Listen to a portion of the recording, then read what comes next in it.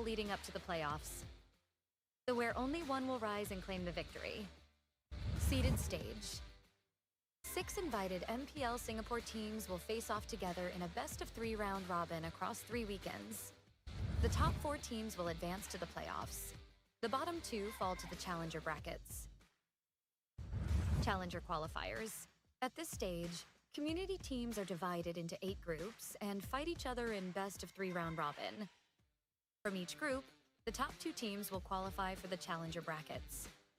However, in Challenger Qualifiers 1, the advancing teams must first battle against 2 MRO teams where only the top 2 teams advance forward. Challenger bracket stage. In this stage, 2 relegated seeded stage teams will fight alongside top 2 teams from Challenger Qualifiers 1 and top 2 teams from Challenger Qualifiers 2. They will battle in the upper bracket for a spot in the playoffs. For the teams that have been eliminated from the upper bracket will get one last chance in the lower bracket to fight for the final ticket to the playoffs. The top 2 teams from Challenger brackets will join the fight in the playoffs. The stage is set. It all comes down to this. 6 teams, only one champion. Who will rise and claim the MPL Singapore Season 10 crown? This is our pride, our passion. This is MPL Singapore Season 10.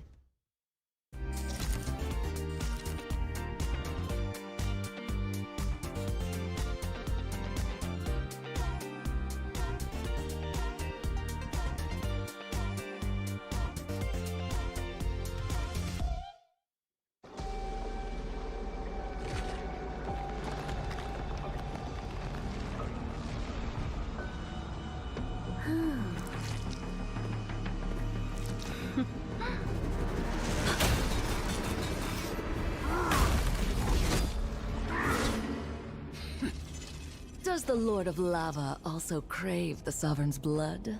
Fool! The tyrant's remains will only bring doom! Under her brutal dominion, our warriors were corrupted into foul bonds of decay! Sovereign of the Abyss, Obsidia. Her curse still flows within the Sovereign's blood!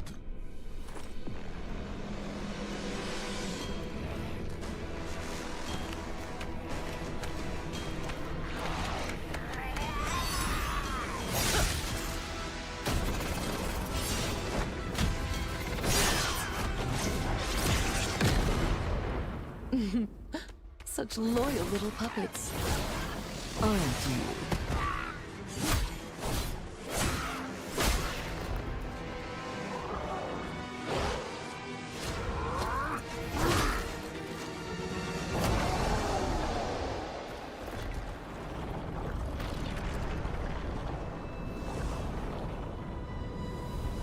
You are merely a puppet, no different from my spawns. Bow to me. Keep your throne, or be destroyed. The Abyss bows to no one!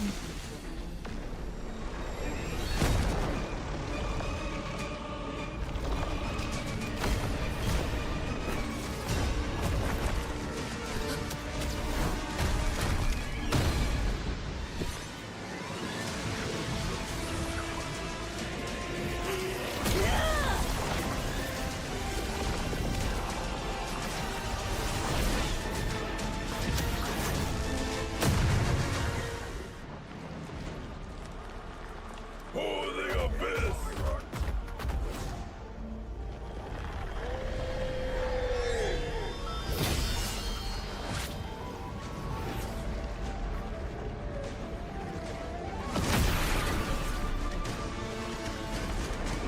These wretched spawns reek of its corruption.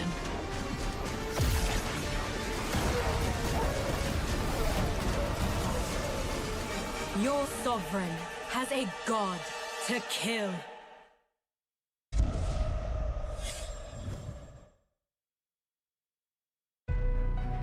I see. Desperation. I come to crush my enemies.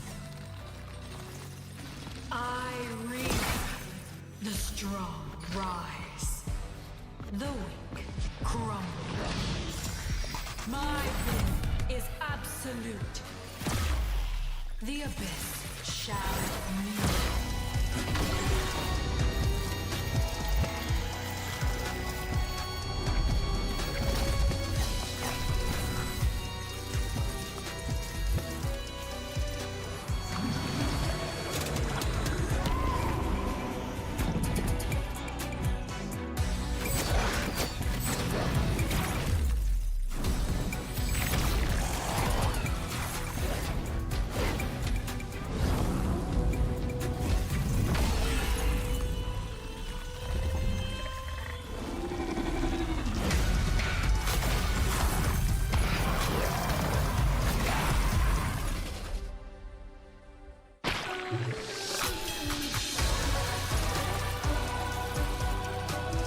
Gaze upon me.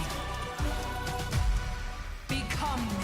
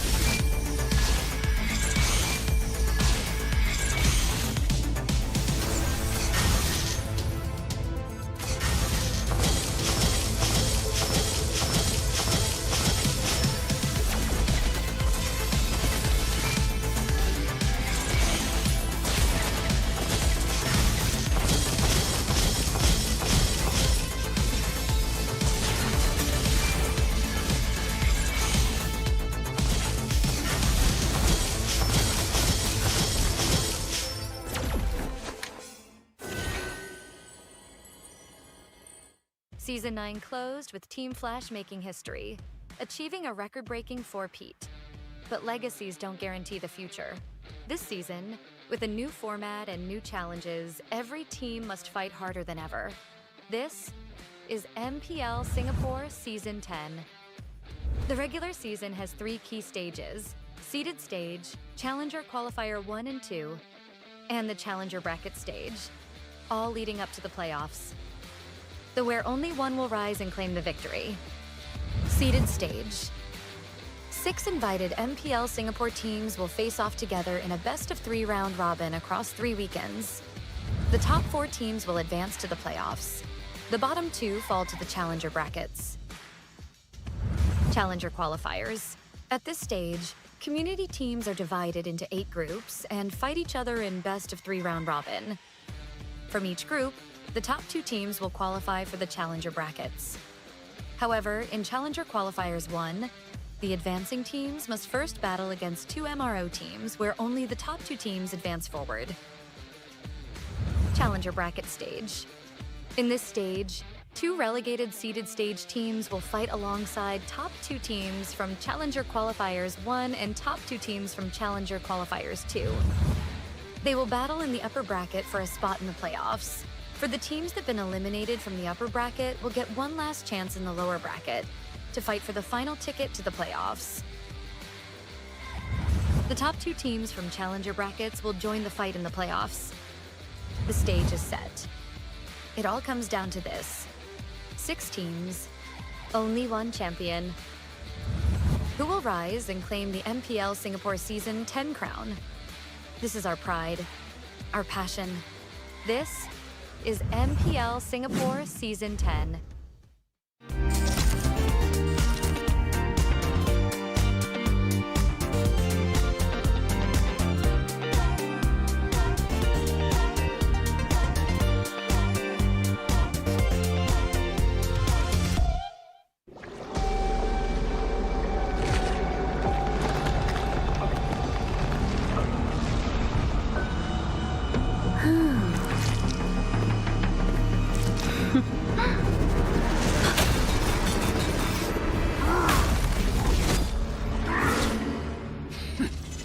Does the Lord of Lava also crave the Sovereign's blood?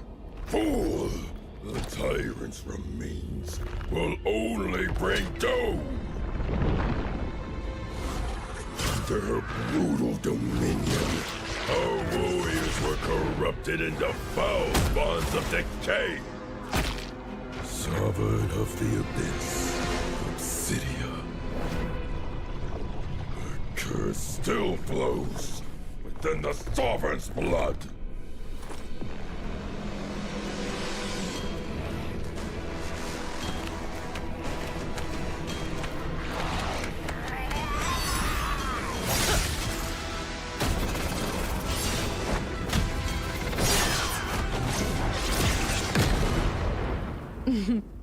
Such loyal little puppets, aren't you?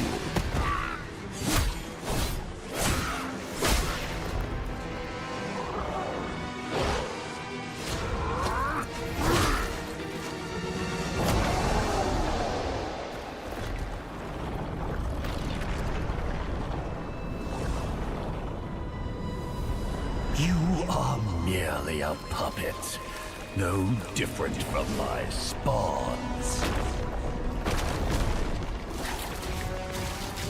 Bow to me. Keep your throne, or be destroyed. The Abyss bows to no one.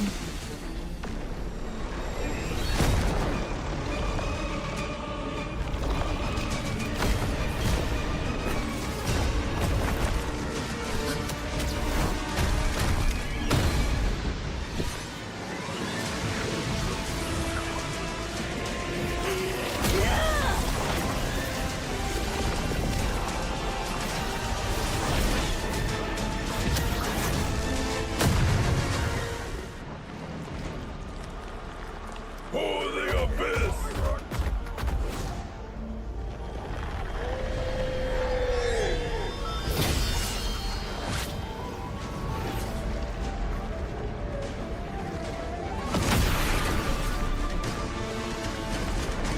These wretched spawns reek of its corruption.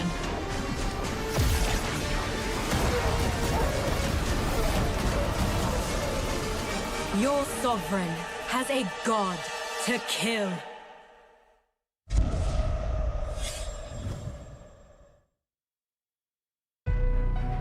I see. Desperation.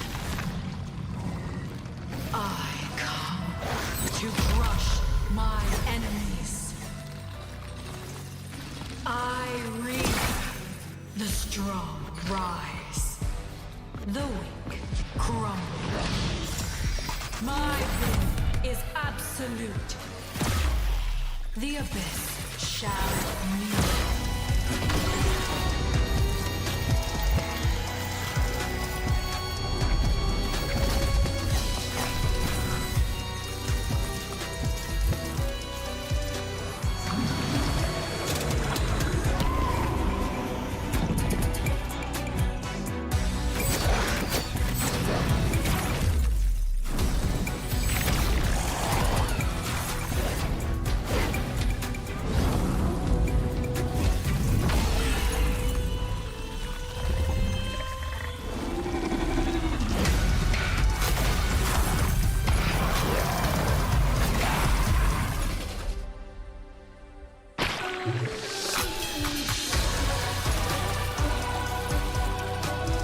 Gaze upon me. Become me.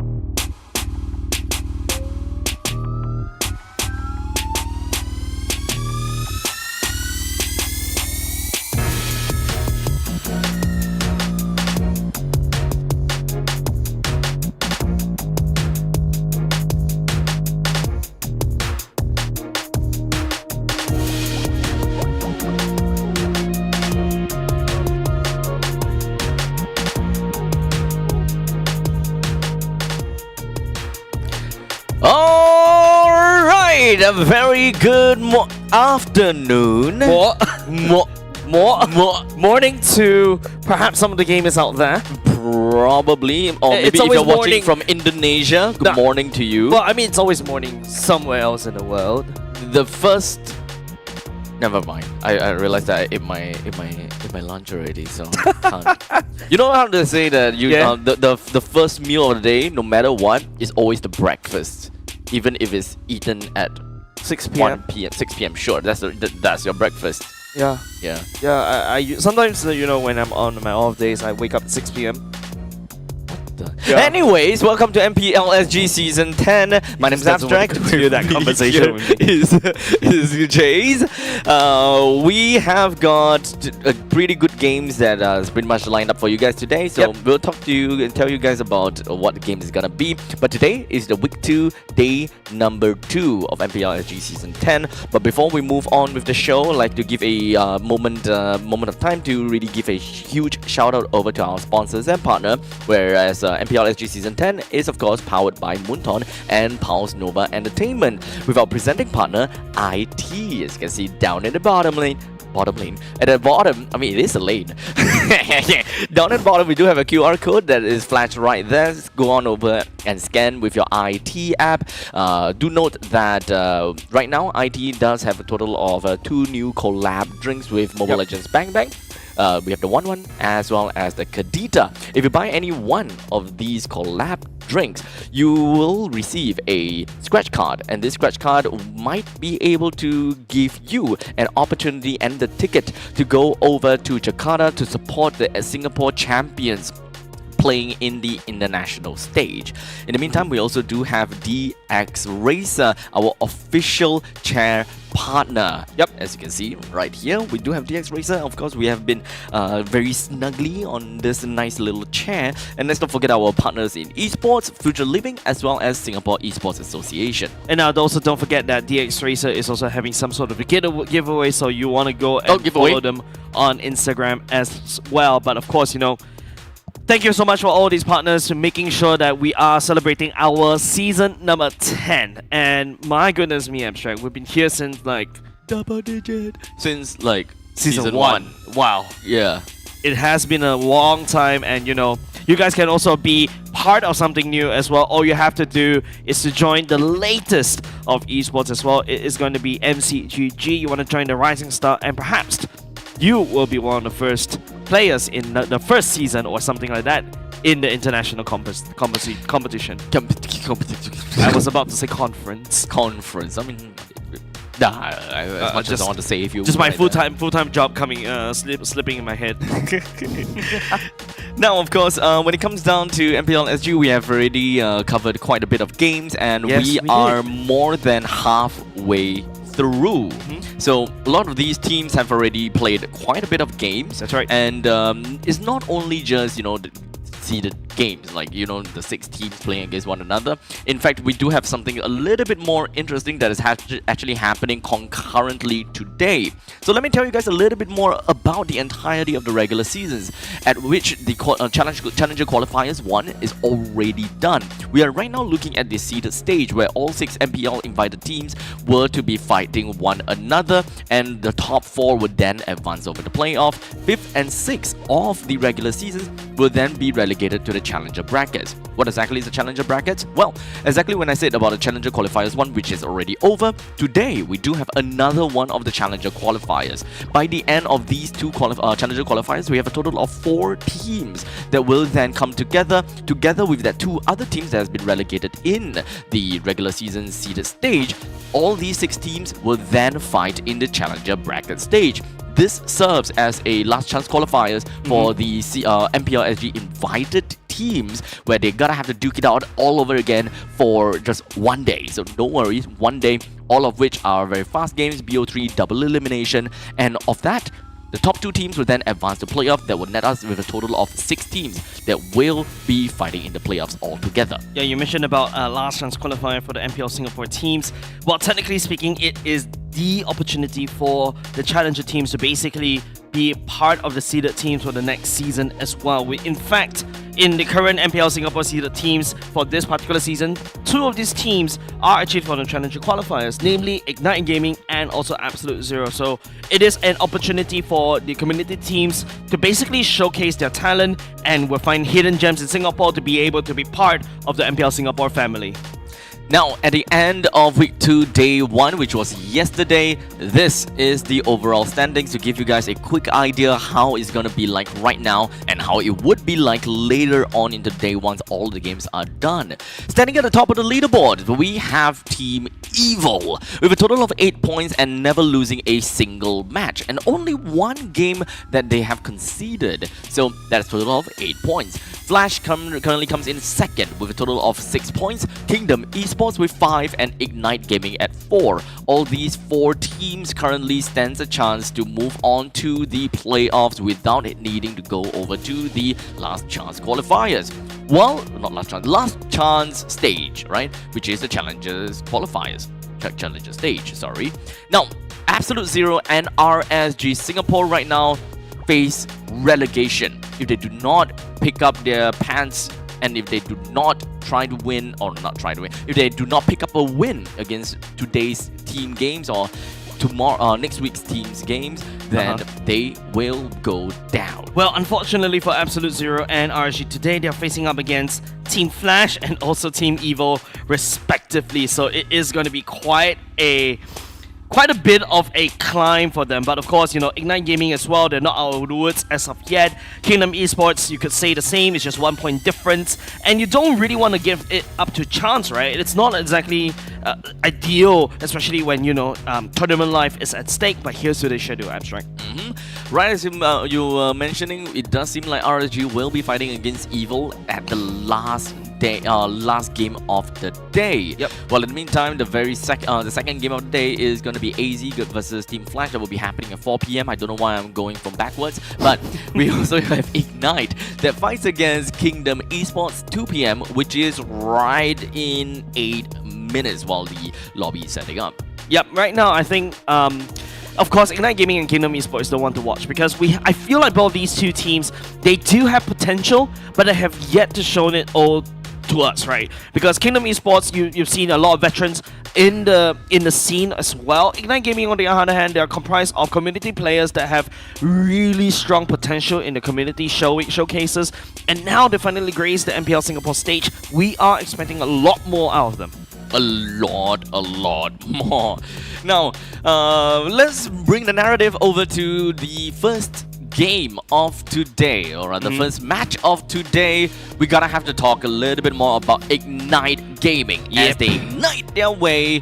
How bright can they burn indeed? Because these rookies, I would say, some of them being rookies, they are pretty darn strong, right? On paper, it kind of seems as though, yeah, you know, they seem kind of new. But to be fairly honest, it does seem like as though they really know what they are doing, and does definitely seem as though that they can pack a lot of punch. Understandably, we have one of the notable rookies from last season being Rapidut. He showed promise when he was in Absolute Zero, and now cementing his way inside of Ignite Gaming. We look forward to his plays a lot, and we really want to know how exactly is he going to help his team move on forward and be that roamer that everyone is scared of. Yeah, I think if you want to compare Ignite Gaming as we go into the lineup, right, like, they've really shown a bit of showing in terms of what they can do. You know, Utah has been performing quite solidly, but sometimes you just see that he's basically struggling to basically carry the team forward, right? And also, a few things that to also take note is that CG has been a massive farmer when it comes to the gold lane. He likes to play all the way to ultra late game. I feel like the winning condition for the side of Ignite Gaming is to really just use Utah to buy as much time as possible. Put Zac on perhaps the tank jungle, which, you know, if you notice, facing backwards, LY4, please show your face. I know, please show your handsome face. Another veteran in the MPL Singapore scene. Yeah, I think they just need to buy time for Seiji to come online. Blade is solid on the Kimi as per week 1, but we have yet to see that in week number 2. Yep. So far, when it comes down to Ignite Gaming, they will be fighting against Kingdom Esports, as we were talking about, with Drinsanity, Yawn, FMM, Grant, and Lolzy. Understandably, this is yet another team that has got a crazy lineup on paper, with Yawn, FMM, and Lolzy leading the charge. It always sounds very scary, especially since these three veterans is literally, I would say, playing the roles where it's most important to shape the game, right? The roaming trio, being the jungler, the mid laner, as well as the roamer. But unfortunately, Kingdom Esports don't seem to be looking too strong in the leaderboards at this point in time. Yep. It seems like they are having a little bit of I would say, difficulty to really hold themselves well at the top half of the leaderboard. We really thought that they might be able to, you know, hit themselves top 3 pretty darn easily, but something is not right. I'm sorry, I'm just distracted by yawning right there. The name checks out. Yeah, the name checks out, definitely. I think there's a lot of hope for this team, right? You know, you got the likes of FMM, likes of Lolzy, even Sammy's on board as well. Icy Frost, another community coach that you've seen on the scene. Yeah, we now get to see a better angle of LI4. And the fact is, right, you expect a lot more things coming out from Kingdom Esports. I mean, right now they're going up as Ignite Gaming, another rising star in terms of the MPL scene, in my opinion. The fact that they also brought back CG from the Philippines as well, and also, you know, poaching Rapidute from Absolute Zero. I think Ignite Gaming is really going big or going home with this kind of roster. But once again, both these two teams, they have yet to impress us. And I feel like this is the very match that they will prove us wrong. Now, the random map draw has concluded, and we have Flying Clouds that will join in, or rather, the players will be joining in to this map. So, Flying Clouds, as per normal, we know that there is a lot of comeback potential, being able to, you know, spawn and immediately drop yourself right into the middle of a team fight if the opponent is really aggressing into your jungle. A lot of these kind of things can happen, and cycling becomes a lot more difficult when you are on the winning hand. Yep, seems like the draft has already gone underway. Kingdom Esports on first pick. Farsa and Alice being banned away by the coach LY4. It is also Icy Frost is also gracing the stage for the side of Kingdom. Oh, hold on. I think the coach is a little bit switched off. It is actually Coach LY4 for the side of Ignite Gaming, Coach Icy Frost, and also Sammy for the side of Kingdom Esports. And yeah, right, just take a look at the bans coming out from the side of Ignite Gaming. They are not dealing with the CC. They're not dealing with the bugs, yeah. They're hinting that they're going to go for slightly more tankier and also regenerative heroes. For example, like the Fragrance. For example, like perhaps even your Angela may appear as well. Yep.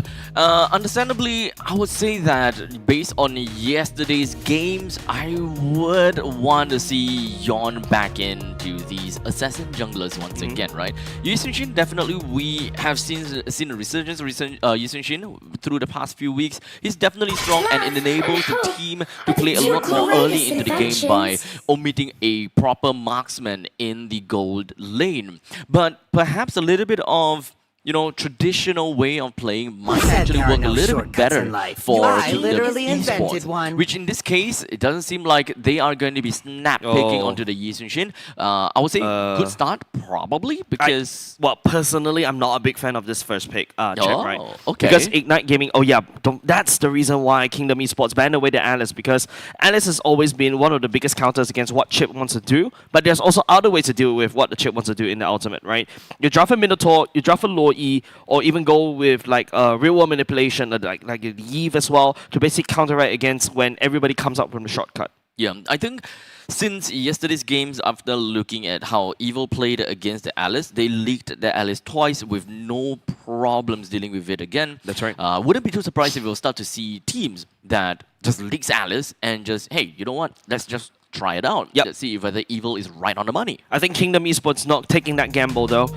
They're not as foolhardy like Team Evil. They don't really have the points to basically wiggle around, right? Don't forget, this is these two teams are literally battling against each other, right? Kingdom Esports is currently at 3rd position. Ignite Gaming is at 4th position. The points is just 1 point away. They're gonna use each other as a stepping stone to be able to confirm and hopefully go into the playoffs without going through the scenic route. Now, understandably, I would say that, okay, so last we checked, it does seem like there's something wrong with the lobby. So I'm not exactly sure if whether the draft is going to move forward, if whether Kingdom Esports will still stick to that chip first pick. But we'll get back to you guys real quickly if whether that is actually gonna be the case. Yep, I think if you want to compare these two teams right off the bat, between Kingdom Esports and Ignite Gaming, right? Both of these two teams actually play an equal amount of games, but in terms of comparisons, in terms of the game stats, for example, the game win rates, be it like the average KD, average total, lords, and also turrets, it's all leaning towards the side Kingdom Esports. It feels like Kingdom Esports definitely has a better grasp in terms of how the game is, evidently based on the game win rate. However, the points are just like 1 point difference, right? I think in terms of both these two teams, in fact, Lords being secured by the side Kingdom Esports a lot more as compared to Ignite Gaming. And this shows that, you know, Ignite Gaming, when it comes to the later parts of the game, they don't really have a very smart way of basically navigating around the late parts of the game. Whereas for the side of Turtles, it is still also leaning towards the favor of Kingdom Esports. Seems like, you know, Kingdom Esports definitely has a better chance of winning based on the stats and based on the games that they've played before. Okay, news is in. We will be restarting the lobby, so we will get back into the lobby real quickly. However, nothing is going to be changed when it comes down to the drafting. So it will be the same, where Lolzy picks up that chip for the team, and I would like to believe that the bans are all going to be the same. While we are on the topic about IG, right? Ignite Gaming so far, it looks like the overall stats is weighing heavily in favor for Kingdom Esports, right? While the only thing that we gotta have to remember, one thing is, Ignite Gaming have only took a win against RSG SG. So that is a total of 2 games won in a row. RSG didn't hold a candle against them.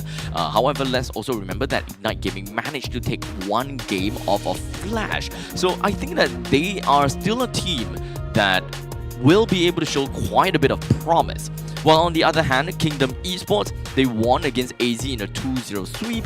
RSG, they won in 2-1 fashion. So if we are trying to use RSGSG as kind of a control, technically speaking, IG did better than Kingdom Esports in dominating or winning against RSG. So coming into the game today, you can cross-refer in some sense that IG might have a better edge against Kingdom Esports just because of matchup, but not necessarily in terms of stats. Yeah, but that's also the different RSG, right? Sorry, it's not a different RSG.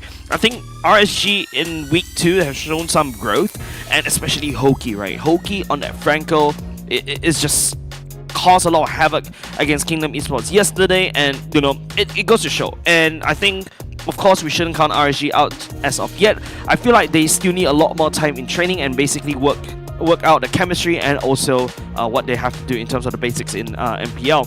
And I kind of have to agree with you to a certain extent where, yeah, Kingdom Esports, I think that game yesterday was a little bit off. I feel like they're trying to do too many things at once, and the whole fight was kind of split up. The damage dealers, I remember we were talking about this yesterday, whereas FMM and also Grant, I think they're not able to output enough damage, and Drin Insanity and also Lozy is super far ahead, whereas Yon is unable to find any form of entrance.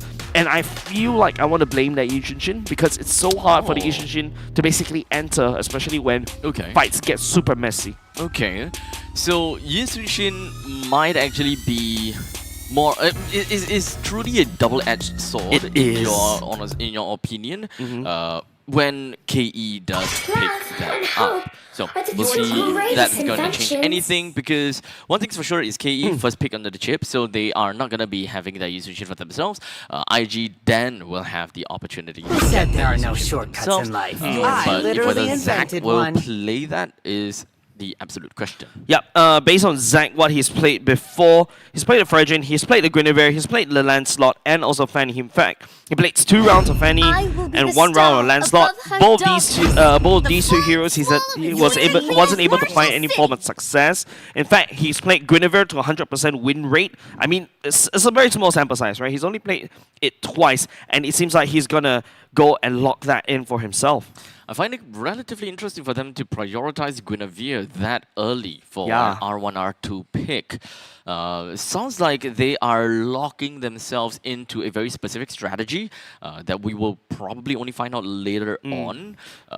Maybe we're looking at some synergistic combo, but normally we will always see a Guinevere being paired with a Kalia. However, the Kalia has already been banned out. So they need some more forms of, I would say, catch, right?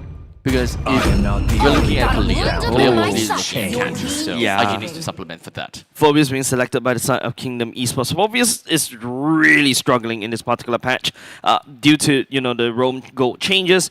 It really forces the Phobius to really have to work doubly hard to basically pick up the necessary items. But Phobius is actually a very good counter towards the 1-1 that's potentially being picked up by the side of Seiji right here. Well, definitely it's going to be picked up by Seiji right here. And if you take a look at Phobius in terms of the win rate, it's only 20%, and it's already picked 5 times. So it's not exactly very ideal, which means that it's out of 5 times they only win once. That's kind of pathetic. It's very the results doesn't look really good.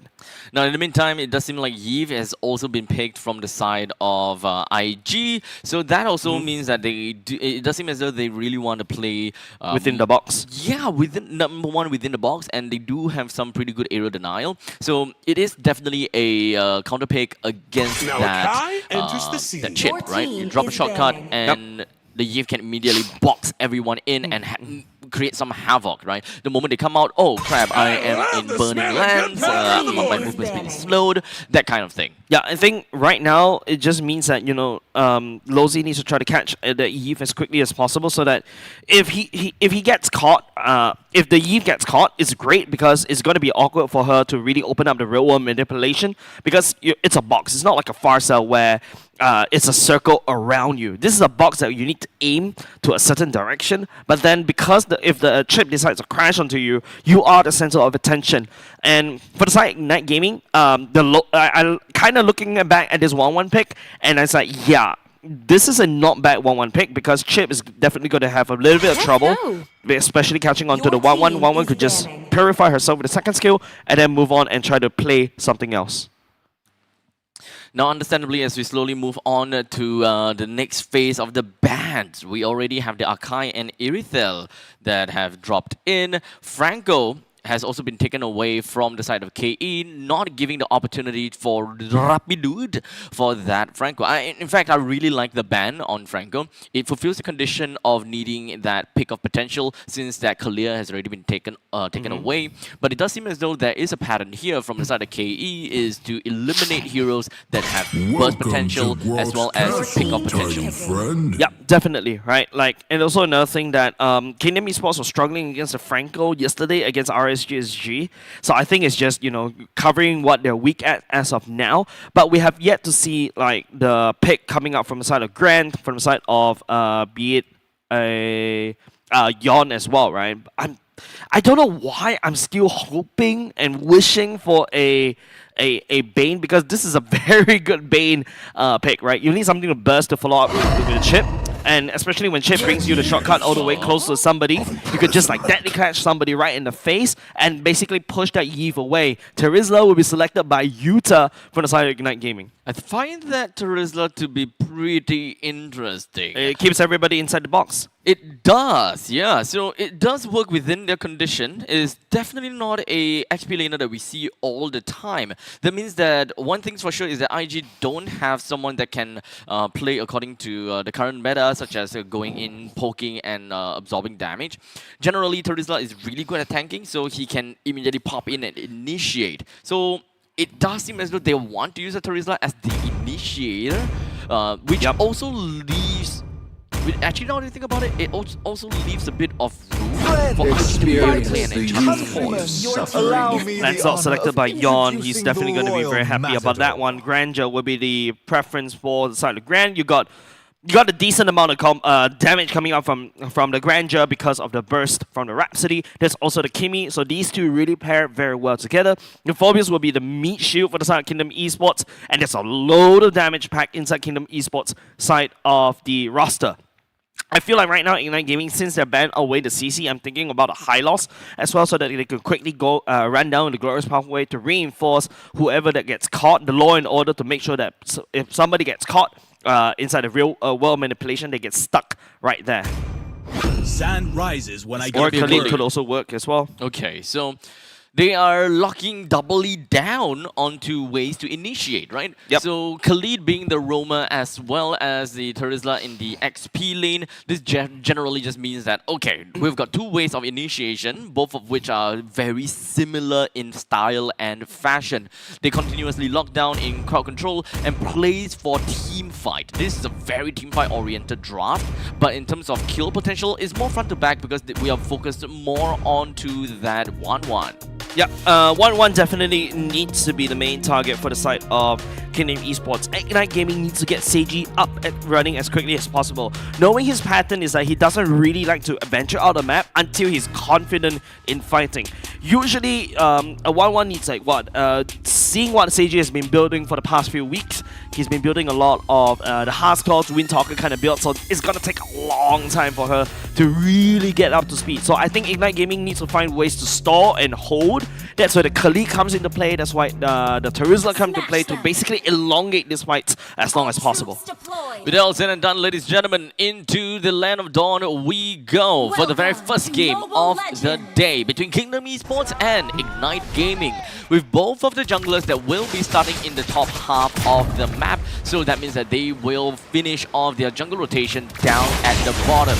And the bottom lane just so happens to be, I would like to believe, is the gold laner. Yes. Yep.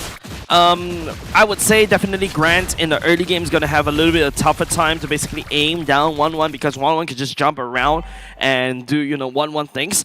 But the wave clear will be a lot more faster as compared to Grant, so maybe expect Kingdom Esports to rotate all the way down bot or basically play around the bottom side of the map a little bit more. Phobius is going to be a very neutral lane, but hold on a second, load of damage onto Blade. Blade burns the flicker already. Rapitude lands some damage onto FMM. Will not be able to find anything for now, but Ignite Gaming, some chip damage was already done between each other. Does seem as though Ignite Gaming already have good information about the fact where the opponent jungler is already at. Rapitude just got himself out of the way, and it seems as though we have got a very aggressive play coming in from both of these two teams. Yeah, two flickers already burned off in the 1 minute and 30 seconds mark for the side of Ignite Gaming. Kingdom Esports must be really satisfied about it because this delays, the Raging Sandstorm flicker combo going towards the Turtle side later on, and also not only just that, the repositioning of the real world manipulation for Blade is definitely going to be impaired. As the river is just going to be flowing towards the northern side. Rapitude hoping to be able to find some opportunity, but none of them are at level 4 just yet. The only initiating factor that we can expect to see is going to be the Terizla. I don't think that Insanity will be able to put too much pressure this early just yet, but still, there's a lot of passive damage that you can put out. Yeah, doesn't have the Inferno Pursuit as yet, but hold on a second, it's going to be the Utah going in with the penalty zone right here. Real world manipulation coming up from Blade to kind of zone out. Securing Turtle for the side of Ignite Gaming. No way for Kingdom Esports to step on in. Ignite Gaming picks up the Turtle. That's a good initial pick coming in from Zach, completely disabling Kingdom Esports' opportunity to get their very first turtle. How much does this impact the early stage of the game for Kingdom Esports? That is the question. Because at this point in time, the way that Kingdom Esports wants to play is more towards the mid stages of the game, right? Yep. They don't have someone that is really utterly strong right out the bat. While in the meantime, Rapitude as well as Terizla, they do have very strong base damage right off the bat. So they can play in the early game. They can try to snowball and just put Kingdom Esports at a hard deficit. Yeah, right now Kingdom Esports definitely down at the hard deficit. I agree. Lozy is struggling at level 3, whereas Rapitude is swimmingly around level 4 already, and he has more engagement. That's also the main reason why Kingdom Esports lost out in that teamfight, because of these EXP differences. And now Lozy taking some form of damage right here. Does have the shortcut ready, but he's not going to deploy it as of yet. It's not going to be easy for Kingdom Esports to immediately swing the game into their favor. It will take time. What is this angle? The fact that this Gamabuta is a paid actor? It sounds more like a duck, actually. You sound like a duck. That was you. All the time. All these times, the frog sounds were just me. Now you know. Yeah, I checked back the stream. You actually did? Yes, I did. Oh. Yeah. I don't No know. more surprises. That I was literally, you know, after The the, very show fact yesterday. that you might think that is the game means I did well. You must be a voice actor. Yeah. But I think right now it's just, you know, Kingdom Esports Ignite Gaming, especially, it's a little bit of a slow burn coming out from Kingdom Esports. And that's exactly what Ignite Gaming wants to do, right? They need Seiji to be up and running as quickly as possible. And of course, you know, Zac as Zac as the Guinevere is more than happy to basically elongate this fight.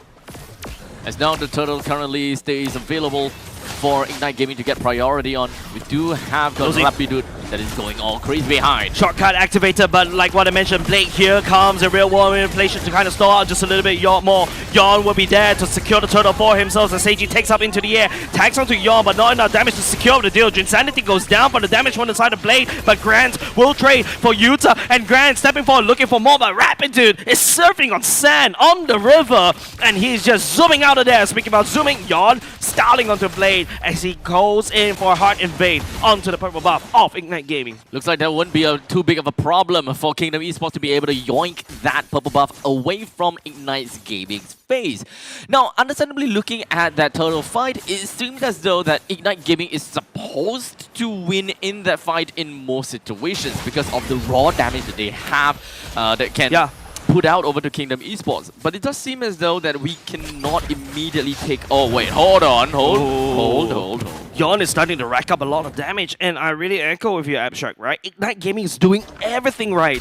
Kingdom Esports slam onto Blade. Blade burn the flicker, rear wall manipulation in that awkward to basically kind of trap everybody coming out from the shortcut. But it seems like Kingdom Esports unfazed. They're focusing on that onto the turtle, and then after that rotate to start killing Ignite Gaming. I would like to believe that there is still opportunity for Ignite Gaming to continue on with a tad bit of a snowball. But I think that the problem also lies on the fact that yes, they have very strong early game powers, early game power from the Terizla as well as the Khalid. But I don't think that they are really supporting that fact, right? Because Terizla is, look at him, he's currently all the way back. They do not have a lot of emphasis onto the XP laner to unlock him at all. In fact, they are making sure that the farm actually goes to 1-1. Traction Pulse catching onto Blade as well, but hold a second. So many damage being poured onto Blade, immediately deleting off. Seiji will be able to jump into the air, tempting the turret just a little bit more. For the side of Kingdom Esports, he takes FMM down and low C from the side of Kingdom Esports as well. Ignite Gaming on the other hand, losing 3 members, and Seiji this time around may have jumped a little bit too far to the sun. Icarus getting burned. Grant picking up a double kill already. I would say that's hands-on just a very scrappy fight from the side of Ignite. Number one is the fact that they did not really have got Yuda joining into the fight immediately. In fact, I would much prefer to have Yuda to be more of an initiator, but they don't really find a way to unlock him at all. He's just kind of stuck in his lane, and thus there is quite a bit of a gap between their between their initiator, their roamer, and the rest of the team. I think that the priority is placed a little bit wrongly. It shouldn't be focusing so much on the Seiji because Seiji takes time to pop off. It seems like they want to accelerate Seiji's growth, but that is just not quite enough if they want to play in the early game with this draft. Yeah, definitely. Right. Grant is definitely will outpace Seiji in terms of growth, but in terms of ceiling, Seiji is gonna scale even harder as compared to Grant. But I think if we have a bit of an item check, Grant right now should have a Sky Piercer that's 4 stacks, or at least 2 to 3 stacks right into his pocket already, and he's starting to output some good amount of damage against Ignite Gaming. Ignite Gaming, on the other hand, needs to start catching. I feel like Kingdom Esports has been always the one that pulls the trigger to basically find onto the initiation, onto Ignite Gaming, and unfortunately for that, Blade was the first casualty, right? Immediately removing him from the fight. And if you look at the rest of roster from the side of Ignite Gaming, they don't really have a lot of damage left. Yeah, most of the time, Ignite Gaming is the one that got caught off guard. If they were to kind of travel together, it might be a... I think they're doing it right now. Yeah, it might give them a better result. As you can see, Conceal, Yuda, starting things off. Insanity burns the flicker already. Some form of utility already committed by the side of Ignite Gaming. Unable to catch Insanity right there. So this is unfortunate. Ignite Gaming finally came together to try to set up for a kill or to set up for a gank. All 5 of them. But it just so happens that Kingdom Esports, either they read Ignite Gaming like a book, or they just so happen to split themselves up, whereby there is 1% at the bottom lane and I think 2% up to the top lane.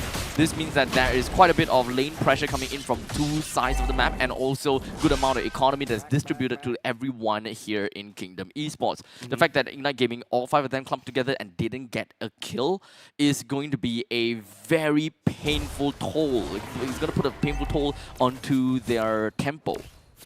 Lozy hasn't shown himself. That's why Ignite Gaming is forced to run in packs, because if you isolate yourself, rest assured Lozy just run you down right there, brings the whole the rest of the members coming up from Kingdom Esports. Hold on a second, Ignite Gaming will be able to catch on to Jinsanity. Jinsanity goes into the air to avoid the damage. Yuta credited for the kill. 2 ultimates to get a kill down onto the Phobias. I'll say that it is pretty decent considering the fact that the Lord has already been taken away. So you gotta have to find a trade one way or another. The cooldowns will be off, the ultimate cooldowns will be off by the time the Lord eventually hits them, and they need to find a way to defend this middle lane after all. And without Insanity, I think that's going to help them quite a bit. Yeah, but there's a Lord marching down at the bottom lane, and with FMM that could wave clear from afar, I think there's no problem coming up from the side of Kingdom Esports to basically hold it down. Just take a look at how healthy that Kingdom Esports mid lane looks like, and Yuta is just receiving free damage from the side of Yuta, and he is struggling to get out of it. Grant is just dismantling top side. Bot side is basically also getting dismantled as well. Ignite Gaming invested all their stats in attack, but forgot to invest in defense. I would say that at least they managed to hold that middle level mine. Yeah, you said it too early, like what I mentioned. I know we always say the best offense is the best defense, but sometimes you gotta also figure out your defense, because Yuta is just getting melted. And now the Skyburst attack in the pockets of Grant as Yon just shings around, finds Blade, tries to slicing out with his namesake, and will not be able to find a kill though, but it is still damage dealt by the side of Kingdom Esports. A 5,000 gold lead in favor for Kingdom Esports as they manage to dismantle all of the outer turrets already. With quite a bit of creeps marching down the middle lanes, that is the holy defense that has been dispelled. In fact, down to the bottom lane as well, there's no more holy defense, so this is going to be a charge. Zac tried to jump right there. Blade used a real world manipulation. Yon finds the Thorn Rose as well, trying to get out of there. He will be able to escape. What an escape artist, but Rapidude has not something to say about that one. Grand will be there, but Yon, ooh, like what I mentioned, still manages to get out alive because Grand took down Rapidude. I thought he died because he just disappeared right after that Raging Sandstorm. The iframes. Yeah, it kind of seems as though his Thorn Rose came right off cooldown at the exact timing. So if you really want to jump in, man, it's tough. More damage being poured right down the throats of Ignite Gaming. They cannot actually swallow everything coming up from the side of Kingdom Esports. It was a slow burn start for the side of Kingdom Esports. Ignite Gaming definitely has the early game, but now they're struggling. Honestly, this really feels more like the Kingdom Esports that we would have expected, right? Clean execution. I'll say that. I would say, you know what? I actually would say that Lozy has tuned down quite a bit. He is not as aggressive that I was looking for. That could also be one of the main problems in the past few games, because he was way too aggressive and his team can't catch up, and just, you know, it's very difficult to go ham. This time, I think he's a little bit more reserved. He's a little bit more methodical, and he's looking for the exact right time instead of going every time. Yeah, this is not basically his old RSG stack, right, where they're basically playing one mine. This is a completely new team that he's playing against Ignite Gaming, and I echo with what you said, right? The adaptations coming off of Kingdom Esports is there. It feels like they had some heart-to-heart talk last night all the way to 4 AM. That's why Yon was yawning earlier just now. It's gonna be a rough night for them, or rather, it probably was a rough night for them. But hey, to be fair, they did win their games yesterday. Yeah, dropping one game against RSG SG is not exactly ideal for the side Kingdom Esports. And now you see how Kingdom Esports slows down the tempo right now, cutting off any form of information over the side Ignite Gaming. Yes, Ignite Gaming still has the base turret still up, but hold on a second, Yuta tried to explore the map just a little bit more. Real-world manipulation a little bit too shallow right there, will not be able to catch anybody at all. And despite the information, Kingdom Esports, just look at Yon, is starting to enclose the fight as well as Grand just out for the damage onto Zac, picking up a double kill. Seiji is down, a triple kill over the Grand at the same time. Rapidude as Yon slice and dices onto Yuta. takes Yuta down at the same time. Blade's the only one left alive from the side of Ignite Gaming if Yon has something to do about it. This is gonna be a rough defense coming in from Ignite Gaming as Dutch. Blade is the only one available. Everyone is now on cooldown, and this is just going to be an absolute end for Ignite Gaming's game number 1. Clean, methodical. It's not like the nuclear warhead that we always expect on the side of Lozy when he plays the any form of roam, right? This is a very controlled chaos, controlled aggression of Kingdom Esports, a very different breed that we see as compared to the past few weeks. A word that we always like to use, organized chaos. Yep. Is it really that chaotic, actually? As compared to the last few games that we saw in week 1, day 2, and week 2, day 1, I feel this is more methodical. This does definitely. And it feels like Yon is just cruising on his DX racer chair. He's just slicing people down, creating space for Grant to just basically gun everybody down. I don't believe Grant actually lost his life. Now, understandably, this is a smoother game for Kingdom, even though they lost the Lancelots that early into the game, unable to get themselves to the turtle. But I think that they managed to cruise pretty well right into the later parts of the laning stage, where they still managed to win in a couple of team fights. I think that the main crux of the problem isn't exactly based on the fact that, you know, Kingdom Esports, they played very well in the laning phase. I think it's just the mix-up of priorities for Ignite Gaming. It would have been so much better for them to put more emphasis onto the XP lane, because Terizla is a very slow hero, right? You can actually shut down lanes pretty well, especially since you're going up against a Phobius who will only start to win you at level 4. So that is the point in time where they can actually just supplement that, make sure that the Phobius stays at level 3 at the turtle fight. That point on, they can just keep pushing in and exerting a lot more control, as compared to helping the gold lane to get the gold lane more money. It's good for the long run, but it's not that instant gratification that we would want out of this team comp, because it's slower. You want to pop off in the early game. The Khalid as well as the Terizla, they can't exactly do too much in the later stages. Yeah, and I think this is just basically trying to do the winning condition that I really feel like Ignite Gaming is trying to set off, right? Get Seiji up to speed as quickly as possible, but of course, his counterpart is definitely going to be the MVP of the game, Season 10, mind you. 10-0-0, that's his KDA. And he's just gunning everybody down from the side of Ignite Gaming. Easy game for Grant. Easy game. Hopefully, it will not be that easy for them, because, you know, I really want to see them, you know, struggle a little bit. you sicko. Oh, sadistic. I forgot how the goal went. You know which song I'm talking about. I did not catch that. Huh? No? You know? No, I did not catch that. Okay, never mind. Alright, never mind. But the anime opening thing. Okay, I did not catch any of your reference. No, I think we're not in sync today, Abstract. Yeah. But anyways, I really feel like Ignite Gaming is actually trying to go for that long-term investment plan to get Seiji up online. Technically speaking, they're going to have to trust Yuta in to be able to deal with Jinsanity, but it seems like Jinsanity is unfazed, right? He was able to hold down, and don't forget, to a certain period of time, Kingdom Esports, Lozy is only level 3. They won the first turtle for the side of Ignite Gaming, but they are unable to, you know, rotate or basically road bigger as compared to Kingdom Esports. Understandably, when you actually give quite a bit of kills over to a Granger that early into the game, is definitely, yes, it is definitely an uh-oh situation for Ignite Gaming. I think that is rough because they helped gold lane, but they still lost to lost to the opponent gold laner. Not the best case scenario. And in the meantime, Yuta 2-4-2, not exactly the best either. Yeah, and don't forget, there's a few times where Kingdom Esports use Lozy to catch the right targets, but Ignite Gaming got a better positioning. But it's just somehow, in terms of their team fights, maybe it's just Insanity knocking everybody up, causing everybody from the side of Ignite Gaming unable to do anything at all, and also the lack of damage from the full roster.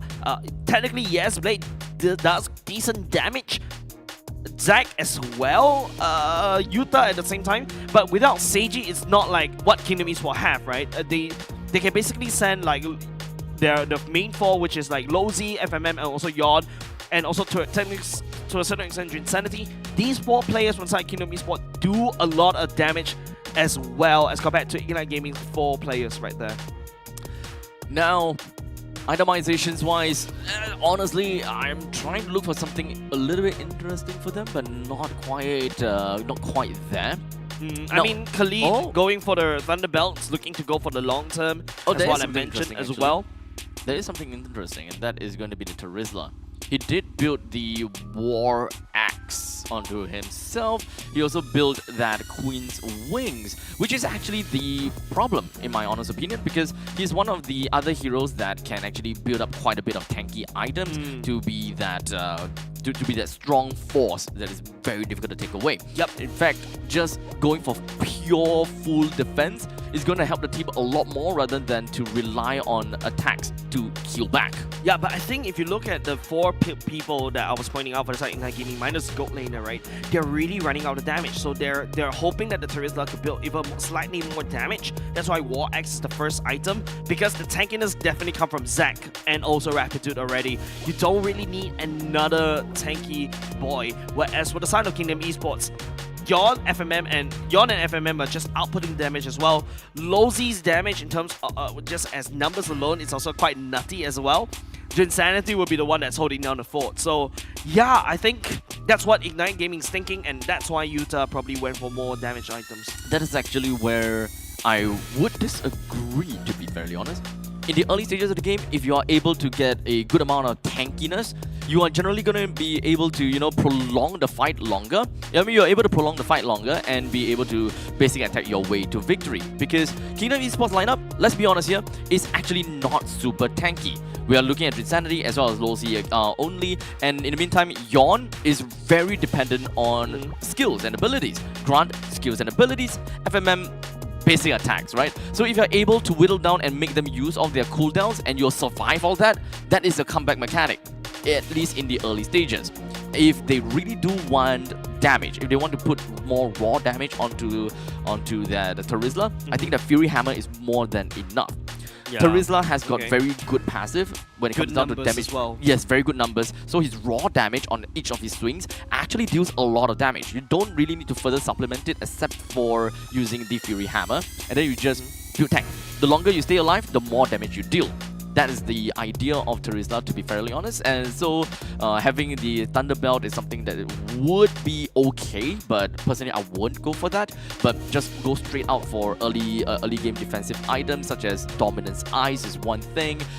Going for, in this case, looking at that, a not brute force, a Dreadnought Armor. Yeah, Dreadnought Armor is pretty good because I think that he already did have it. So yeah, he's built a little bit more. Yep, physical defenses. Yeah, he's definitely has that already, just to be able to deal with the likes of the Phobias, the likes of the Grandeur, and also Lancelot as well. That's a definitely good item build. But I think right now, if you take a look at how, even though with Kingdom Esports, they actually fumbled the second team.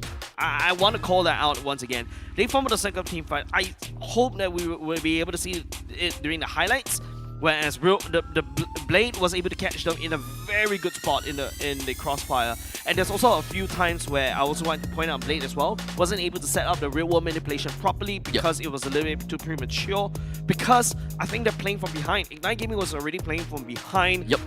Granger could just snipe somebody down immediately, and if he stands there, he's a sitting duck. So he is unable to gauge that distance well enough because of how Kingdom Esports is forcing these mistakes out of Ignite Gaming. Ideally, they wouldn't even want to be behind that early, right? They won because of that. Ahead. Yeah, they won in the few minutes because of Lancelot's death. They didn't get the turtle. They should be able to exert a little bit more dominance despite only having like what, 500, 600 gold advantage. That is a very minimal amount of advantage, but just because of heroes, just because of the way that the heroes are drafted, they can go more crazy. They can play, I would say that Yuta can actually follow Rapidude more into the opponent's jungle because we see that Rapidude is actually quite aggressive. He's got the mobility, he opens the range up quite a bit, so Yuta can always move based on what Rapidude is showing to them. Yeah, I agree with you, right? Like, Rapidude is actually opening up. In fact, I think because of the way that he's opening up the map, he's actually a level ahead against Lozy, and Lozy has been playing very slow bushwhack, right? And there you go, this is a better angle for LY4. I think production told me, passed the message over to him already. But yeah, I think there's a little bit of disconnect for the side of Ignite Gaming, especially what Rapid wants to do, and also what the whole Zach also wants to do as well. And as of now, Zach, we've always seen him on these tank junglers, right? Maybe we'll start to see a little bit of switcheroo coming off from the LY4. Maybe they can go for more assassin junglers as well. Yes, he hasn't got some success. He hasn't been having some success on the Lancelot and the Fannies. Maybe there's something something else, right? Like the Yishun Shin, if I'm not mistaken, was just forgotten completely. Yeah, completely forgotten. They don't have a Yishun Shin being picked, or it was too risky. I would say so. Oh, flying clouds again. It's a day of flying clouds. Yeah. It's a cloudy day today in Singapore, that's right. Is it really? Yeah. Looks very cloudy to me through that frosted glass. Was frosted. What are you expecting? Exactly. That's the joke. Yeah, if you compare the battle stations between Ignite Gaming and also Kingdom Esports, right? Kingdom Esports, at least some smiles, right? But Ignite Gaming, just take a look. Seiji is just chilling. Chill. It's just chill. Yeah, and whereas the whole move for side Ignite Gaming is a little bit down, and of course, you know, especially rookies like them, like Utah. Well, technically Utah is already Zach this. As well. Who said there are no shortcuts in MPL life? for some I time literally already. invented Zach, one. Blade. Technically, these two players are pretty new to the MPL scene, and yeah, you really need. Hopefully, somebody is actually, you know, taking a step up to basically start communicating. Actually, Already got him lined up in my was sight. in the sub for Esports. Was it Esports or was it? Your team is all that matters. I remember it was Potato's team. I remember there was one time that he was a sub. Oh, it's a different blade. It's a different blade. Yeah, this is a different blade. There are two blades. There are two blades in MPL. This is the young blade, and that's the old blade. Old blade. Yeah. I don't think I saw old blade before. But have you seen before Bay? Beyblade. I thought you called me Bay.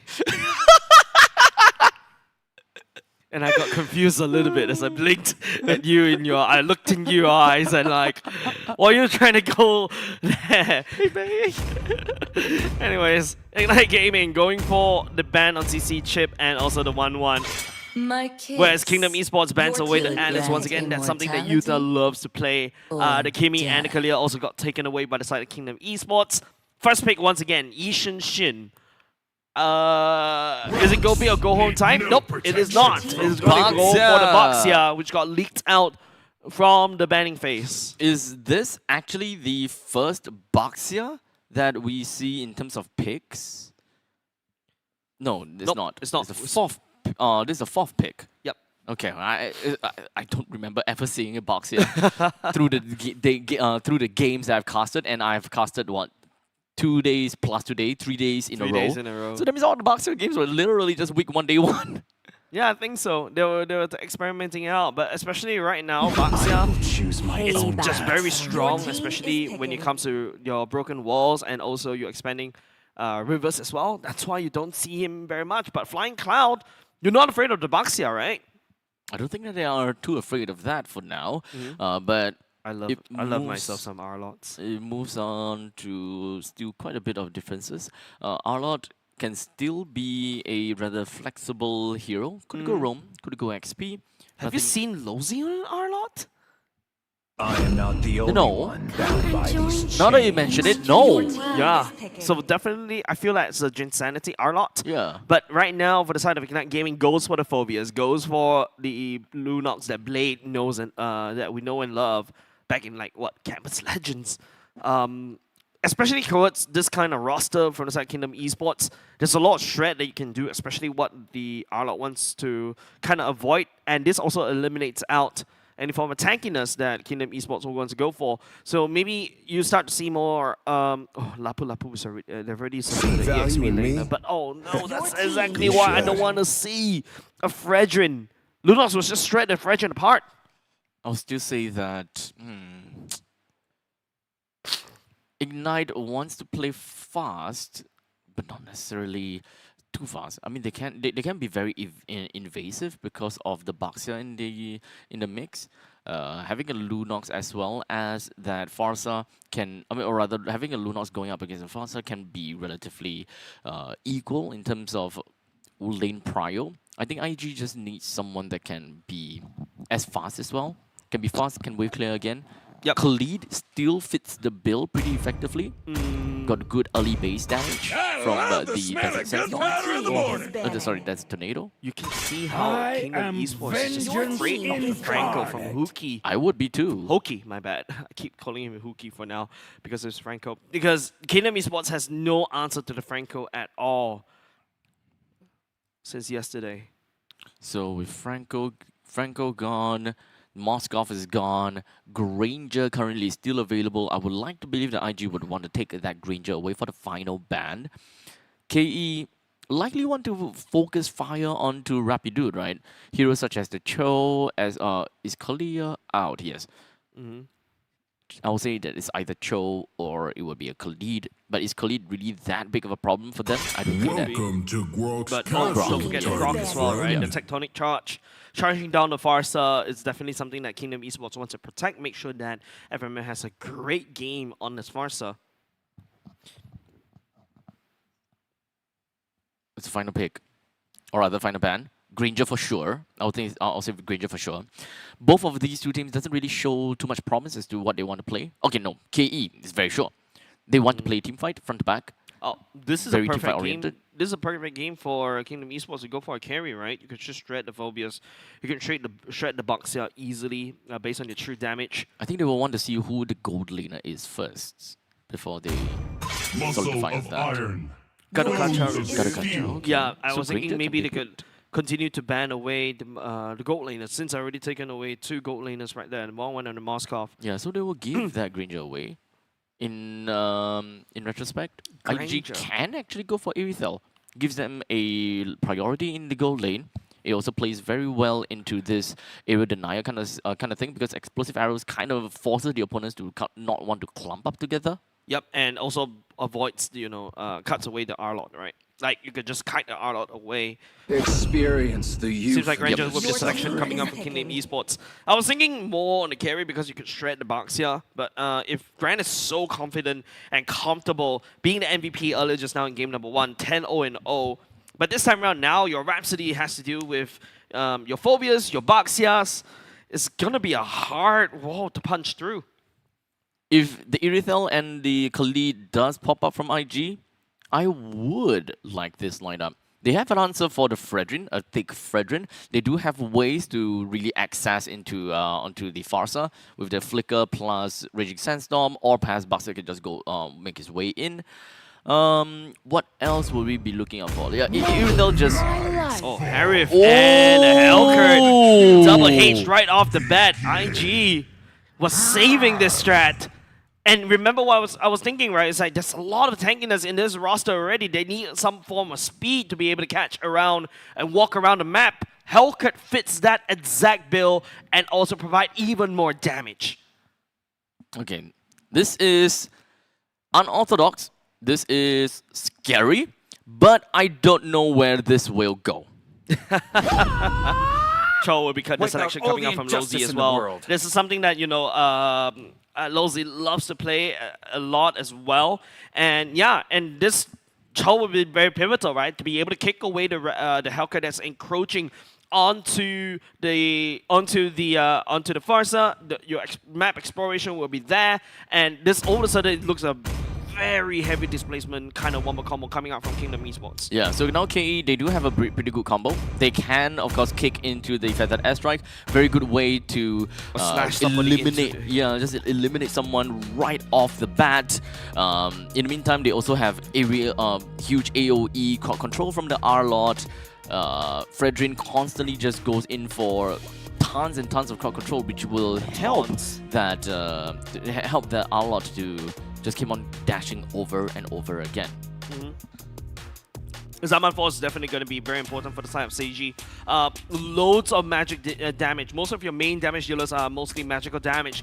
So this opens up for Rapidude to literally look for bursts, especially if it catches onto Grand, catches onto FMM, it's just gonna get immediately deleted. Yeah, good point. Welcome All to of the magic Mobile damage, Legends. or rather all of the damage dealers are full of magic damage. So at this game, or at this point in time, all that KE needs to do is just build magical defense. Yeah, Athena Shield, Radiant Armor. Yeah, but it opens up for Rapid to just immediately delete you if you're not careful, especially when the Darkness Fall comes in. And just looking at how Kingdom Esports is operating right here, they're not, I would say not saying they're not affected by the Darkness Falls. They are a little bit affected because once FMN goes into the Feather Airstrike, if you turn off the lights, he doesn't know where to aim. Fair. This can be a pretty good answer to the Forza. It can waste some time, waste a couple of shots from the artillery strikes. Oh! First blood given overside the blade. That's the damage, especially coming out from the mid lane and also Rapid dudes. This is why, you know, Assassin Roam is something that I'd be kind of hyping for. Blade picking up another kill. Blade is gonna escalate out of control. Now that is a good start from IG, right? Being able to get 2 kills right out the bat in the middle lane, stopping the Farsa to be able to do too much. But hey, this is Wandering Clouds though, so he would be able to reach into the middle lane fast enough to still be on track with Blade. Yep.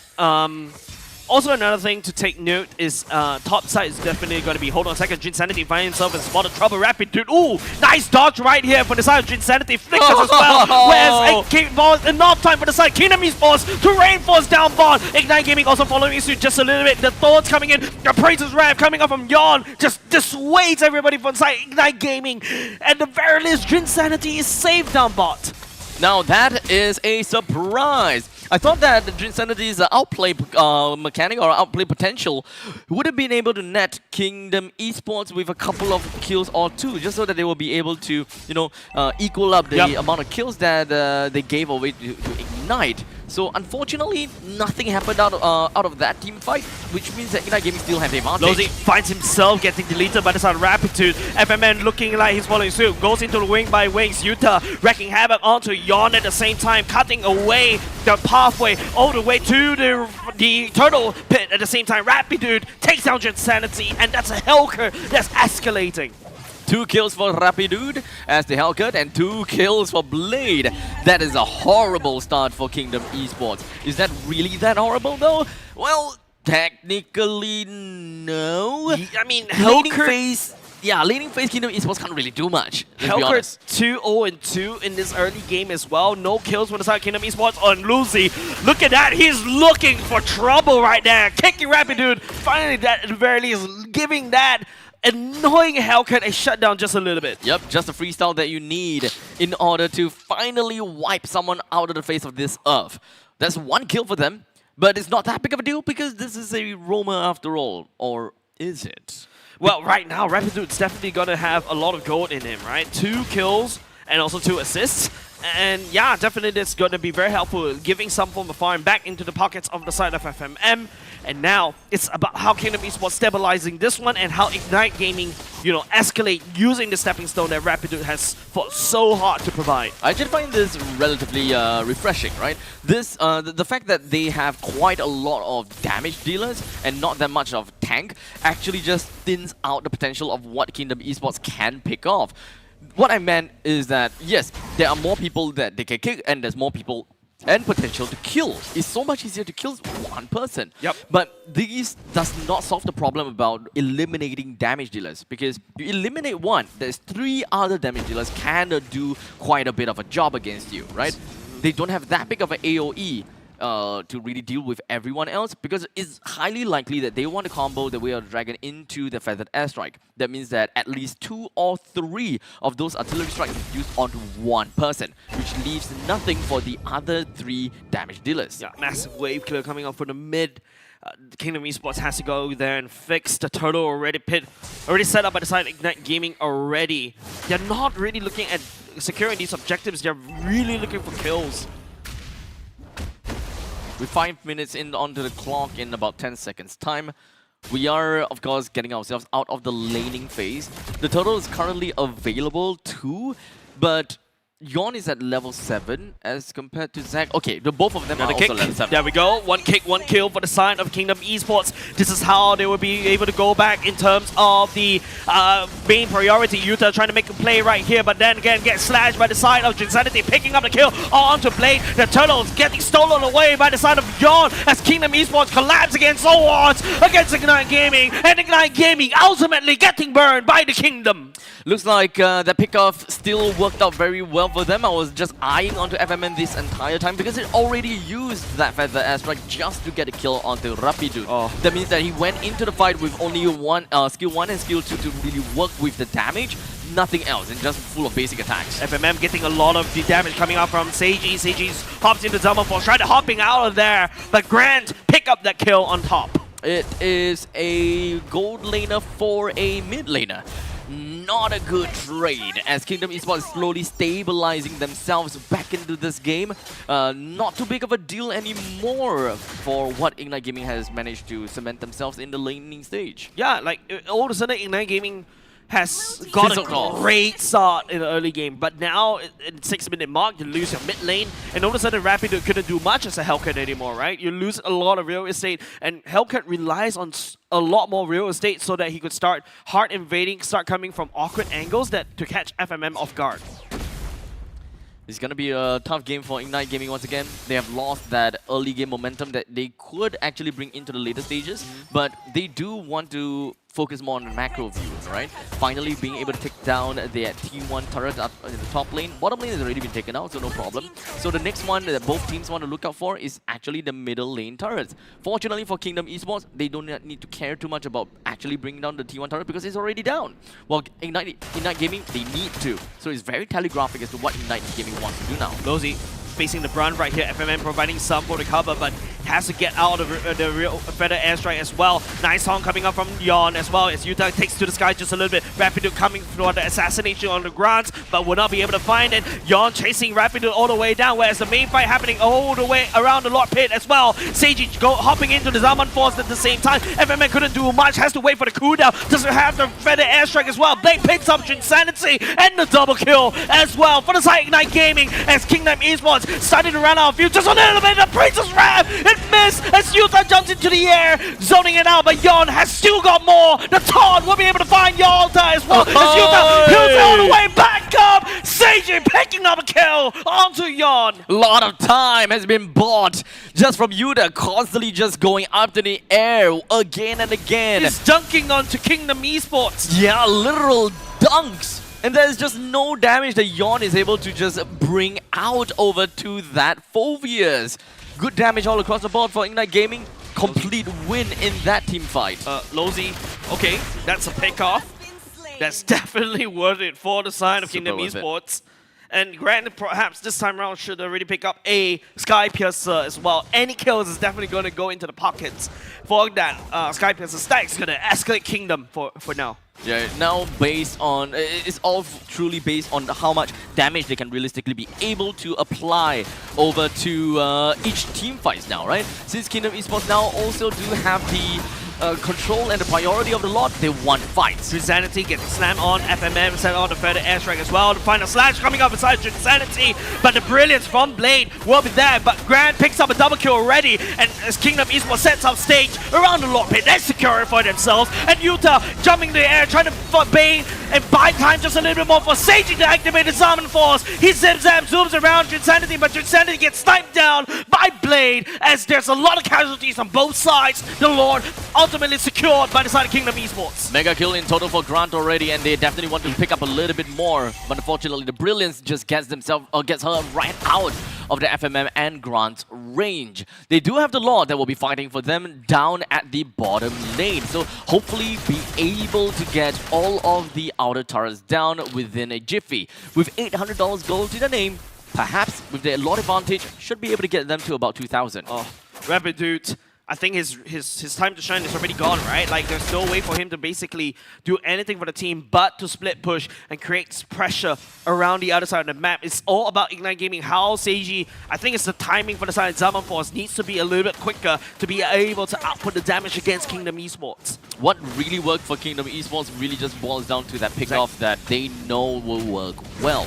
They just constantly just dive onto that one person that is out of position, and there is no way for Ignite Gaming to retaliate. I think that's the main problem, because Ignite Gaming, they are not really huddling together that tightly enough in order to retrade for what they have lost. Otherwise, it would have been a lot more beneficial for Ignite Gaming to immediately strike back because of the loss of Feather Airstrike. It's already been used to kill one. Zaman forcing the choke point. Seiji just skirting around. Yawn down low. Great health, not enough at the same time. And now Yuta gets kicked by the side of Lozi. And now the Sky Piercer stack to the gods of Grant as Kingdom Esports demands this victory against Ignite Gaming. 13-11. Kingdom Esports flooding in to the opponent's jungle. Zach getting smashed on by the side of Lozi. Halt in his tracks. Ignite Gaming's trying to find creative angles, but they got outmaneuvered by the side of the Kingdom. No way for them to reclaim their lands. But there's still one more minute until the Lord eventually spawns, and that is the point in time where they can get back a little bit more land. Middle lane T2 turret is actually still up and running, so that is still great. Let's catch up onto the in-game equipments for these players. See Halbert for Grant already. Yeah, and not to forget, he also does have the Malefic Roar, and of course, as you said, the Sky Piercer being one of the core items, as compared to the Harif that does have got quite a bit, actually. Stalin Scythe, okay, actually it's not that quite a bit. Stalin Scythe and the Feather of Heaven only. Still gonna have to wait out for the next item as he floats around 7,500 gold. That's compared to Grant with close to 9,000. 1.5 thousand gold less. Wait, 1.5 thousand gold less. Hold on. Zach.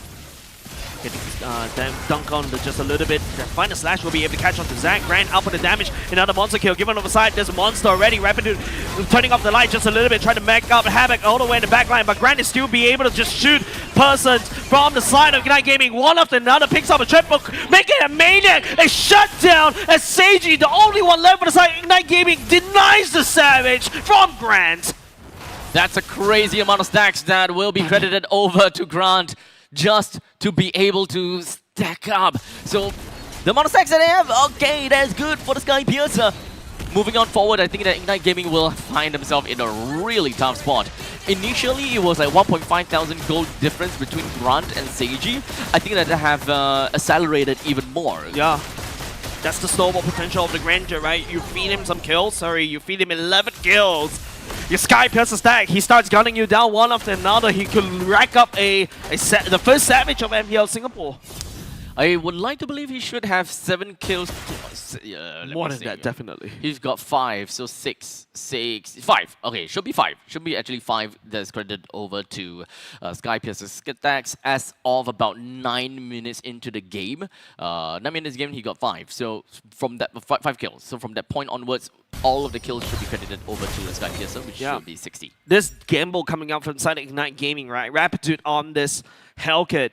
It's not able to find a lot of value. Yes, the value was found in the early game, but the problem is that we've pointed out before the start of the match is that Ignite Gaming doesn't really know how to transition towards the later parts of the game where, you know, they've earned so much early game, but then they gave the late game or mid game back into their enemies most of the time. It's now the Lord spins his trident up to the top lane while there is a creep wave down in the middle. That's a Feather Airstrike. Credit Airstrike, just take a look at Blade. Blade cannot even hold the damage, has to limp all the way back to safety. Mid lane, top lane already cracked open by the side of Kingdom Esports. They're successfully just dismantling defensive structures for the side of Ignite Gaming, one after another, and Ignite Gaming is just desperately trying to hold. I think the lack of card control from Ignite Gaming is definitely biting them in the rear, unable to stop Kingdom Esports in many ways at all. Longzy just have free reign all across the map against Ignite Gaming and can even slip through the heart of Ignite. This is the rough part. Yep.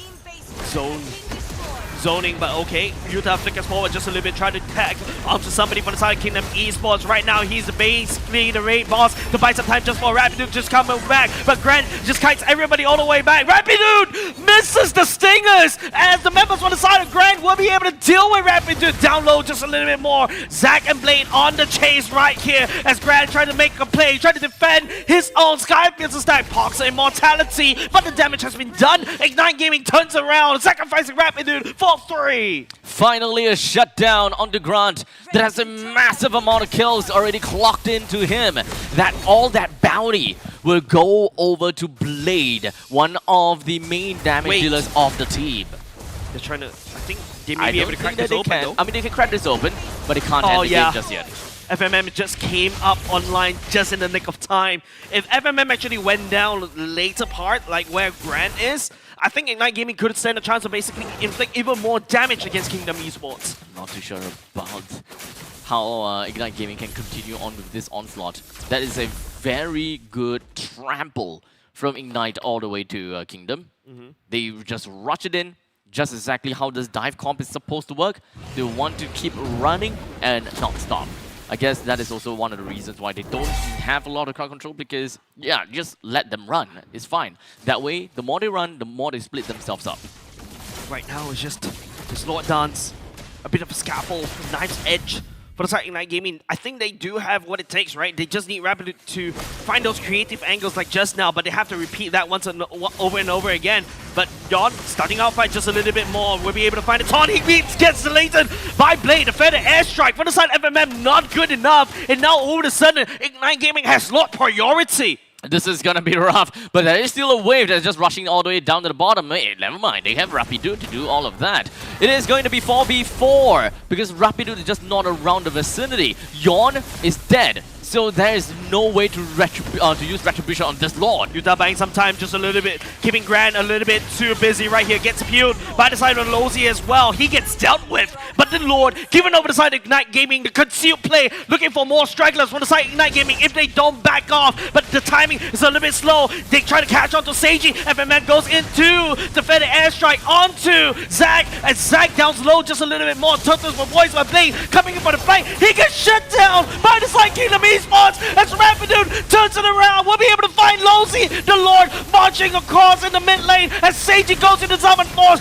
trying to deny the back, but Kingdom Esports, they still have a bit more HP bars to work with, but Ignite Gaming, they're not done yet as they burn Kingdom Esports slowly down to the ground as Yon desperately tries to hold and escape as they try to defend, but the minions from the side Kingdom Esports is marching in, the Lord marching in the mid. It is a base race. Drinsanity and Yon, they are back into the base. They will deal with this Lord as much as possible. Down low just a little bit, the flash, the just zooming around, trying to do something, but Yon as well, and Grant is coming back just in the nick of time as Seiji picks up Yon. It is a very massive trade as Ignite Gaming, that's what he's trying to hold. They're going for the core as the comeback from Ignite Gaming, making it to a 1-1. Damn! What a comeback coming in from Ignite Gaming! Definitely did not expect to see that coming at all. They had so much issues just holding on to their ground. The very fact that Yon lost his life when the Lord was available turned the games around just so much, so much. I would say that the loss of Grant is also going to be one of the main pivotal point to allow Blade that bounty. The bounty definitely applied so much. Yeah, like, it is a massive snowball that Kingdom Esports was able to basically secure for themselves, and then what Ignite Gaming did is they built a ramp and then let the snowball just fly away and then go for the softest parts of Kingdom Esports instead. Honestly, that kind of feels a little bit like a rookie mistake coming in from Kingdom Esports to let go of their lead just like that. Like, Grant had 11 kills to his name. He got himself a Maniac. He's got a lot of Sky Piercer stacks onto himself. But honestly, when it comes down to that team fight, that very specific fight where they lost right before the Lord starts to appear, I don't... How do I say? I don't blame Kingdom Esports for losing that fight. It was just Ignite Gaming playing according to their win condition. Exactly, just create a lot of confusion with the fight with the side of Rapidu, right? Like what I mentioned, the darkness falls, you turn off the light, FMA couldn't do much as a Farsa, and then after that you find creative angles to go for the soft underbelly. Once you eliminate the hyper carry from the side of Kingdom Esports, it is just over. But I can't help to think that this is a very one-dimensional way of playing this lineup. Just looking at the Cho and the Farsa, boom, boom, pow. That's all. And then hope to win afterwards with the numbers advantage. I'm not too sure whether that was actually the right way to go. But regardless, MVP goes over to Blade. That's playing as the Lunox with a total of 10 kills, 3 deaths, and 8 assists. Yep. man, Blade played out of his mind early just now. I think same could be said over the side of Seiji, right? Like, he's just outputting so much damage, especially when, you know, Ignite Gaming is constantly picking fights at around these choke points where all the damage from the side of Lunox and also Harry would truly shine. Helker coming in for the flank, finding Grant, and if Barca, if the fact that Kingdom Esports got taken advantage of when FMM's Feather Airstrike is really down, it is just over, right? There's not a lot of damage coming up from Kingdom Esports side of the roster anymore. And here's the overall stats that we have. It's really unfortunate that KE even lost this game because of that 9 turret takedown. Completely barren wasteland that doesn't feel like it's a problem for Ignite Gaming at all. Rapidu just mostly is the one that's jungling the lanes, but timing-wise, let's be honest here, the timings really worked in favor for Ignite because whenever Kingdom Esports creeps are just marching in very close to the core, just so happen the creep waves appear. Because that is like 11 seconds, 41 seconds in, that kind of stuff, right? And Rapidu don't have a problem just clearing those waves out. Yeah, and I think it's also, you mentioned Kingdom Esports were literally fighting on Ignite Gaming's side of the map over and over again. And in the early game, yes, Ignite Gaming was able to secure a solid snowball, but then, you know, could it be timing? Could it be the fact is Rapidu is just create so much havoc in the back line. He's causing Kingdom Esports because ultimately Lozi can only kick one person, right? And the rest of the thing, it's up to Insanity to really set up most of the things with the final slash. And well, if Blake can goes into the brilliance, if Sage is zapping around, and he does have the Purify, it makes it so much easy for him to just constantly chrono dash around and output the damage against Kingdom Esports. This is such a... This is really a pity. This is such a pity. But itemizations, let's take a look at that. We do have got the Molten Essence onto the Baxia.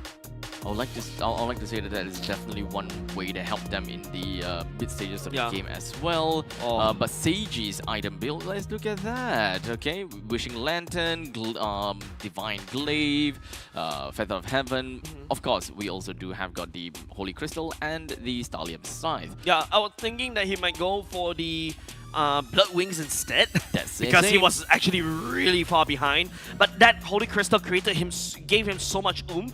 And once, if you notice, when he started building the Holy Crystal, that's when Ignite Gaming, the whole narrative shifts in their favor. And they're just able to find good damage against Kingdom Esports. And if Yon missteps just a little bit more, oversteps just a little bit, and because if Grant is just too busy to deal with Rapidude, Lozi is able to, you know, kick somebody away. Yon is just left in no man's land. Blade and Sage could just instantly melt him away. You saw in that, I think that was the last Lord fight, right? When Yon just disappears from the map. Yeah, I'm not a big fan of this pickup of the Fredrin. I don't like it. Picking that into a Lunox is number 1, and number 2, putting Yon onto a Fredrin. I think that he's much preferred. He is definitely much preferred to be the assassin player of the team, someone that can actually pick up fights properly, right?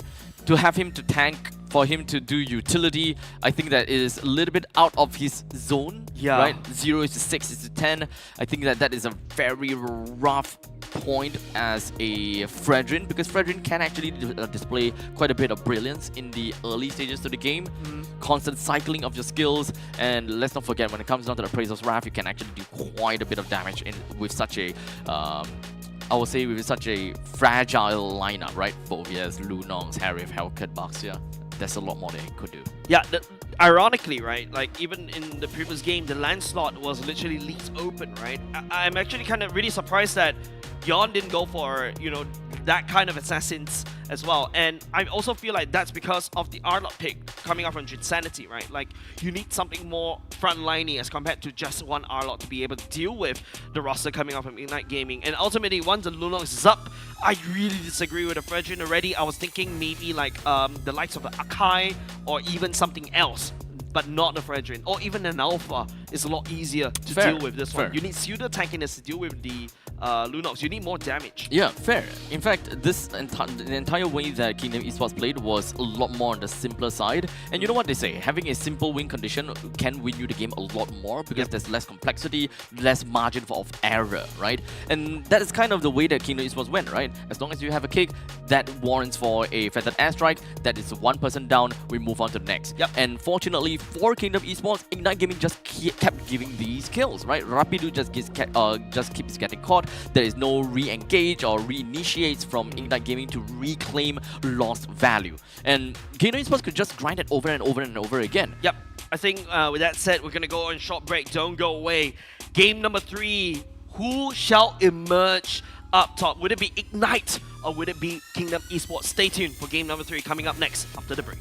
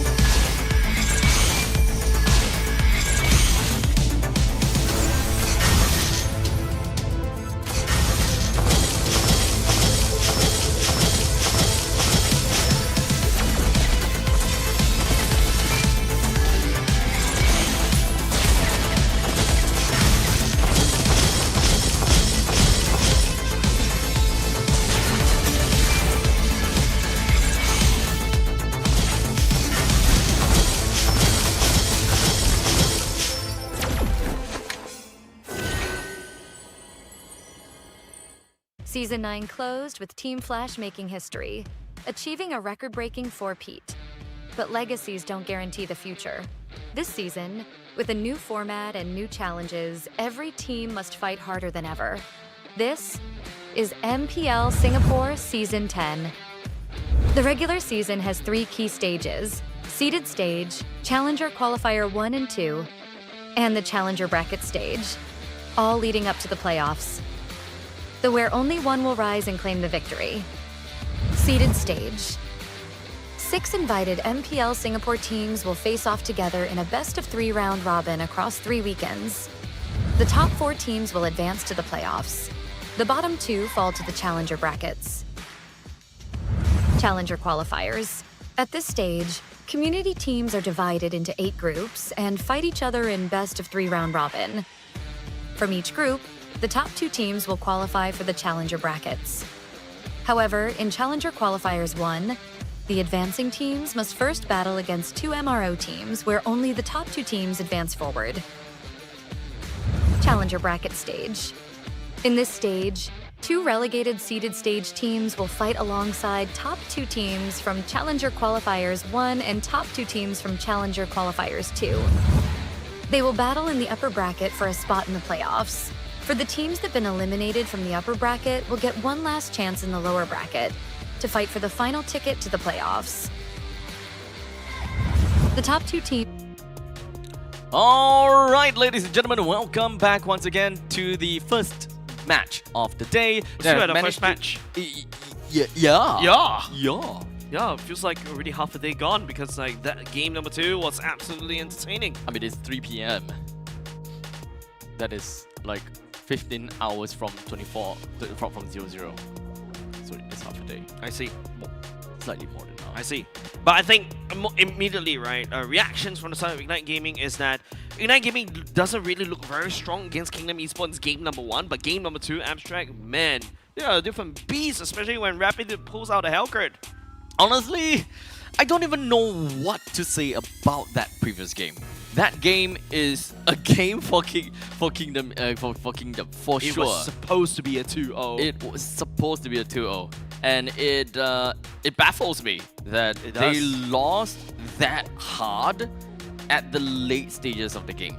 The moment that they lost Grant and all of his stacks, okay, not all, but most of his stacks, that just didn't give them a very good way to continue fighting in the game. Like, they lost confidence. They lost confidence is one thing. They lost morale is the second thing. They really need to switch it up. They gotta have to reset themselves going into the third game. Give us something a little bit different. Give us something a little bit... Okay, maybe not different. Give us something that works. Yeah. Really wish I could go into and listen to what they have, what they are discussing right now, because I think the damage coming off from FMM is not there. Wasn't able to find it. I would say they're finding the right targets to try to burst down using the Farsa earlier just now in game number 2, but I think ultimately it's just the long run. In the long run, Ignite Gaming was the one that won the marathon, right? Whereas Kingdom Esports was sprinting, they hit that 100 meters, but they couldn't go for that 1,000 meters the next in the second leg of the race. Well, dangerous grass. Let's go. That's the thing.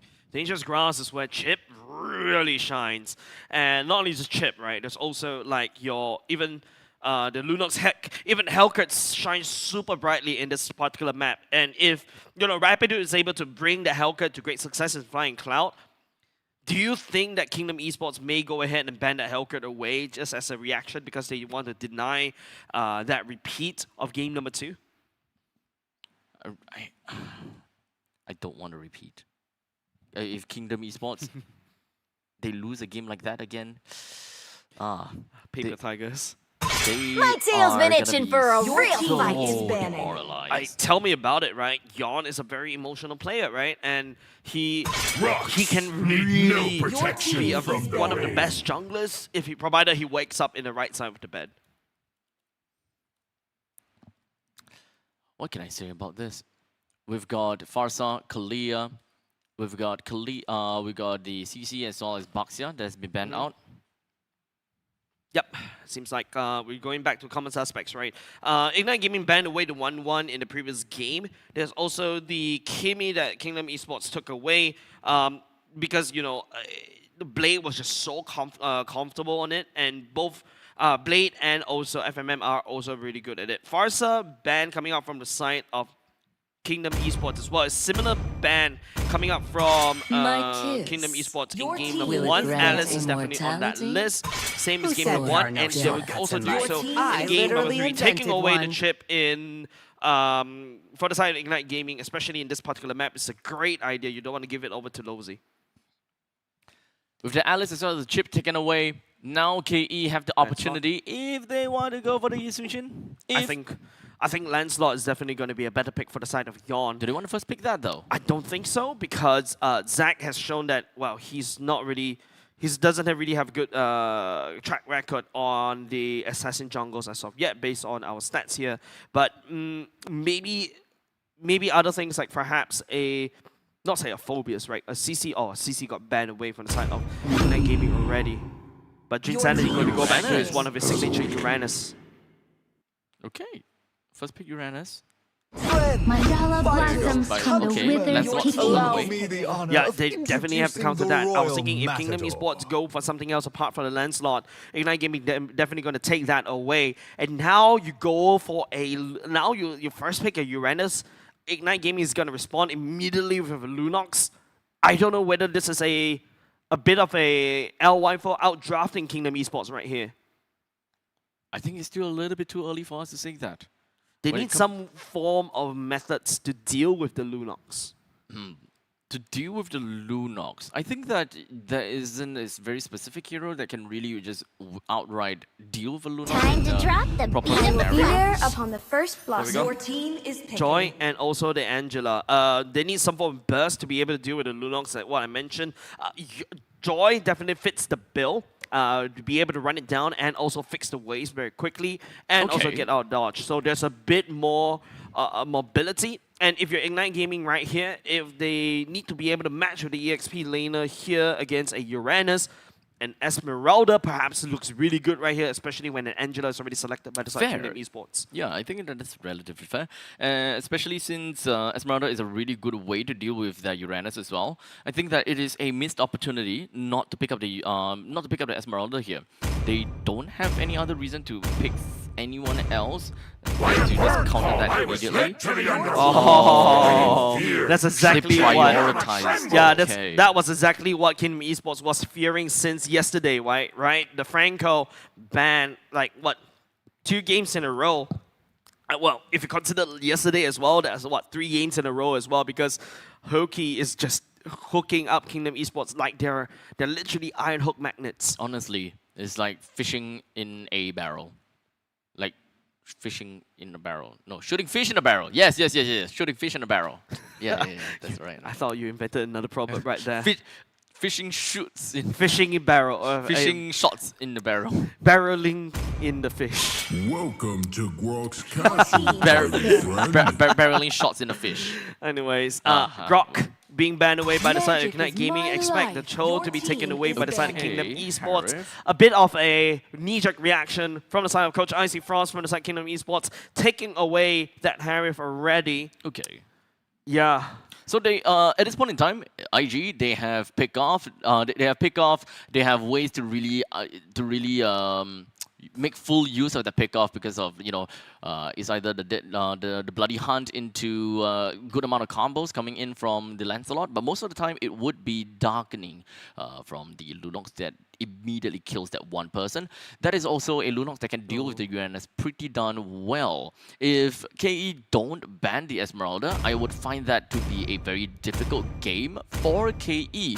They will put them in a very outdrafted position. Muscle of iron. There you go. Got a Kacha, get taken away. Another one of the heroes that have a ton of CCs. I think right now Kingdom Esports is really lacking in terms of the CCs. There you go, the 1-1 gets taken away.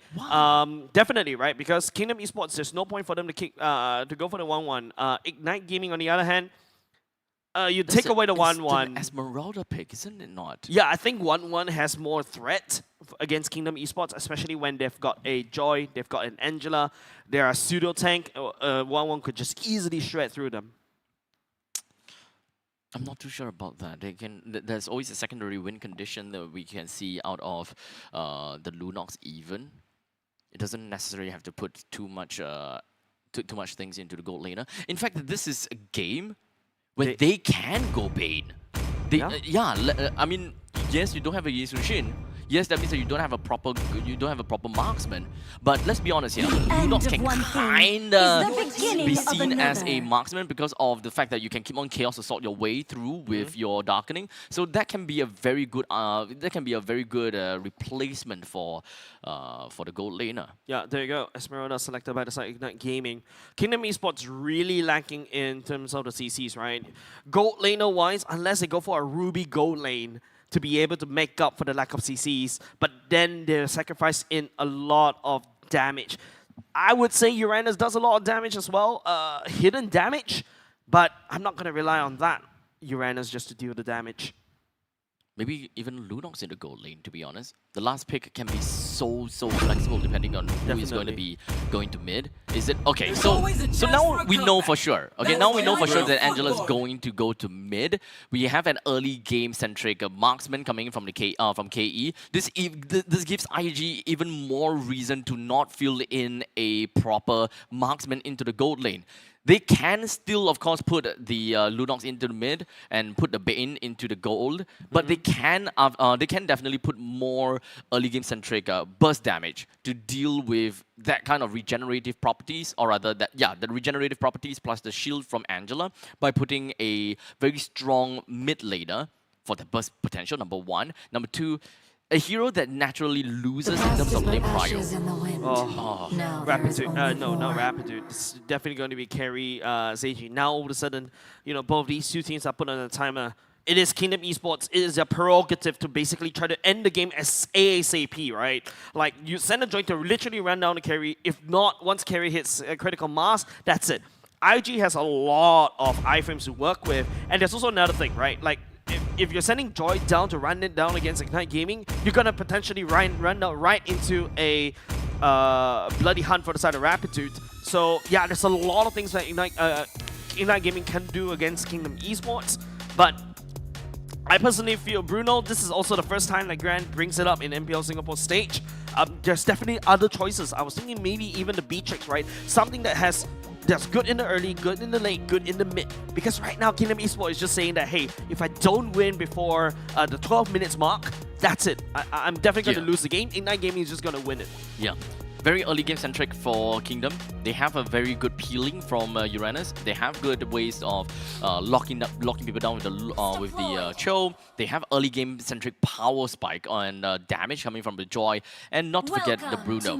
And essentially having an Angela in the mid lane, you lose in lane prio, but that also means that the Cho will be stuck in the middle lane together with that Angela most of the time to clear waves as fast as possible. As you can see, just 2 kicks plus the concussive blast can do so much to enable the Angela. Yeah, and right now I think it's also a lot more pressure for the side of FMM to basically hard guard on the right target. Don't forget, Yon on hard guard is definitely going to be very fun.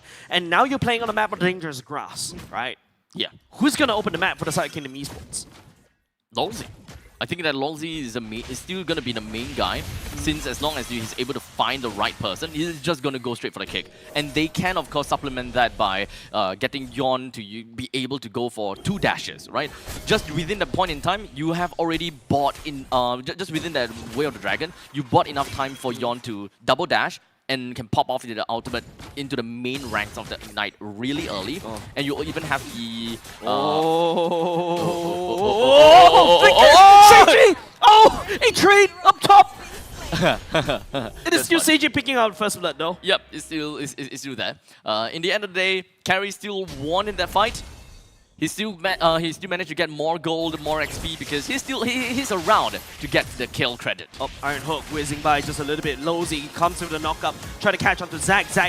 Yon goes into the ultimate as well. Try to zip-zap around the iframe, try to buy some time a little bit. Zac dashes to safety. Crisis averted for the side of Ignite Gaming and also Kingdom Esports. Big amount of missed opportunity because of Zac's impeccable iframes gameplay. Lowzy right there to ensure everything is fine. Still playing with fire just a little bit, trying to output the damage. Iron Hook lands onto FMM, gets slapped on. And speaking about slapping, Ignite Gaming slapped onto Lowzy. Rapidude burns away the flicker. Now Yon gets caught just a little bit more. Luckily, he just has the cooldown to get out of there.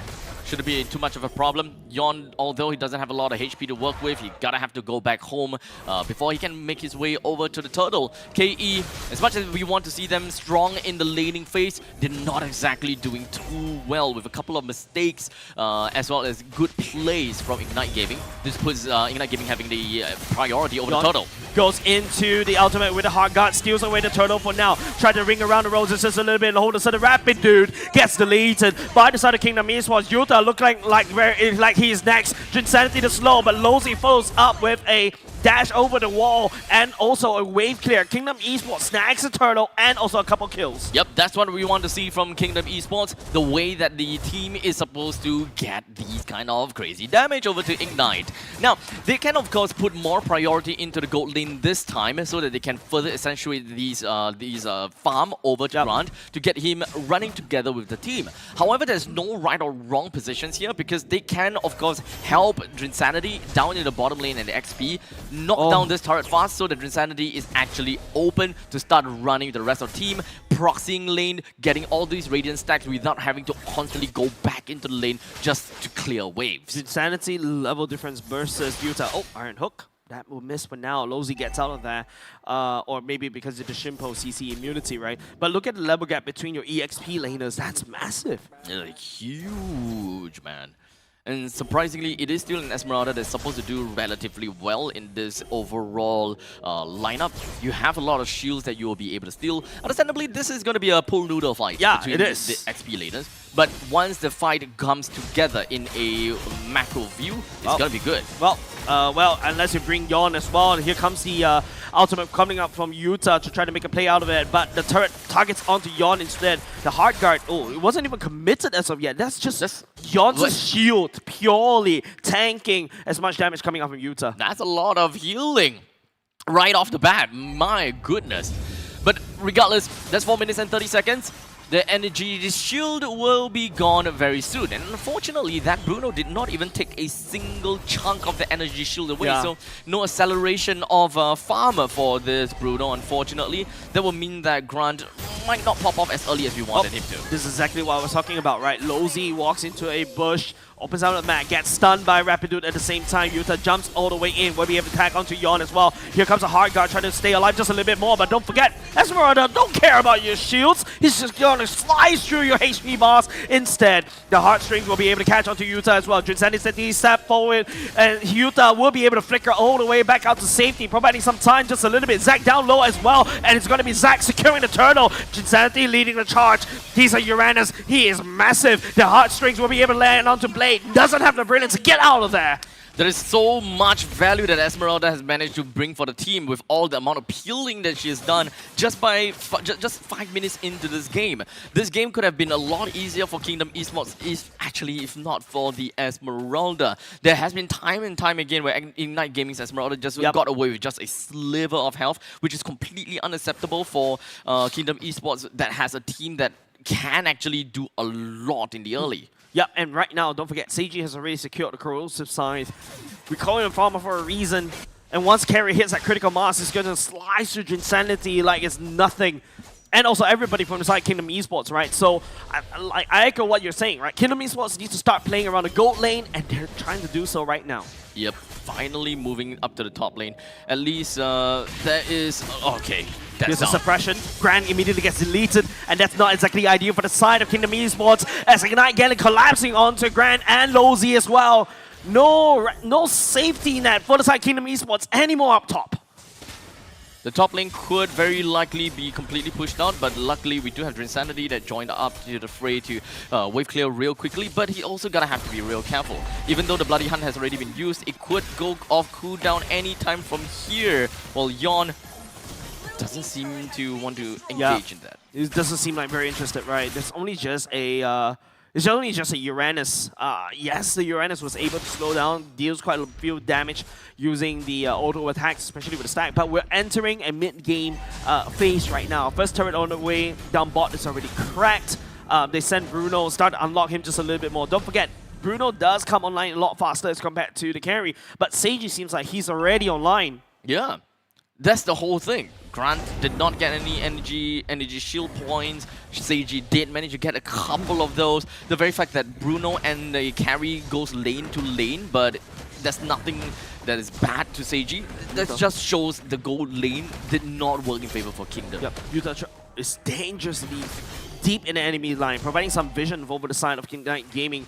Will be able to spot off Yon, but Yon is not really ready right here. Insanity in the midst right here. Sigi will be there trying to output the damage. Hard guard landing onto Grand, trying to protect him with the heartstrings as well. Will be able to catch onto the Iron Hook, lands onto Insanity as Zack takes down Lozy as Yon duels with Blade. One after another, picking up a double kill for himself as Kingdom Esports steps back with the damage and Grand braving the turret, and he will be able to take somebody down. It will be Yuta going up top as Yon coming in for the defense at the same time now with the help of FMM on the heartstrings. He's just waiting for it. Nice stone rolls on the side Zack to prevent the heartstrings from connecting. That's the way.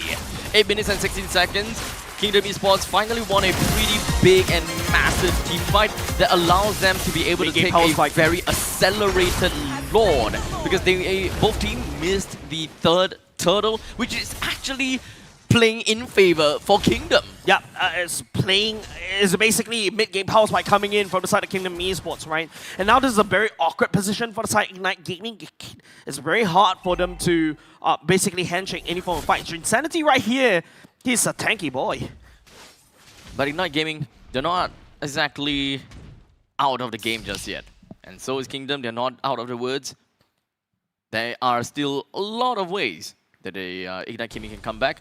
They, of course, do have the carry. Having the carry in here, they can always play a good game to come back. Blade also have very good ways to just rip crazily onto the Insanity. You have an Esmeralda that can peel so much, that we've seen before. Yon has secured a Holy Crystal for himself, and this is exactly what we like to see from the side of Joy, right? A Joy that's able to snowball and basically find the assassinations on top. Earlier just now in that fight. Now the Lord's going to crash up top just a little bit. Insanity providing a bit of a zoning potential against Night Gaming. Even Blade doesn't really dare to step forward because of the level differences right there. The T2 turret in the top lane actually doesn't really do too much for Kingdom. The main thing that they wanted actually is going to be the mid lane T1. They only have just one more heavy lane that they can work with. But unfortunately, I don't think that Ignite Gaming is going to give them that free T1 turret in the middle. FMM is just split pushing up down bot. He thinks he's Moscow. I mean, it does have... It does have global presence, so it's totally fine about that. I mean, it's like... Technically, she's better than Moscow. Yeah, he doesn't need to land the SOD. Yeah, she's guaranteed to go back into the fight. Exactly. I mean, in your face, Moscow. Yep, but Grand right now trying to knock onto the infrastructure of the side of Ignite Gaming. Look at how easily it falls. Yuta has to jump in to basically try to wave clear very quickly on. But I think, Kingdom Esports is looking to re-enter that one. 10 minutes and 30 seconds into this game, the T2 turret in the bottom lane is going to be threatened after all. Nice kick right there to try to slow down just a little bit more. Yuta seems like he's going to be the main target right there. The ultimate, but he is fine. He managed to escape, and now this time around, Ignite Gaming may have bitten more than it could chew. It's going to be them turning around against Kingdom Esports, and with Grand picking up the Malefic gun, he's going to escalate out of control. See the value of that Esmeralda? Bought so much time, managed to peel so much out of Kingdom Esports. Boy, oh boy, if this was any other XP laner, I think it would be dead already. Yeah, and also another thing, right? Kingdom Esports invested in a lot onto Yuta, right? Ignite Gaming wasn't that ready to basically snap back, to basically trade, because Kingdom Esports invested a lot. I was expecting Ignite Gaming to take the fight right there. Actually, yeah, that would actually make sense. But I think that they wanted to kind of hold back a little bit just because of this. The Lord. True. The moment that they make a wrong move in that fight, they will cripple themselves so much more, because the Lord spawns, they don't have enough numbers to really deal with this upcoming Lord fight, when this Lord fight is actually a fight that they can possibly, they can probably, have a proper fight. Yeah, but right now, don't forget, we're waiting for the critical mass from the side of Seiji, right? Once the carry starts coming online, I think, given another 5 more minutes, Kingdom Esports, this is their power spike. They need to try to win and destroy defensive turrets. Top side and bot side is already cleared out, just the base turret, mid lane still wide open. They need to use grants a lot more effectively, because I feel like Kingdom Esports, they do have a big weapon, but they're not using it. I think the Seiji should have at least 2 items from this point onwards, right? Perhaps if he has 3. I think if he has 3, then it's pretty good to go for this fight. But 12 minutes, 3 items, okay. Not too sure whether it is a tall order. think that's the third item, my bad. That's a Demon Hunter Sword. The one that he got is the third item? Yeah, okay. Could be a third item. But hold on a second. It's just a very slow dance around the lower pit. Not a lot, but it's going to be... That's a hook. That's a hook right there. Lozi, unfortunately, will not be able to get out of there. Yon trying to jump all the way in, trying to bait all the damage. Hard guard also right there. Grand trying to output the damage onto Yuta.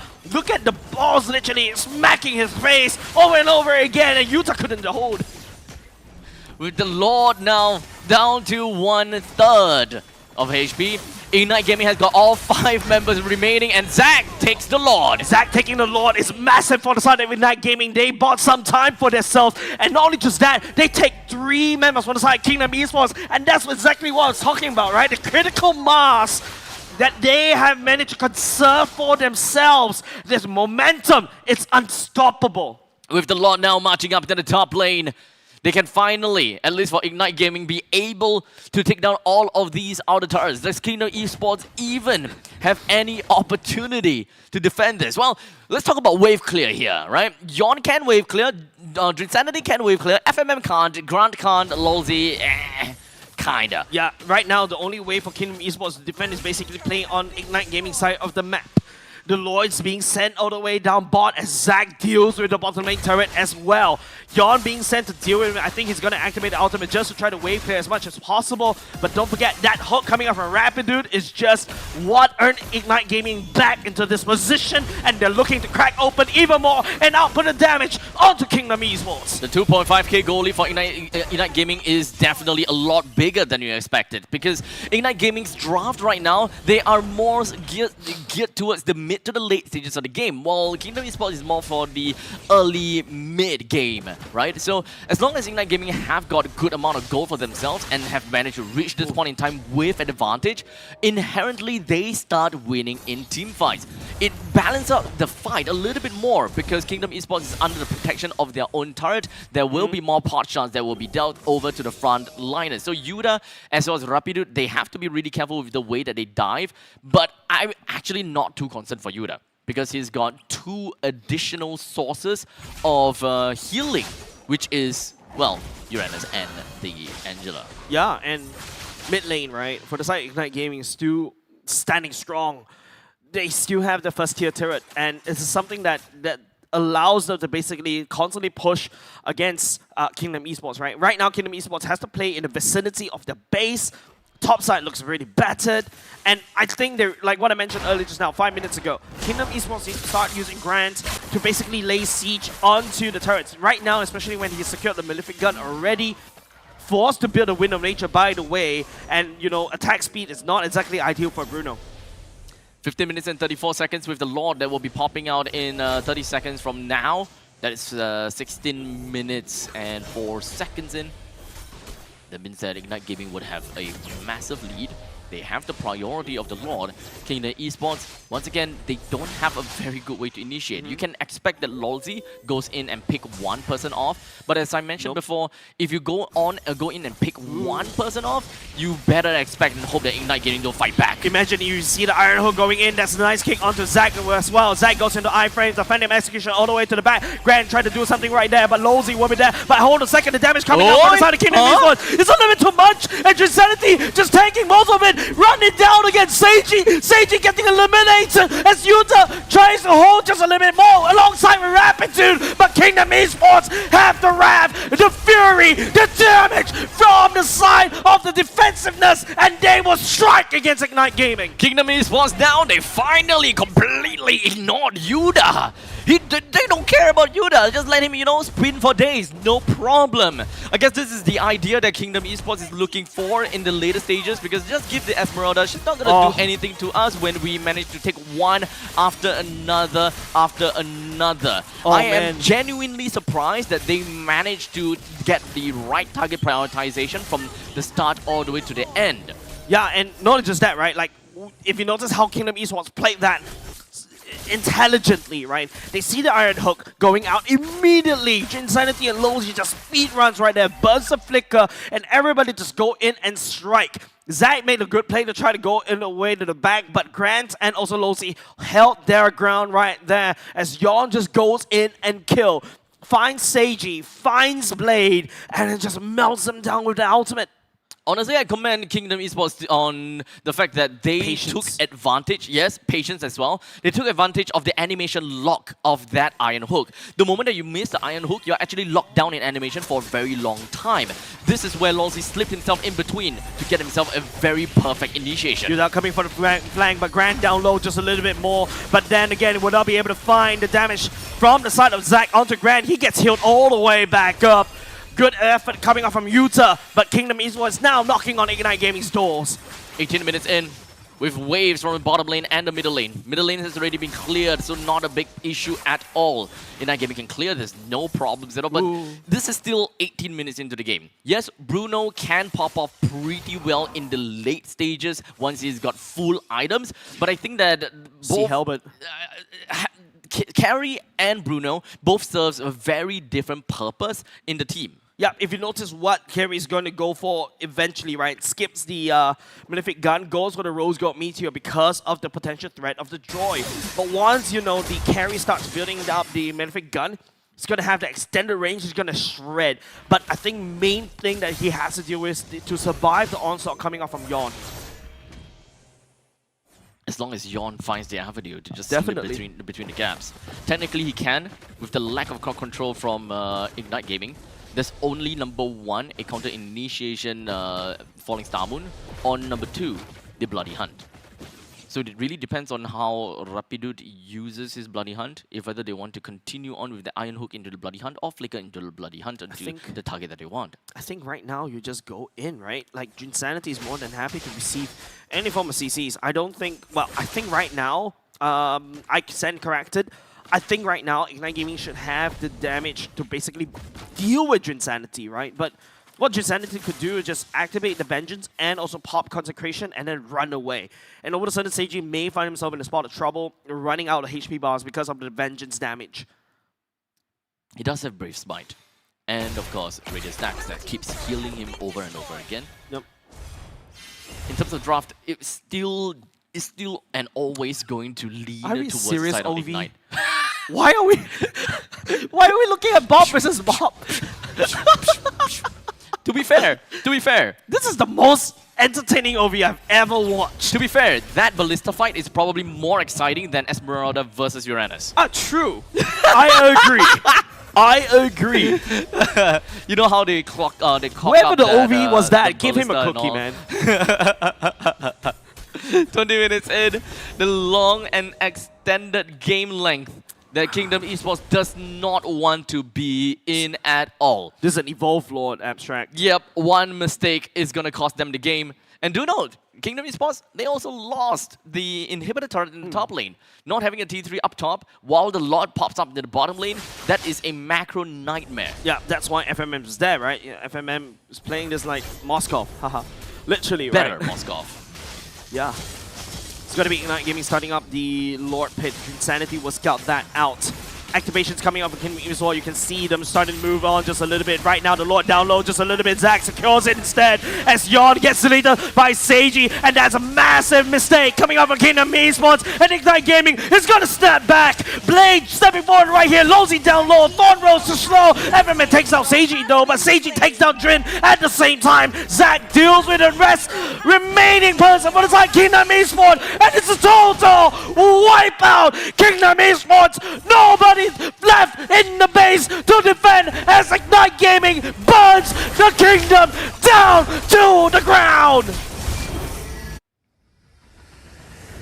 A fiery entrance of Ignite Gaming that managed to wreak havoc over to the kingdom.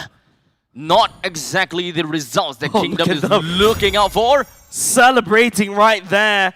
The only match win they had earlier just now was what? Against RSG. They were struggling against, you know, the likes of Absolute Zero. They gave 2 games over to Absolute Zero, and now they got it. They got it against Kingdom Esports. Looks like pattern in the end of the day prevails, right? They 2-0 against RSG, while Kingdom Esports suffers with a 2-1 against RSG. As such, Kingdom will suffer against Ignite. Seems like that latter is true. With Kingdom Esports having such a tough game in the in this final series, I can't help but keep attributing that to the presence of an Esmeralda. As an XP laner, Okay. as an SP laner, and someone that plays Esmeralda, I know that, yeah, it feels as though Esmeralda doesn't do a lot of damage to you, but it really racks up over time. The longer that you allow the Esmeralda to just keep on spinning over and over and over again, it actually does rack up quite a bit of numbers. Later on, when we take a look at the damage chart, I would not be surprised at all that Esmeralda has #1 or #2 in highest damage dealt. Yeah, and I think, technically speaking, if you look on hindsight, right, it's an outdraft, right? Esmeralda counters what the Joy wants to do, what the Esmeralda wants to do, and also not only just that, right? Carry late game. Lunox deals with Uranus as well. Exactly. So basically, Kingdom Esports playing on the back foot. They had a strong mid-late game, but they're unable to snowball and swing the momentum into them playing too safe, and they really need to send ground to start knocking down turrets early just now. If not, this is what happens. We're gonna give the MVP over to Rapidude on this Franco 3-3-13. Yes, he missed one of the Iron Hawks that almost costed them the game, but he persevered and he came back stronger. This is the reason why they've decided to pick R3 Franco, not even wanting to leave it over to the second phase, knowing well that Kingdom Esports is going to ban that out. Yeah, Franco has always been the kryptonite of Kingdom Esports. That's why if you notice Game 1 and Game 2, they banned it away. Pokey showed the weakness, the the drain that allows you to sneak into the castle for the side of Kingdom Esports. And Ignite Gaming took that and ran it.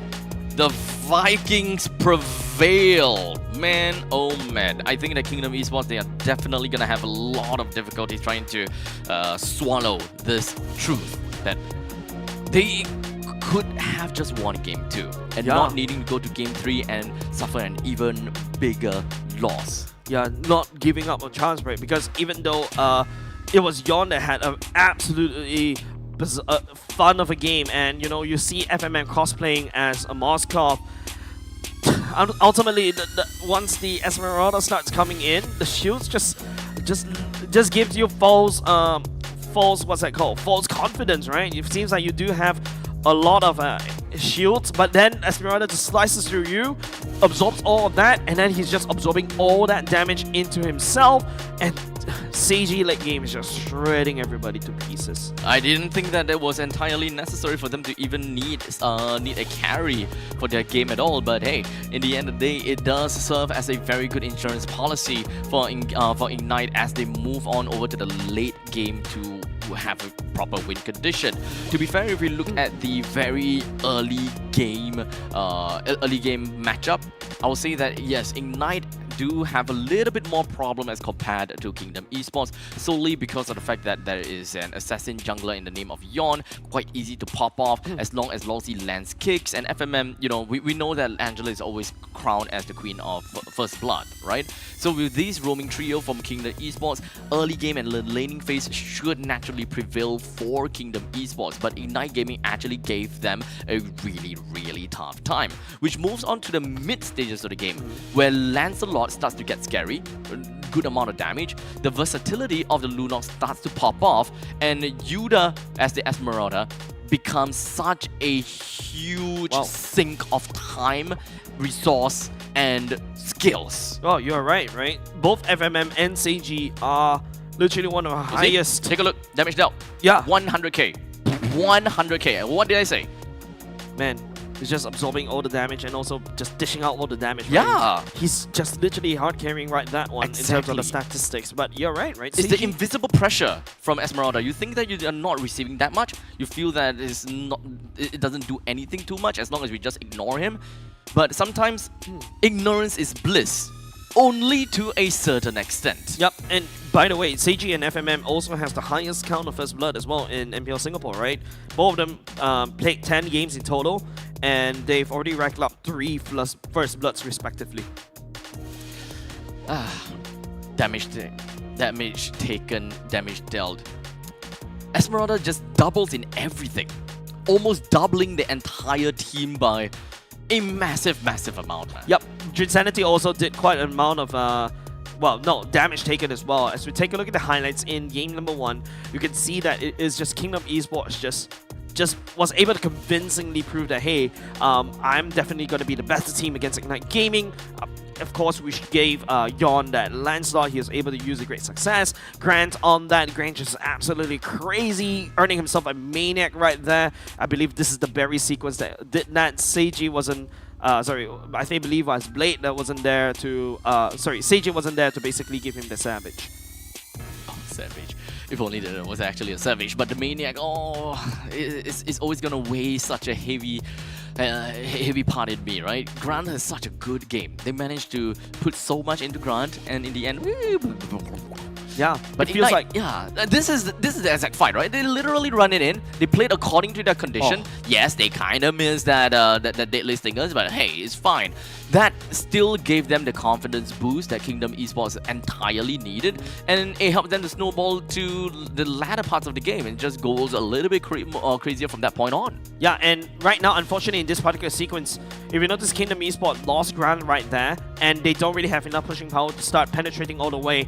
This is the next fight after that one.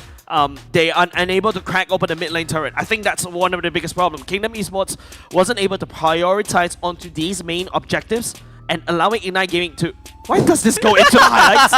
Why is this part of the highlights? It is a highlight, don't you think so? The battle between Bob and Bob? Yes, yeah. I was hoping that we can kind of switch the word of Bob. Why? So that, Bob is a minion. No, oh, you just made the connection. That's why I've been calling Bob for 10 seasons in a row. I thought Bob was like... Wait. What was the name of that creep? Not the minion, like the jungle creep. That was this very specific. Which one? The bear. The bear. I don't remember those names. That's why I start giving nicknames. I remember that. like Churros and I, we had like a conversation about that. That bear actually has a name. Huh. Yeah. Alright. But I forgot. Like, it was an old name or something along the lines, but I'll have to ask Churros once again. Boy, that guy's having fun at Jakarta, probably. Yeah. But speaking of Jakarta... Nice segue. Speaking of Jakarta, did you know that you can actually go over to Jakarta for free? If you actually buy one of the collab drinks from IT, you know, and then they actually give you a scratch card. And you have you actually have the opportunity to just kind of go to Jakarta for free. I see. Support the Singapore team and the national stage. You know, after that, I'm just gonna ignore you for now because we do have that IT promotion. So stay tuned if you are looking to find out more how to get to some discounts as you buy yourself some scratch cards to stand a chance to win yourself towards Jakarta. But of course, we're gonna have to scratch this one for now. Gonna go on short break. Don't go away because coming up next, more fights happening. It's going to be Absolute Zero going up against Team Flash coming up next.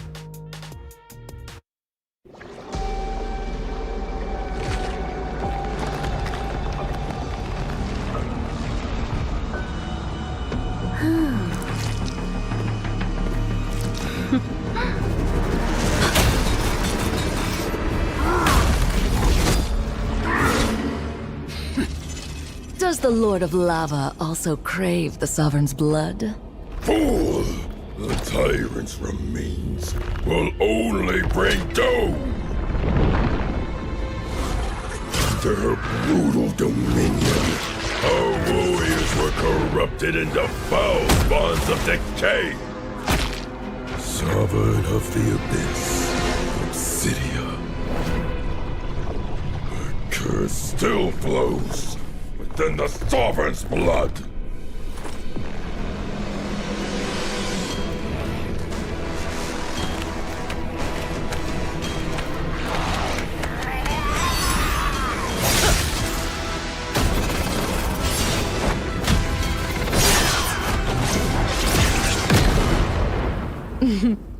Such loyal little puppets, aren't you?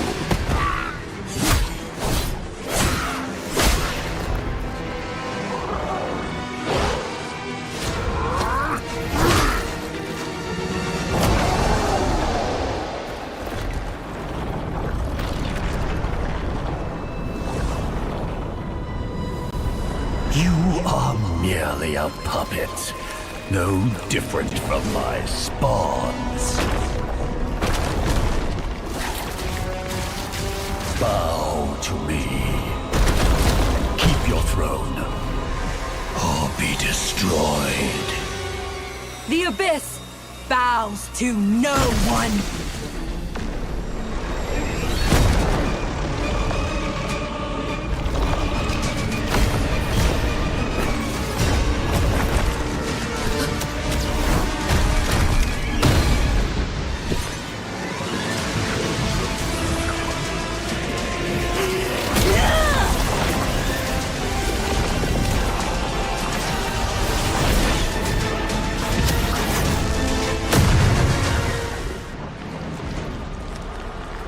For the abyss!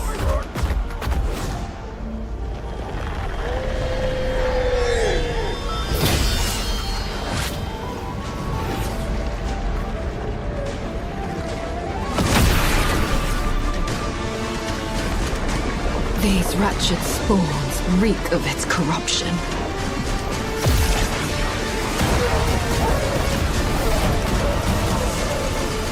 Your sovereign has a god to kill.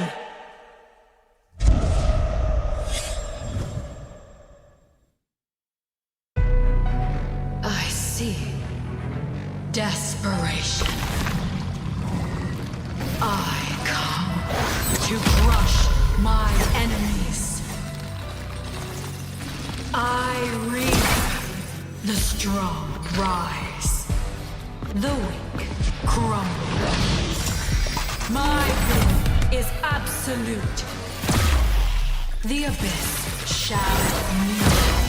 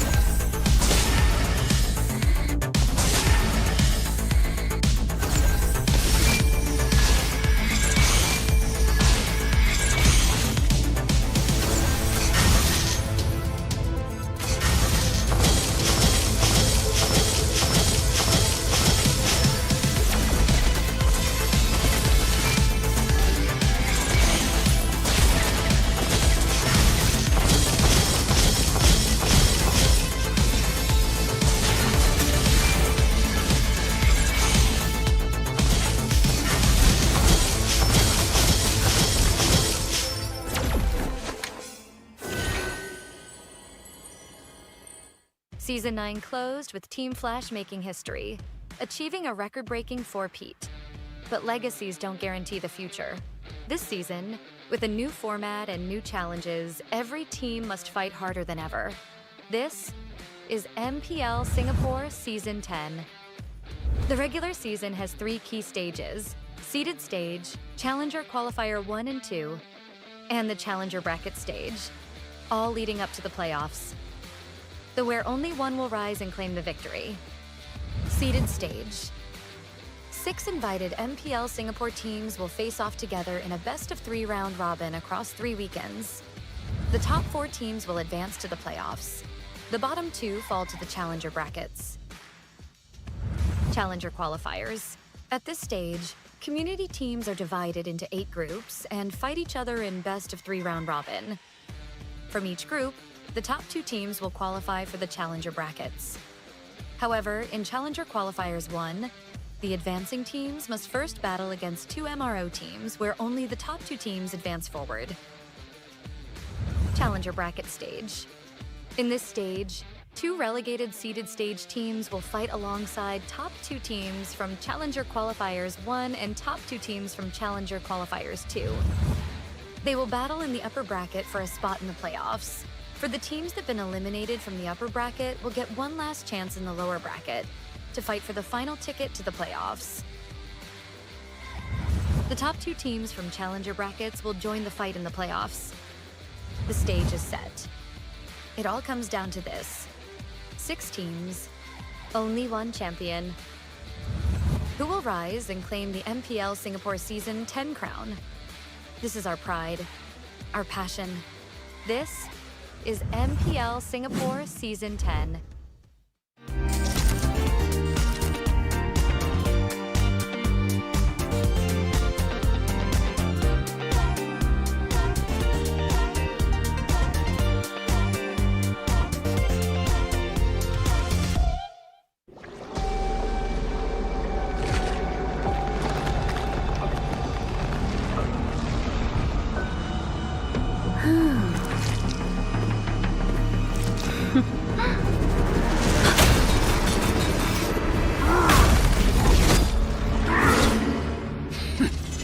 Does the Lord of Lava also crave the Sovereign's blood?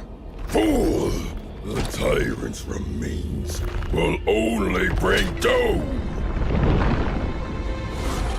Under her brutal dominion, our warriors were corrupted into foul bonds of decay!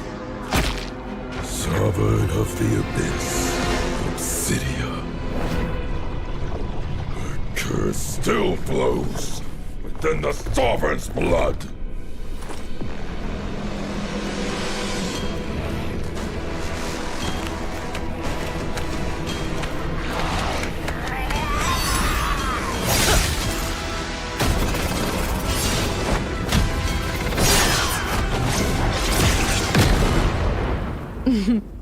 Such loyal little puppets, aren't you?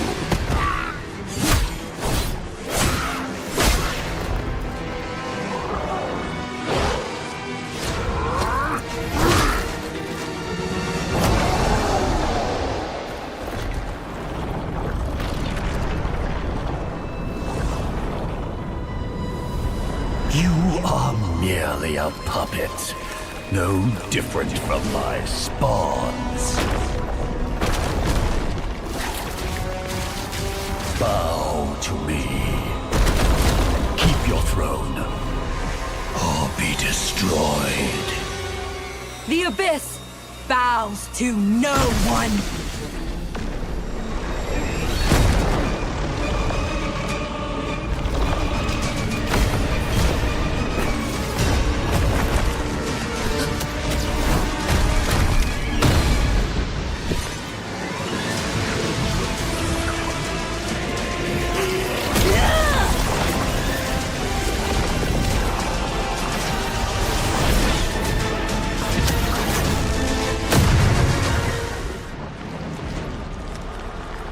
For the Abyss!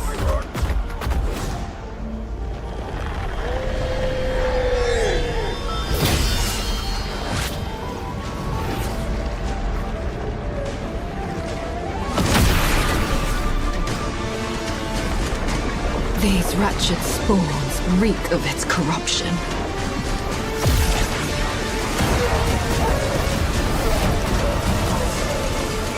Your sovereign has a god to kill.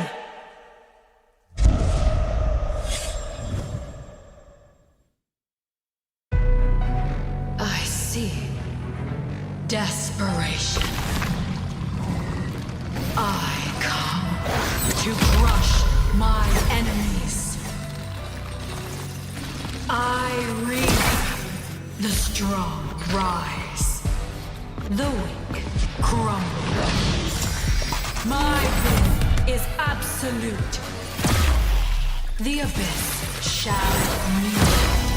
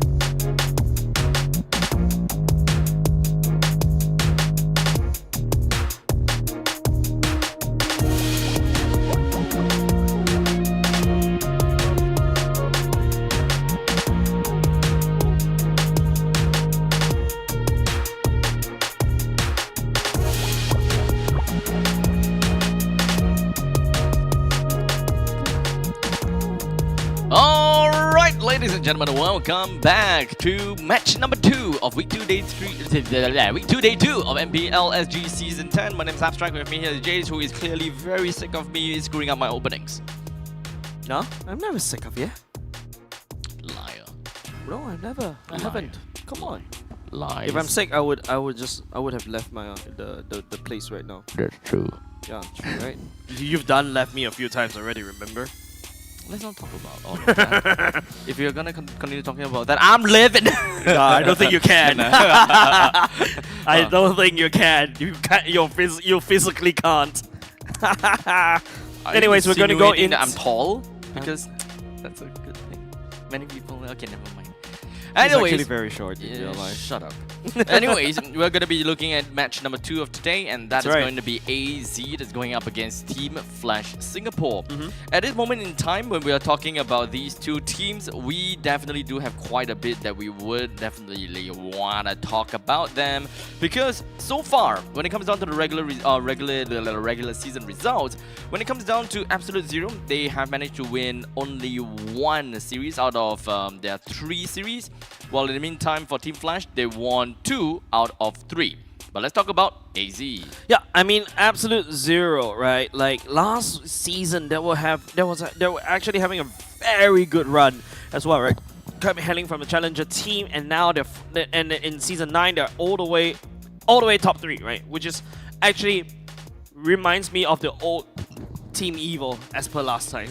And you know, like in that short of amount of time, and they're able to just like improve themselves. But of course, you know, this is a very different Absolute Zero as compared to last season as well. You lost Rapid Dude over to the other side, and now they have to put in Nomad. You don't see Bougie playing until this week, and also you've got Nan that's also missing, replaced by Fake QT for now. I just really want to know, who is that guy playing in the background? Sush. What? Sush. S-U-J. Oh, Sus. Yep. Sus J.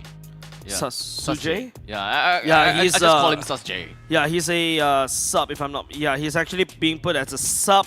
The main gold laner is still Salas, and Salas has been really performing up very, very well as a gold laner. And speaking of the roster, here you go from the side of Absolute Zero.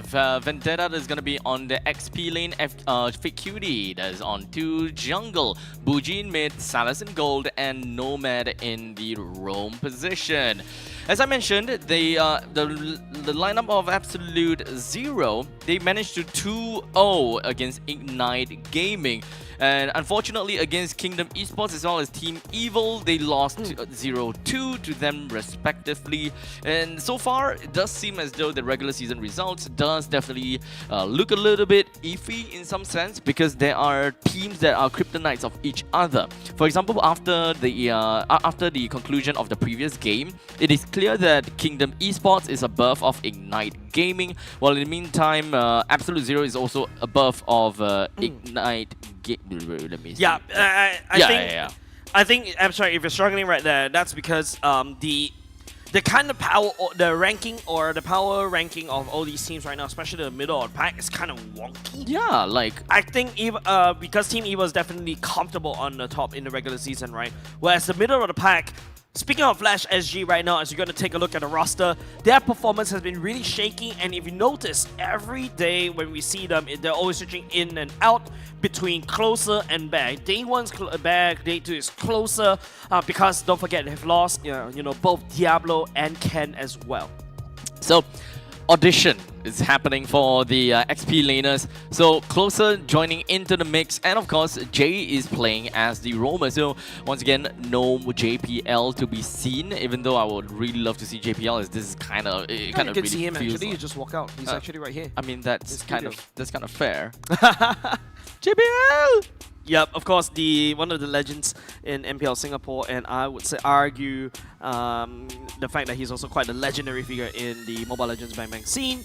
But yeah, right now, you know, Jay has definitely big shoes to fill, but Closer is back on duty right now, so expect, you know, a better Team Flash compared to yesterday's.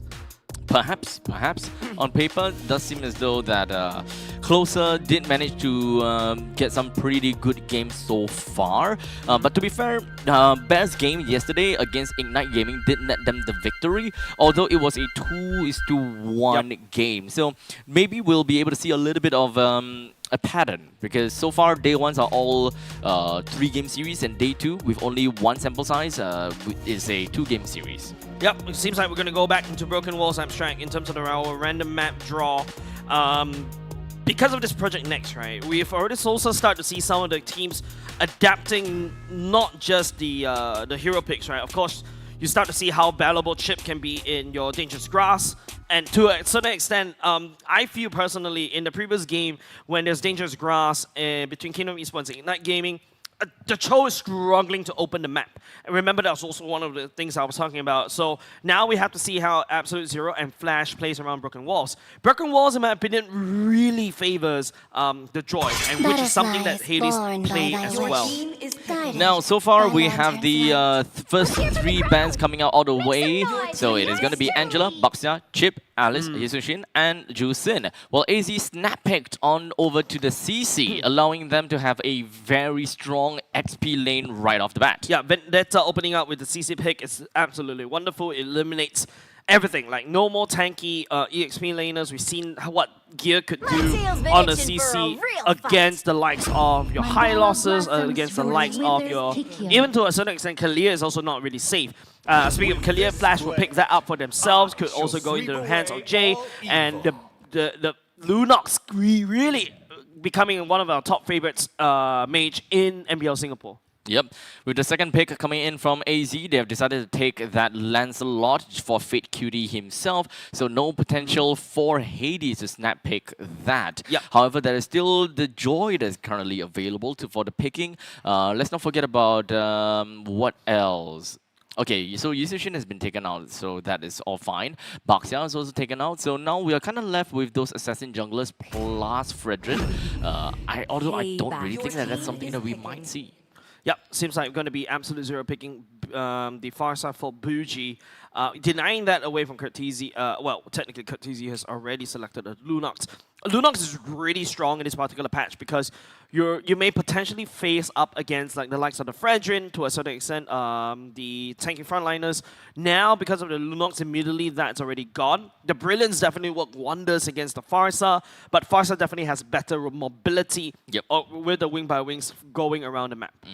Now, of course, with the presence of CC, I definitely do not expect to want to see Fredrin, which is the reason why I didn't want to see it at all. But ultimately, Ling and Joy might actually be the case for Team Flash, unless AZ have decided to take both of them out, as both the jungler as well as the possibly XP laner is missing from the side of Team Flash. Well, for AZ, they still need a gold laner, and they also do need a mid laner. No, not mid laner. Gold laner and a roamer. This is interesting, right? 1-1 being selected by Team Flash this time around. This is the second time that 1-1 has been selected by the side of Vanix. Previously, he actually lost on this 1-1. In fact, if you want to take a look at Vanix's hero pool in this particular patch, he's shown that he's played 2 rounds of Moskov, two games of Lapu Lapu, Bane, Ruby, and these are like your off, not like your non-marksman gold laners right now. But that's also because they don't have access to the Yushin. They're keeping Hades' hero super mysterious right now. Yeah, Guinevere is a good ban. Of course, he has been playing quite a bit of Guinevere nowadays. It's always going to be a very good combination together with Kalia, with these two being picked up quite often. But inevitably, there is still a very good combo mechanic between the Kalia with the Lunox and perhaps even Kalia plus the 1-1 to really enable all those weakness procs. Yep. Seems like it is also very interesting for the side of Flash SG is, if I remember correctly, they perform better, in my opinion. They perform better on the blue side, in fact. They've only won 2 times on the red side. And yeah, so this could be an uncomfortable position for Team Flash, especially when they can only snap pick to 1 hero after they've seen all of the hero roster coming out from Absolute Zero. So this particular pick definitely going to be very pivotal for Team Flash. Very interesting. They've decided to ban out that Fredrin. So in the end of the day, still the two assassins that... Oh wait, Hayabusa as well. So Hayabusa, Ling is both available, and if they even want to go for the Joy, that is totally possible as well. That's as much as they can thin out that jungle role. Oh, the Grid Invader also to get taken away by the side of Absolute Zero, right? And that's something that Hades will play. And I feel right now they will play, yeah, definitely they will keep Hades' hero super mysterious right now. Hades has a hero pool that is literally as deep as the Olympic swimming pool. What else is here? We're lacking our gold lanes. At this point, AZ does not have a very clear direction as to what they're going to go for. Their roamer is, of course, a mystery at this point. They don't have any much of a reason to really dive over the back lines. As such, Khalid is not quite needed. It's more of a frontline kind of, frontline kind of thing. If they want to go for pick-off, that's totally fine as well. They don't have anyone tanky, so as much as I want a pick-off Kaja, is gonna leave the team very vulnerable. So Franco might actually still be a pretty good pick for them. Yep. Okay, Arlott and also Cho being selected by the side of Absolute Zero. Pick off. Quite squishy composition coming out from the side of Absolute Zero. You do have... Wait, the gold laner is Arlott? You're right. Yeah? Yeah. Arlott gold lane. Arlott gold lane. Or CC gold lane. I highly doubt so. You're definitely going to be... Okay, that's definitely going to be a CC Damage Arlott. Yeah, damage Arlott. Damage Arlott in the gold. Huh. Damage Arlott in the gold. Interesting though. We don't have a lot of crowd control that can actually refresh. Oh, we don't have a lot of crowd control that can actually help to refresh the marks for the Arlott. Oh, huh.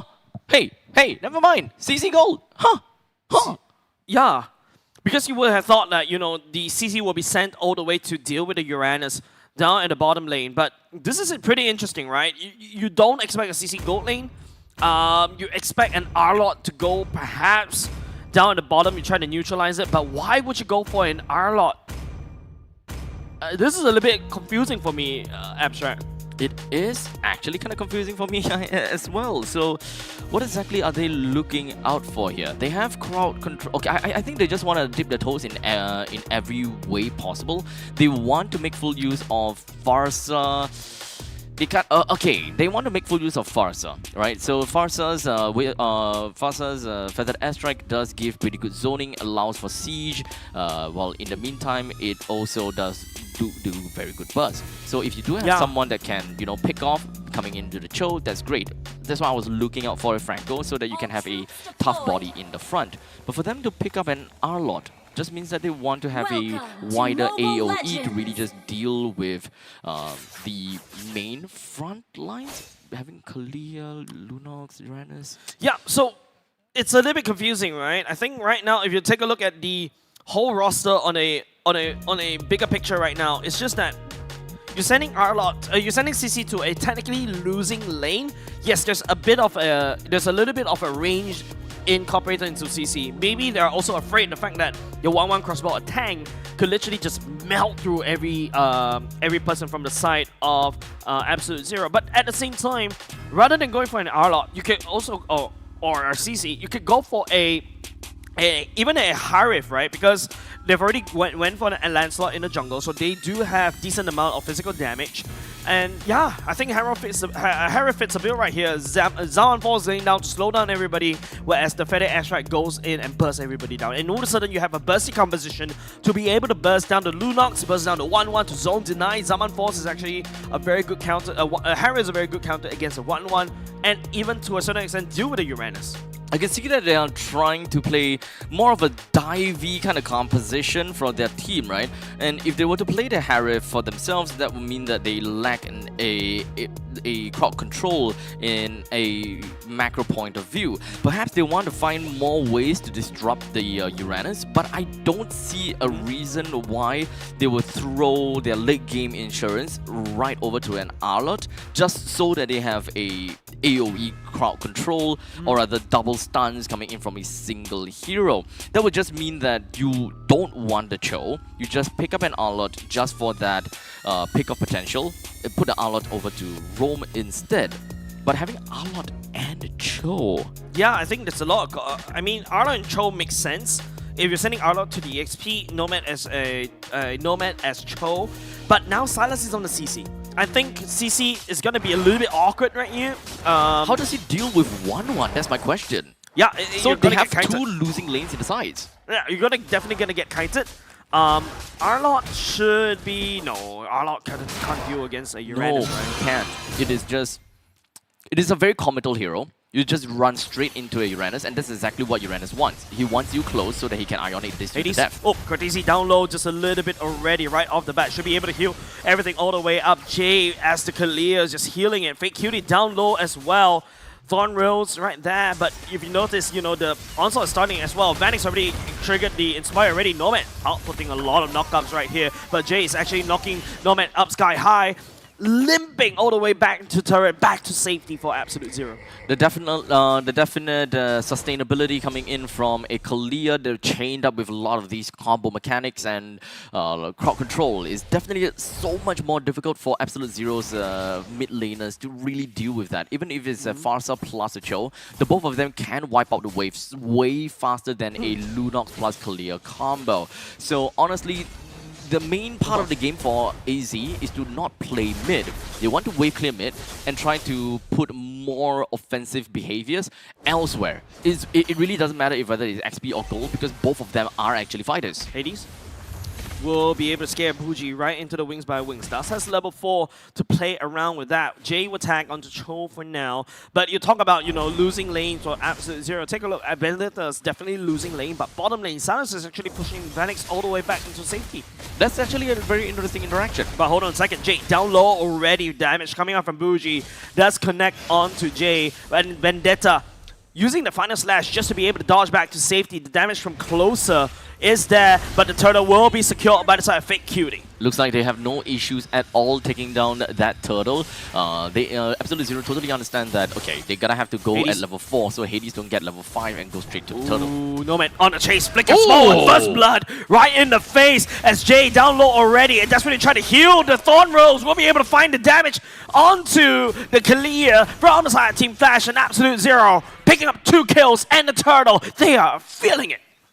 With a generally more tanky, fighter-oriented lineup from AZ, it is expected of them to be strong in the laning phase, but not exactly having that kind of lane priority for them to get out of lanes that fast. So the only way that they are able to get out of lanes fast is that they just concede one entire wave of creeps. Oh no. Feather Airstrike coming out from Bougie right there will be able to tank onto Vanix. No way for him to run as well. He's actually desperately trying to hold a puncture. We'll be able to find him. Fake Cutie credited for 2 kills already. Looks like CC is actually winning the lanes against that 1-1. So even when it comes down to having an extended range, or rather a range advantage from a 1-1, the CC can still threaten a lot by going right into 1-1's face with all these yo-yo tricks. Cortese goes into the darkening, pops the brilliance as well. Bougie on the chase, try to stun him. We'll be able to find him. Nomad picking up another kill onto Cortese as well. Hades trying to spin for the win at the same time, but Fake Cutie will be able to find him. He's 2 kills, make that 3, and now the Feather Airstrike from the side of Bougie, just locking down everybody from the side of Team Flash. This is Pandemonium on the ground at Team Flash's base. We're learning something as the game progresses. One thing that we learned, of course, CC does do pretty decently in lanes, especially going up against a 1-1. 1-1 is just cowering behind the creep waves, not necessarily looking to just poke the CC at all. And even if he's poking, I think that the Festival of Blood as well as the Brave Smite is just constantly keeping the CC in check. And the War Axe, right? Right now, whatever damage that Vanix will be able to deal against Silence is already long gone. And now Vanix has only no choice but to try to hope and hold that bottom lane. Does have help from Hades and Jay to be able to take down Celis as well. Bougie goes into Feather Airstrike. Nomad does catch onto Hades though. Jay knocking up Nomad right there, trying to peel for a little bit. Cables out there, back to safety. Does pick up a double kill as well. But Vendetta figures forward, back in no man's land. 3 members down, giving Flash SG a certain bit of hope for survival. It's not too bad. for Absolute Zero. In fact, they did trade Aroma and XP laner. Did they lose? Oh, they lose Salas as well. Right. So it's a 3-4-2. But to be fair, they did manage to bring Salas down as well. So it did slow down the momentum for Team Flash and unable to really just go completely ham for the Fanny until the purple buff eventually appears again. Oh, brilliant popped as well. Nomad tried to make a play right there. We'll be able to find that. Nomad's actually outputting quite a lot of damage, but Jay right there in the middle of Bougie, Salas, and also Vendetta. Nowhere for him to run. Venix also tried to proc the crossbow attack. Actually did so. Unable to find any kills as well, except for Bougie going down. This is a very micro-intensive game for AZ. They're just looking for fights all over the place due to the fact that they can mobilize their players just so much faster and so much easier based on their movement speed, as well as the fact that they are generally pretty darn tanky. They can appear in fight and put on quite some impact, be it the R-Lot or the CCs there from the side lanes. They're not item dependent though, so that's the main reason why they can win in some of these 5v5 fights, but I will still attribute to a lot of these winning cases because of Nomad. Yeah, interested in seeing what kind of builds he's building, right? Because now you've got two side lanes that are actually considerably quite tanky. Do you go for slightly more damage because you want to be that damage troll? But hold on a second. Vendetta finding one to closer. Ionic Blades will be able to push him away. Both teams now, they're just standing at one another, just looking for what is going to be the next best thing to do. The turtle is just going to pop the down bottom, but we will have a fight. Tsunami Slam onto Nomad though, but Jay down low will get destroyed. Curtisi and Venix also try to output the damage from afar, down a little bit slower, but the crossbow attack will be able to proc onto the side of Absolute Zero, but members from the side, Flash SG will be the spin for the win at the same time. Closer, leading the charge, fighting onto Vendetta, but Fake Cutie is there, lingering around, looking for some form of opportunity to assassinate. Is this really the power spike of Flash already? But can't really see it at this point in time just yet, but perhaps that is something that Fanny can truly do at this point, as they managed to get one kill off of Vendetta. While Team Flash themselves, they actually didn't lose much in that fight. Lots of Thorn damage coming off of the Thorn Rose already. Bougie for the airstrike, hopefully trying to catch Hades. Hades will be able to just cable all the way up, saved by the purple red tree. Hades doesn't have a lot of HP, but he wants to prioritize getting the purple buff. The turtle is currently available for them for the picking as well. This is going to be the third turtle, mind you. So there is actually a very good chance that Team Flash is not even going to be looking at taking this turtle down, or perhaps even AZ is not looking for this turtle, just so that they can get a way earlier Lord, which should be coming up roughly about 8 minutes and 11 seconds, something there. Jay will be able to find onto Vendetta and Nomad, but the Freddy airstrike coming off from Bougie, just setting up so much damage in that choke point. Jay immediately gets taken down immediately right off the bat. Crossbow attack just for Vanix to get on the way. Not a lot of damage from the side of Flash SG onto Absolute Zero. Thorn Rose. You can see that Hades is struggling to pour the damage. He's absolutely taking a lot of it. With Jay being one of the casualties for the side of Team Flash and Absolute Zero losing Vendetta. Lord currently being available. A quick roundup of the fight doesn't mean that it will go to anyone just yet. This is everyone's game. Completely equal in terms of economy. AZ does have 400 gold ahead of Flash, but it's not that big of a deal. But Abstract, the tempo is swinging in the favor of Absolute Zero, right? Top side is already cracked open by the side of Absolute Zero's members. And now Team Flash right here, they're looking at around this Lord Pit. See, that's going to be the Tsunami Slam onto Nomad. Hades come in to deny Bougie from the Feather Airstrike, but Bannock goes into the air and we'll be able to take down Nomad. And now all of a sudden, Flash SG wrestles control of the Lord Pit back. Vendetta trying to make a play right there. Does have the weakness proc as Hades stuck onto Vendetta, pushing him away. Absolute Zero running away as Flash SG looking for the kills as Bannock picks up a mega kill for himself. Flash managed to scare the crap out of AZ, ensuring that they would not be wandering around the Lord's Pit anymore. It's really unfortunate for AZ though, but all in all, it is a very good fight for Flash. They even managed to credit quite a bit of these kills over to Vanix, plus that T1 turret down in the bottom lane.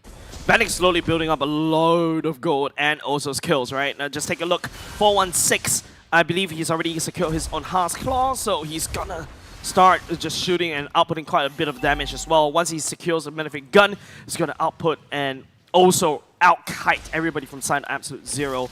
I think what Hades is trying to do is basically force Bougie's the Feather Airstrike away Fake Cutie does have the damage right now. The Thorn Rose is hurt. Flash SG, but Absolute Zero needs to buckle up just a little bit more. Unfortunately, the frontliners of AZ will not be able to hold a candle against Kurt TZ anymore. With the Divine Glaive being bought up, it's fair to say that Kurt TZ will be able to deal a chunk of damage to the front lines. And we're talking about quite a lot of frontliners here. With just a simple Starlight Pulse plus the Cosmic Fission, I think that is more than enough to take a massive, massive chunk away and then move on over to Darkening. Members from the side, Flash SG try to catch onto Fake Cutie.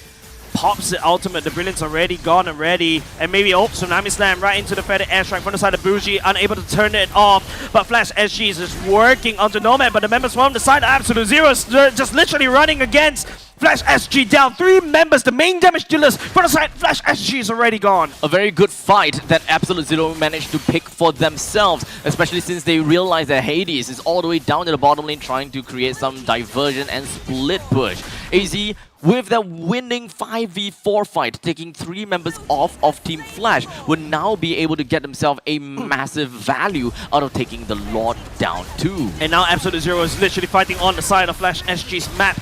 Closer immediately gets deleted. Vendetta, a monster on the R-Lot, and also Salas. Now you start to see why Absolute Zero is just investing in so much into this particular roster, right? Like now the members of side Flash SG, they're struggling to uphold the damage. Yeah, but unfortunately, this is also the point in time where Team Flash understands where they stand. They can't take a proper fight against AZ until Vanix eventually hits his peak performance in order to, you know, really wreak havoc from a distance. Because you can let the front lines brawl for however long that you want, but as long as Vanix stays alive and being able to crossbow or tank his way, I think that is going to be a fight for them. Tsunami Slam once again onto Vendetta. A lot of damage being poured into that, and Hades try to spin towards Bougie. Bougie wins by wings, will be able to reposition himself, but Absolute Zero is actually wrecking havoc down bot, sending Fake Cutie right there. They sacrifice Vendetta.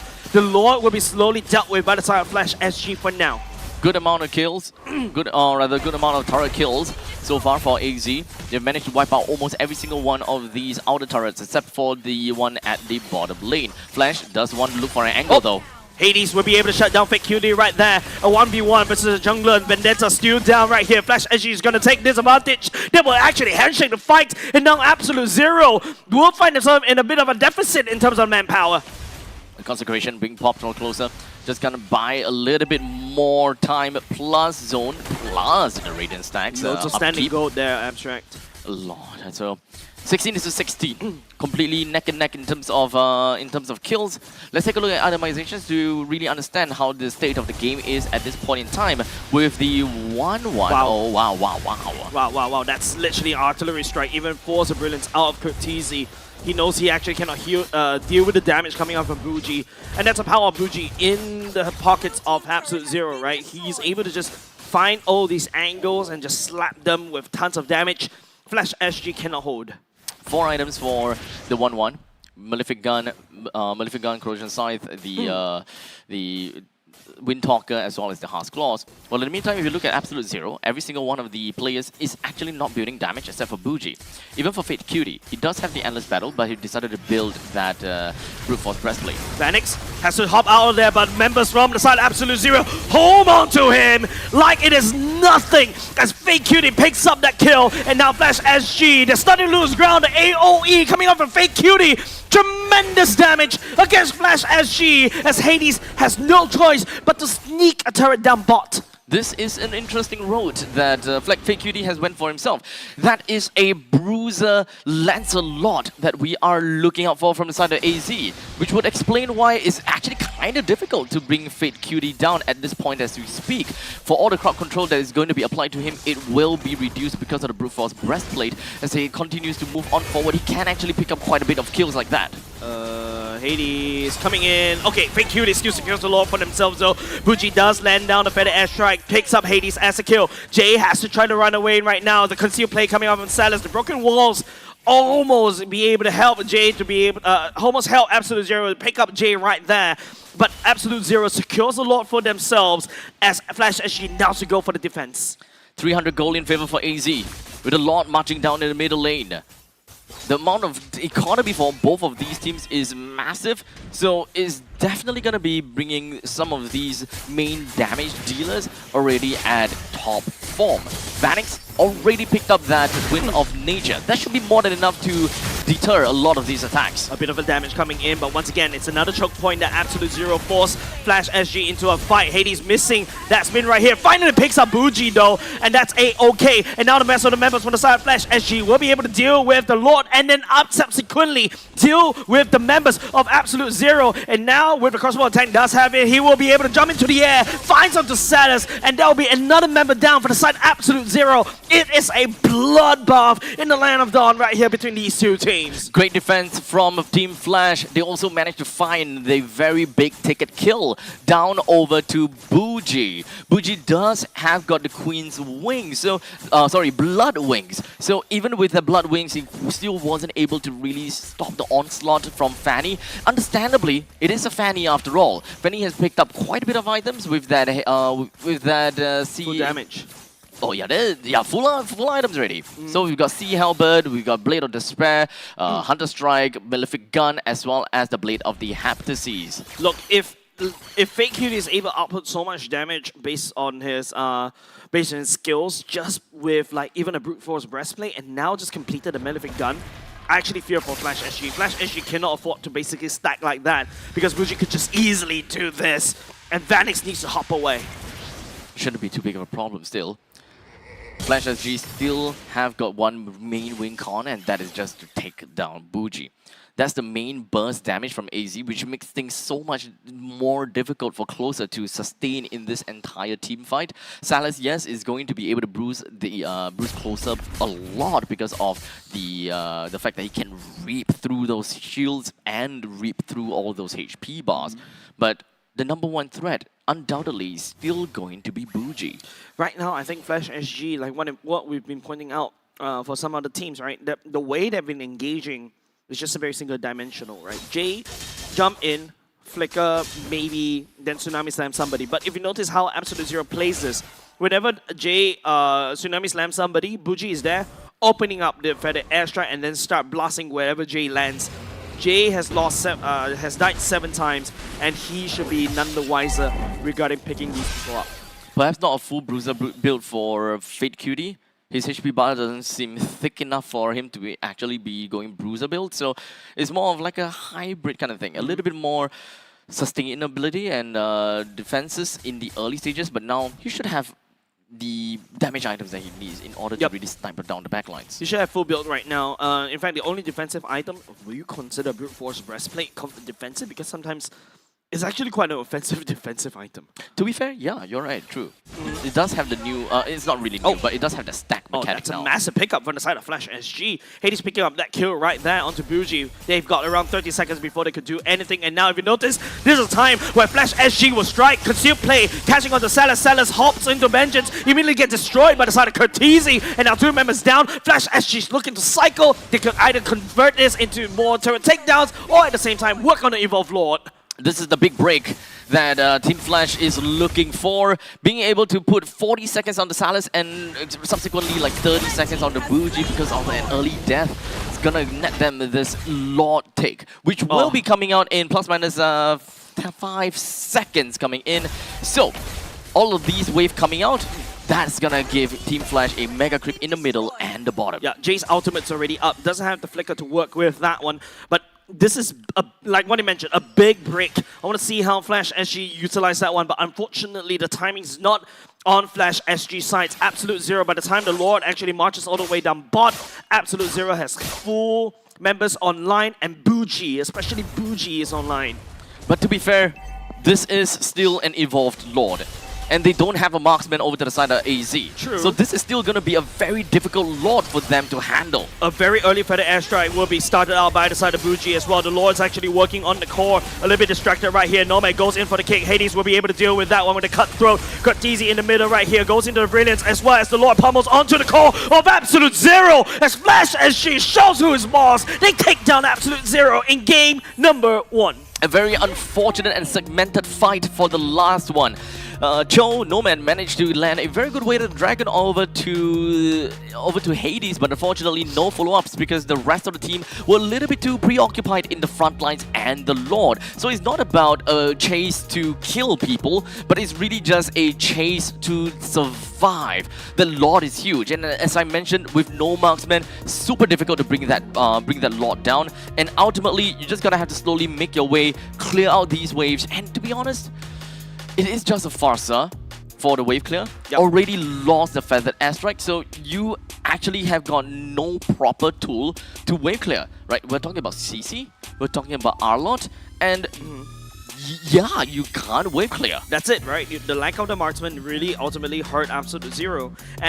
But if you notice, Absolute Zero in the mid game, they were literally dominating, right? They were actually able to control Flash SG for a period of time. They were fighting against Flash SG side of the map. And that's the downfall, right? The fact that they don't really have a marksman. A little bit confusing, mind you, in terms of the pick right here. Definitely works well in the mid game, especially when you start seeing the CC go for the Vengeance as well, and it starts healing everything back up. The 1-1 couldn't do anything. Would have been great if they are able to translate their performance in mid-game all the way to late game. But in the end of the day, it's not about how well you do throughout the entire match, but it's about how you close the game. I don't see a way for them to be able to realistically close the game. But regardless, speaking about closing the game, it is Team Flash that closed the game and managed to give Vanix that MVP role with a total of 5:3:13. Completely and fully slaughtered. Yeah, and the benefit about 1-1 in this, well, basically because of her kit, right? You can easily skip the boots, which means that you get one additional item in. That one additional item in just really grants the 1-1 so much power, and the fact once you get the Malefic Gun, you could just like step forward even further, you could just kite, and I think once the Malefic Gun is secured by the side of Vanix, well, Lord Vanix himself, nothing from the side of Absolute Zero that can do to basically stop them, unless the Farsa just slaps him with tons of damage and the 1-1 is forced to run away.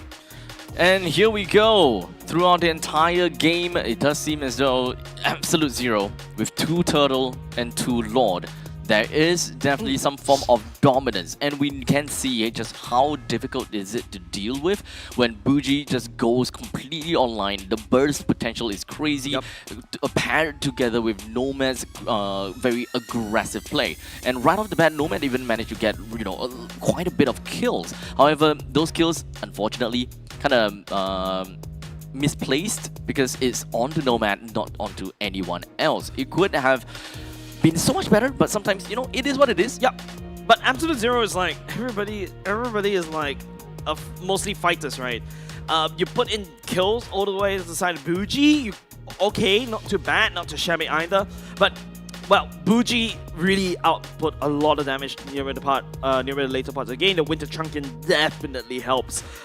It is also a massive counter for the 1-1 as well. And yeah, I think I really see, Absolute Zero putting a very hard game over the side of Flash SG, because I have to agree, Flash SG this game doesn't look easy for them. In the early phases, they don't have anything that can realistically help them all too much. One thing that can help them is the fact that they have some winning lanes, such as having a Uranus going up against an Arlet as compared to a Uranus against a CC, right? In the meantime, we thought that Vanix would be able to do a good job or better job against the CC, but somehow it seems like CC is pretty darn annoying in lane as compared to the 1-1. And of course, I absolutely trust Vanix. If Vanix thinks that it's better to play safe against a CC, then that is probably right. Just look at the amount of damage dealt by Salas, right? It's just 18k damage. That's on a the lot CC. more than I expected. Yeah, I wasn't expecting that one, right? Like, it just shreds. Maybe it's also shredding through, what Closer is trying to do. Also shreds through what J is, because these are your 2 tanks from the side of Team Flash. But there's also another point to take note is Bougie just outputting that AoE damage, right? 101k damage in total. 101, okay.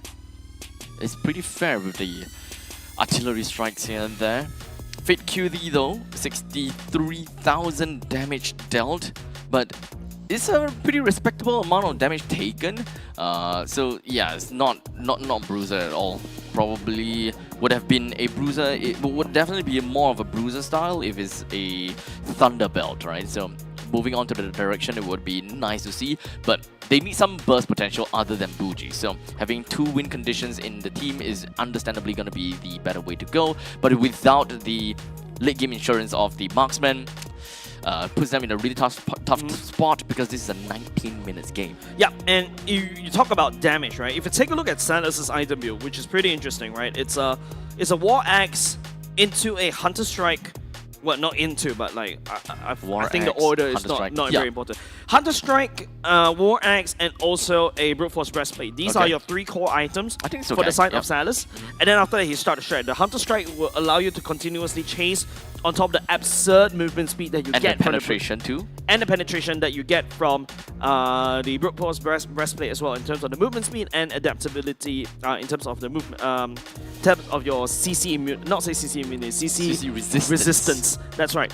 And yeah, and of course, once you proc the Vengeance, the 1-1 couldn't really do anything much to you. So the only way to comfortably take down Salus is to basically get Cortese to go into the Darkening Form. And if you notice, Cortese not really comfortable on this Lunox because he's constantly getting slapped by the Farsa damage. Yeah, actually, now that we kind of think about it, I think that what their vision is that for that for the 1-1, it doesn't matter who you break the weakness points of, because we have so many of our frontliners here, right? CC, Arlott, Cho. We're going to go right in your face, and you're mostly going to be breaking one of these 3 person. And all of these 3 people have got ways to deal with it. And perhaps even Lancelot. Even Lancelot have got a way to deal with it. Lancelot have the iframe, CC does have the Vengeance and, and the tankiness. Arlott is probably the one that's a little bit tricky, but he still does pick up tanky items. So even if you do take him down, the main thing is he peeled your entire ultimate. In the meantime, no one else can peel from my Farsa's Feathered Airstrike. It's still going to be a massive threat as compared to your crossbow of tanks threat. Especially when you have... that's why, if you notice, most 1-1 builds is starting to change again, right? There's a period of time where it's Corrosive Scythe, Demon Hunter Sword, but now it's mostly the Corrosive Scythe into a Heart's Claws, into a Windtalker, and then after that, Malefic Gun. Once you secure these 4 items, you're basically an AA monster, right? You'll be able to kite somebody from far away, you'll be able to kite Salus, Salus can reach you, Vendetta can reach you, and also Nomad as well. So basically, you try to outrange them and move away as you fight the remaining team fights. Understandably, it's not gonna get you the same kind of attack speed as a Corrosive Scythe, as compared to, just really like hopping like crazy, right? But Windtalker does give attack speed, so I think that is still gonna be very speed. And movement speed. Base movement speed. Yeah. So ultimately, it still will help you without that Corrosion Scythe. I believe that, at least for me, right, someone who don't play Marksman all that much, it feels like, without Corrosion Scythe, you're he gonna does hop have so a Corrosive Scythe. Oh. It's the Demon Hunter Sword that he skipped. Demon Hunter Sword skipped. Okay. Yeah, so especially right here, when you go for like the likes of Vendetta, Vendetta is also outputting quite a lot of damage if you notice, right? And the only damage item that he picked up was technically just a Furry Hammer. Yeah, for the penetration. Fair, right? fair. And then after that, that's for laning phase. Correct. And then you follow up with a Thornmail. It feels like what Absolute Zero is doing right here is just to counter this 1% and 1% only. We want to make Vanix's life miserable, and this is how you do it. Like, I'm looking back at the item builds right here, and also the roster. I am disgusted. What is so disgusting? It is disgusting, right? I don't know how to play if I'm a 1-1 right here. Like, who's my target, right? Yeah, like I tag most of the if I tag my weakness point onto Fake Cutie now, I don't think even before I tag most of my fake all the weakness point for the side of on the side of Lancelot, he's most gonna iframe like he's gonna iframe half away. of those. No, he's gonna iframe, and I'm forced to switch targets, and even dash away, right? And Bougie, I think by the time I reach him, I'm gonna get melted by the Feather Airstrike already. I need to be super confident in proccing the range priority is not possible for the 1-1 to just go on with the back lines. So this is actually a very tough game for the 1-1 pick, especially when looking at how Flash SG drafted that one, it was a R3 pick. But regardless, after seeing the Farsa. Yeah, but regardless, they still won that game. Brute force. It's really just the lack of marksman, really. If the game ended before 15 minutes, then I think it will make sense for AZ to be able to extend that win. Yep, I think that's a gamble. We've seen some of the teams actually prefer to go for the early to mid game priority and then hope to snowball and end the game right there. But when you go back into more of a conventional roster, this is exactly what happened, because this game ended at like what, 19 minutes? Yep. So it's pretty long games already for this particular team. As such, we are going to be looking at expanding rivers. So, very high chance we'll be able to see a Yishun Shin in the mix, unless it's been taken away. But it was banned away in game number 1 earlier just now. And yeah, I expect that to be banned as well. Flash SG doesn't really want to meet that Alice at all. First pick looks really juicy for the Yishun Shin. Draft. Very, very fast draft. They call me Team Flash now has the opportunity. because I saved Yes, my nation indeed. from We'll pick falling up the apart. Yishun Shin. In a map of expanding rivers, it's kind of difficult for you to not want to pick up the Yishun Shin for your team. But this also means that it opens up the clear for AZ to pick up, which can flex over to Nomad or Vendetta. Or yeah, Vendetta is the one that popularized the playing XP. the EXP Kalia as well. Yep. Last season. And there's also another thing, right? Absolute Zero can also go back to the Lancelot pick in R3, but Bougie has been so solid on the Feather Airstrike, so they're going to keep the Farsa for this particular game. So understandably, when we see a Shin in the hands of Hades, we would expect to see that Vanix's pick will always be the last pick. It could be a Bane, it could be a Lapu, it could be a Ruby, it could be a conventional marksman. But it all depends on how they're going to be diving their game in. One thing's for sure is that there is a Farsa in the side of AZ. So they actually, for Flash, they have a reason to want to go over to the backlines. They can play slightly divey, which is something that Yishun can really appreciate. Lapu being selected by the side of Flash definitely could easily go into Vanix's hands. Closer can also pick it, and that's why Flash actually is quite scary, right? Like Lord Vanix could play. Lord Vanix can literally play these kind of fighters side lanes in the gold lane as well. Grok will be selected by Jay, definitely looking to try to counter up the Farsa. And of course, if you're side of Absolute Zero, I think it's all about playing picks using the side of the Kalia. But right now, if they reveal that they're selecting the Esmeralda, definitely this is going to be Esmeralda Vendetta and then a Kalia for Nomad. Yeah, so I think that this is a rather premature pick of the Esmeralda. I think that nothing really points to the fact that they must pick up the Esmeralda for R3. So because of that, they now lost the ambiguity coming into the second phase of the banning stage. So now Team Flash knows exactly what they're gonna have to ban, right? Ban out the gold laners, ban out the junglers, which one that works which one works the best, and which one they want to eliminate. I think ultimately, Lancelot is a hero that they would want to take out because we know that Fake Cutie plays that. Yep, start taking away Hayabusas, start taking away your Lancelots. I think these are the two heroes that Fake Cutie has played. Yep, played 2 games of Hayabusa, played 2 games of Lancelots. Hayabusa. Yep.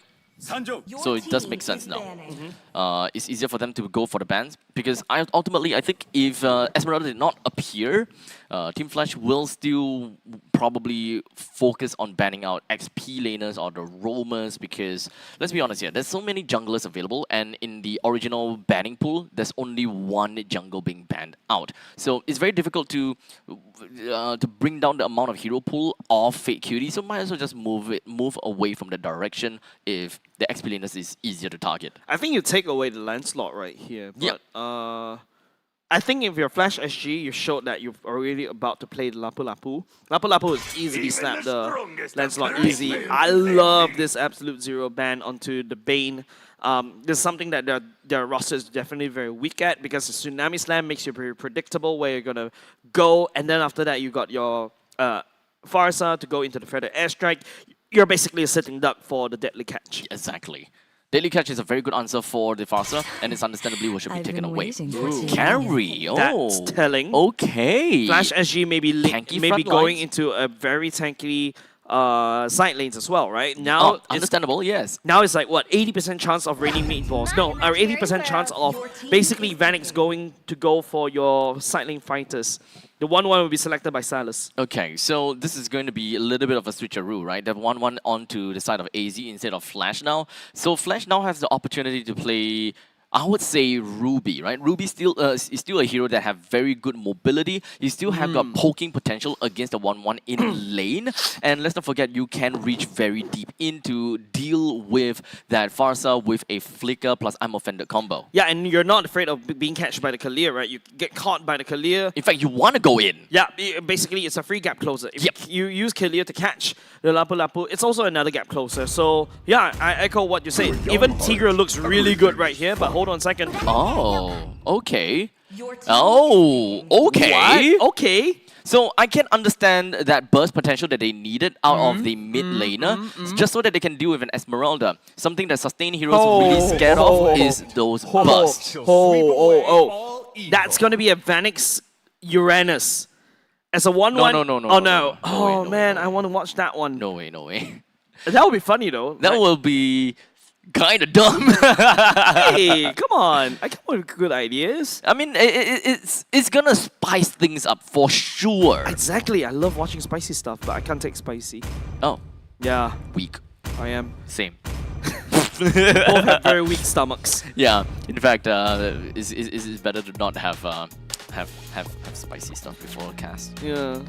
But right now, it's like, I was thinking like, you know, you can have like some spicy drops coming up from the side of Team Flash, right? Like you could bring the Uranus over to the cold lane and watch the 1-1 just suffer just a little bit right there as you just laugh your way around. But the Uranus is definitely going to be dealing with the Esmeralda. That's going to be a neutral lane.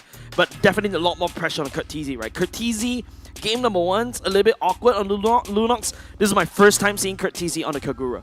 Now, understandably, I would say that having a Lapu or a Ruby, they generally do the almost same thing. The one thing that the Lapu excels in is the fact that he does have crowd control immunity during the skill, using the skills that he casts with it inside of the Bravest Warrior mode. So I think that can be something to help him to get closer and closer. No man. Oh, download just a little bit. But being saved by just the sheer passive heals that he's getting right there. Because of burst potential, I think that the burst potential from AZ is still relatively scary, right? So I think that as long as they put the as long as they are able to get the Lapu deep into the fight with the crowd control not being locked in by Tsunami Slam, that's all good. While for the Uranus, I think I feel that the Uranus pickup against the Esmeralda is just more of a comfort pick for Closer. Because I don't remember seeing him seeing Closer play Lapu before. Let me check. Yeah. I honestly don't think that he played Lapu before.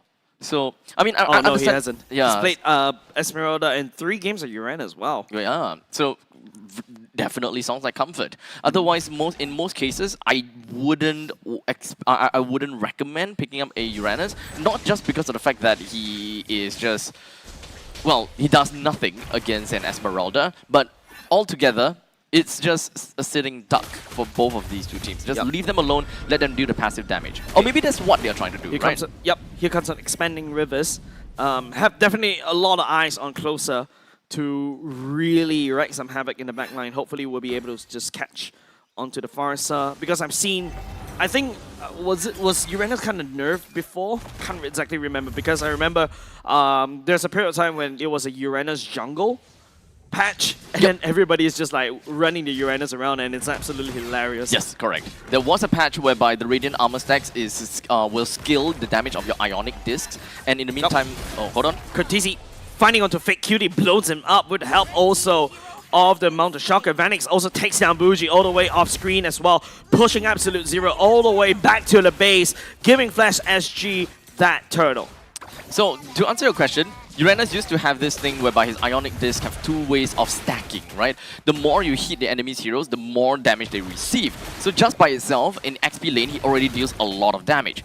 And then the patch also allows his Ionic Disc to scale based on his Radiant Armor stacks. not the Radiant stacks. So he hits like an absolute truck that allows him to play jungle so well. Even right now, he can still do jungling decently. But I think that the Ionic Disc stacks is way better than the Radiant Armor stacks back then. Oh well, Absolute Zero right now, I think, losing the jungler early just now, the jungler lost the purple buff, allowing, giving the farm to Hades. Hades allows to take the turtle. I think that's a double whammy for the side of Flash SG. A lot more stable in terms of the early game. We need to see how the transition all the way to late. You can see the Mountain Shocker activated already as well. Hades looking to gank. Unfortunately, Hades is not going to be catching anyone, but the Mountain Shocker is going to review quite a bit. They found Vendetta down at the bottom, but they don't have a way to really crowd control him or lock him down in place. And ultimately, it's still very early. Team Flash, they don't really have a lineup that can help them, lock people in just yet. But they're mostly just going to be looking at objective fights, not exactly more of a skirmish kind of kills. Yeah, you can start to see Flash closer, cutting the waves against Vendetta already down in the bottom lane. And most of the members for the side of Flash SG seems like Jay will explore up top for now. Kurtizi following suit, looking for some form of pickoffs. If you notice Absolute Zero, this is a different kind of playstyle already. They start to respect a little bit more for the side of Flash SG, and Vendetta finds Hades as well. Kurtizi goes on in, throwing the umbrella just a bit. The wall will be built. The tectonic charge right into the face. Muji goes down. No more Feather Airstrike for the next turtle fight at the same time. Tsunami Slam for the side of Nomad. And Nomad tries to heal up the rest of the members. Fake Cutie down low just a little bit. Kurtizi will go down first. Vendetta slaps him down as closer Ionic Discs turn around as they these two teams trade mid laner for mid laner. We're looking at about 700 gold lead in favor for Team Flash, but the fight is not exactly over because players are just all across the map at the left side. Vendetta is all the way in the face of Jay. He definitely have information as to where the Yushin Shin and the Grok is. While the main fight for Absolute Zero, 4 members is just cowering within of their own jungle, waiting for the perfect opportunity to jump in. Vendetta holding down 3 members. Mountain Shocker will be committed by the side of Team Flash. Buji goes into the Feather Airstrike. None of the members on the side of Flash want to deal with that one. At the very least, they know, they have information the Feather Airstrike is gone. Ooh, Salas does commit to the crossbow tank, and you can notice Absolute Zero is just Tom and Jerry. Flash SG just spreading their HP bars all the way out, but it is going to be Absolute Zero taking down closer first. This is very scrappy, I'm not gonna lie. Yeah. The Esmeralda is just total disrespect, knowing that Team Flash right now, they don't have an answer for this Esmeralda. You can just keep on proxying and just keep running about, and ultimately I'll say that AZ kind of have the same thing. They can't do anything about that Uranus unless they really throw a lot of resources onto him. Hades down low already. That's the damage coming out from Buji. Pushing away, even though he's two deaths, he's actually still hurt quite a lot. And that's also because Yushin Shin is such a glass cannon. And I think right now, Flash SG, they need to play around Jay. Jay is actually picking up 2 kills already as Vendetta going up against Vanix. I think it's just going to be a pool noodle fight once again. I think there's a bit of switcheroo. Absolute Zero unlocks Salas to start roaming around the map.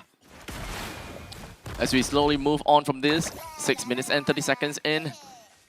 AZ, they currently do have a tad bit of a control of a map, but that's not going to tell us too much. VQD did manage to pick up that War Axe, so that can definitely help a little bit more moving on forward. With that Wind Talker onto Salas as well, this is the second item? With 000, I think that should be the second item, since Wind Talker is pretty darn cheap. Loads of touch and go for both these two teams. Sizing each other up, right? There's nothing to be gained on the map but to defend each other's bases. But there's not a lot of pushing power coming out from the side of Flash SG. They are definitely waiting for Hades to farm up as quickly as possible. But Salas, ooh. Why is he hurting himself? This is really just about a farm game. For the airstrike, TZ will be able to dash away. Here comes the tectonic charge, catching onto Vendetta right now, getting stun locked right here. All the way, gets blocked in by the wall, but he's still alive as the Esmeralda. Once again, Flash SG unable to find anything at all, even after they've committed so many things. The Phantom Execution in the nick of time will be able to find Kurtizi. That Pixel Brush, super dangerous as Salas cracks open top. Ah. This is not dangerous grass, but hey, this is more than enough to be able to find these very sneaky spots to really deal with Curtizi. Further airstrike once again to try to zone, denying the entrance coming off from the side of Vanix, and now they have to try to go on in. The Mountain Shocker will be tagged on to Vendetta for now, buying some time for Fake Cutie to secure the turtle for themselves. And now the members on the side, Absolute Zero finds Hades, and that's not exactly ideal for Team Flash. Yep, Team Flash is currently pretty done spread out with a couple of players in the middle lane clearing wave. A couple is just floating around, and of course Hades a little bit too far and deep in, trying to steal the turtle away. Alas, it didn't really work so well for Flash as they lost Hades, they lost the turtle, they lost the bottom lane, and I think that potentially, top lane, okay, top lane's already cracked open by Silas earlier just now. Yep. Team Flash is actually taking a lot of L's right here, and Vanix trying to make a play with the Bravest Warrior. Thank God for the damage reduction, allowing him to survive just a little bit longer against the damage coming off of Fake Cutie. As such, the game is slowly tilting in favor for AZ. The early game mechanic of Team Flash is supposed to work more in their favor, as the gold lane and the XP lane can leave the lane so much earlier to apply pressure in team fights. But AZ, they took control of that game with 2,500 gold lead for themselves. In terms of power spike, Curtizi can pop off, Vanix can do decently, but you gotta have to remember that AZ do have a bursty assassin in the name of Fake Cutie, a bursty mage from Bougie, who can both of them be enabled by the pick-off mechanic of a Kalia. Yeah, you can see that Curtizi is struggling to find any form of damage right there, right? Like 0-2-2 is his KDA, and Closer is desperately trying. And if you notice, Flash SG is constantly getting distracted by Vendetta, allowing Absolute Zero to do wonders around all across the map, right? Speaking of that, it is mobility game for AZ too. They can do that. Well, the Shocker will be able to reveal Bougie all the way out of arm's reach, but Vanix will be there. Slice and dice, he will be able to drop Bougie and also Silas down low just a little bit. Does take a lot of damage coming out from the weak crossbow tank, but Jay goes down already. Flash SG limping away. Hades unable to find some form of entrance point right there, has to disengage. It's really unfortunate as Vanix tried to make his way all the way to the back to deal with Bougie as well as Salas. To be fair, he did manage to buy a lot of time. He used everything within his arsenal. It did not work. His flicker stun did not land onto Bougie as well. So all in all, he went straight in over to Bougie and Salas, lost the fight, while the main fight of Team Flash didn't work out too. Tsunami Slam as well, but Curtizi and also Hades unfortunately will drop down for the fight. Nomad unable to finish a kill from the side of Flash SG. Closer, get tagged by the crossbow tank as well, gets shut down by the side of Vendetta as well. Absolute Zero just leading the charge right here with a revitalized life, and now they're sending the Lord towards Flash SG. An absolute lack of damage from the side of Team Flash, and they are definitely showing something about this all the way through down in the middle lane. And Vanix try to go for Bravest Warrior onto Vendetta, but Fake Cutie is right there. Main target is looking at Curtizi. Curtizi is down low already. The wall will be built by the side of Jay, but it is going to be Nomad just dragging Jay right into the snapping jaws of Bougie. Gets taken down, and Hades on the Yishun Shin, unable to do anything but watch his robot goes down. In fact, most of Team Flash, they can only watch. None of them can really scale very strongly over to the later stages of the game. As such, the top lane is going to be under threat. They lose the T3 turret, and potentially AZ will want to end the game soon. The Lord will be dealt with by the side of Team Flash for now, as Absolute Zero has already done permanent damage on the base of Flash SG. The damage from Bougie, Salas, and also Fake Cutie is a little bit too much. Vendetta is absorbing so much damage from Flash SG. They move on to the middle lane. That's the pain. That's definitely going to be a lot of pain for the side of Bougie, raining down fire from above as Vendetta goes in for a drive-by to clean it up for Curtizi, and Vanix already go down. The main damage dealer from the side of Flash SG is dead, but Hades out there with the Mountain Choco will try to do something. Vendetta down low a little bit, but Fake Cutie comes in for the rescue. The Thorn Rose, the puncture to push Flash SG away as Flash SG is out of ideas. AZ recollect themselves back into the middle lane and ensure that they want to bring down the T1. Another round of ultimate. They are not stopping. Another barrage coming out from Bougie. Bougie on this far side is absolutely ridiculous.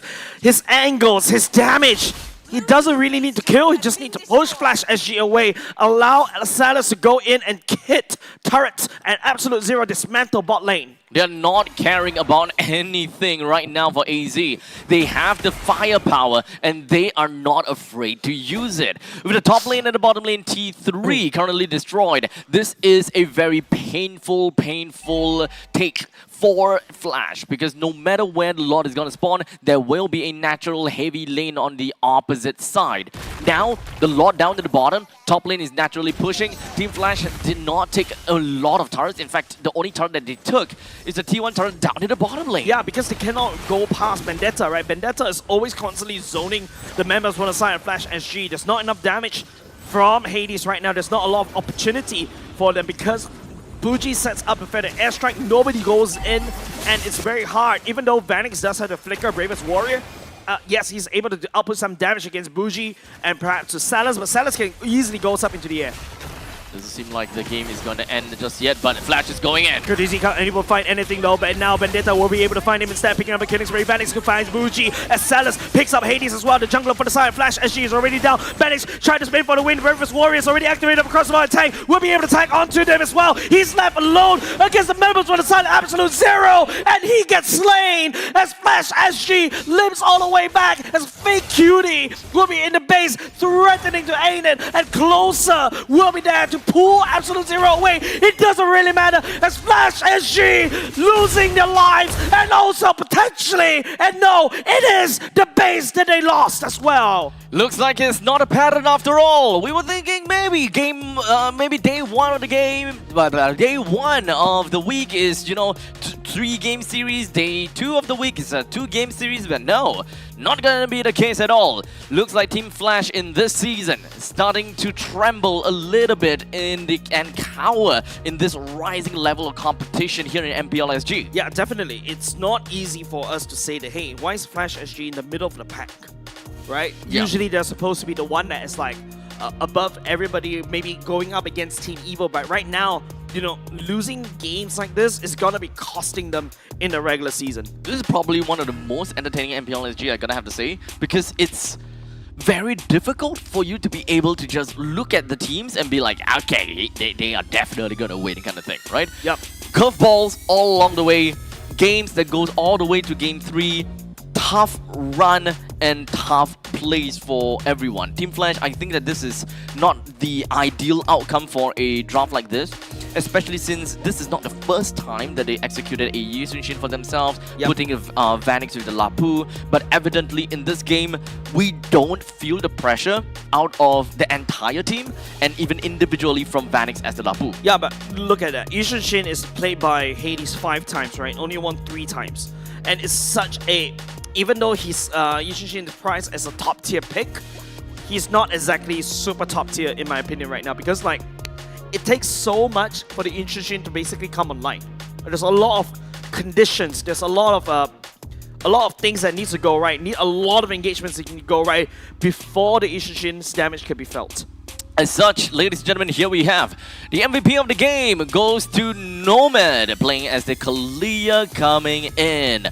With a total of 80% kill participation, definitely is the driving force of the team as he creates massive amount of opportunities with all these knockups when it goes for the title strikes. And let's not forget, when it comes down to all these tsunami slams and just pulling individual targets, melting them down with the assistance of Farsa as well as the Lancelot. But I also feel like another honorable mention in terms of MVP, Bougie, man, he's just...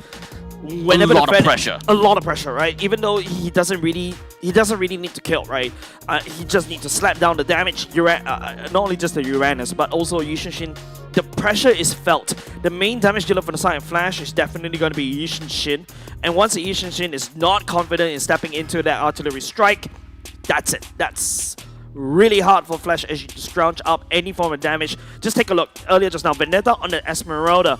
And it's just basically untouched, right? He can absorb so much damage, and nobody from the side of Flash SG can deal with him. I think ultimately it's just a very simple lineup for Absolute Zero to execute. You catch someone, you burst them down, while you have someone in all the way in the front to create chaos. Such as, in this case, most of the time, is Vendetta as the Esmeralda. You buy time, you peel for the team, you keep everyone's zone away, while your entire team just focus fire on whoever has been pulled in by the tsunami slam. And not to forget, at that point in time, 1-1 would be in a more favorable position. It's really entirely up to AZ how they want to tilt that entire fight towards, if whether they want to move it in away from Salas or closer to Salas, just so that they can pop off with the crossbow of tank. Yeah, on paper, you know, the roster coming off of Flash makes sense. Like, yes, you just have to deal with Bougie, right? There's a lot of tools for them to deal with that. Vanix Flicker, Bravest Warrior, Jay with the Tectonic Charge. To a certain extent, Kurt TZ does have the teleport to basically open up the umbrella and then after that stun everybody. But then, I think Kagura in this particular patch, unless you are like well known for the Kagura, it is very hard for you to execute it because, you know, you've got the likes of Vendetta around there, which you cannot burst her down. You got fake Cutie right there that could just find these squishies and eliminate you very quickly. And Flash SG doesn't really have that secondary marksman to become that backup plan. Because Yishun Shin, yes, he's technically a marksman, but in my opinion, he acts more like an assassin. Yeah, he's a lot more like an assassin, let's be honest here. As ultimately, if he's not able to get those early game fights and early game kills, he don't pick up farm. Let's just put it. Let's just put it honestly. Team Flash, they want to play together. They want to go for the burst. I don't see, unfortunately, in this game, I just don't see the value out of this Kagura. They didn't really manage to burst anyone or kind of set up bushwhack. It feels as though for Team Flash in this game, they are very impatient. They're not really staying at one spot. Wait for the right time, jump in together and burst. They're always on the run, and to be fair, I can understand that because this is expanding rivers, right? You kind of want to make full use of the rivers. You want to get yourself from one place to another, but I think that a little bit of foresight would be necessary for this team to fare better.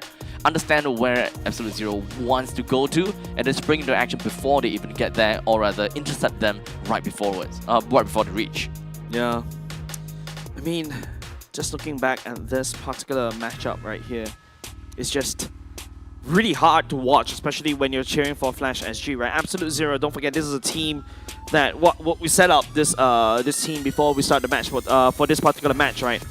Hailing all the way from the Challenger team and finally made it into the seeded team. Last season they had a very good run as they were top 3 in the playoffs as well. And now they're going up against one of the Titans, and like what I mentioned earlier just now, this team feels like the old Team Evo that we know, that is able to make people bleed as well.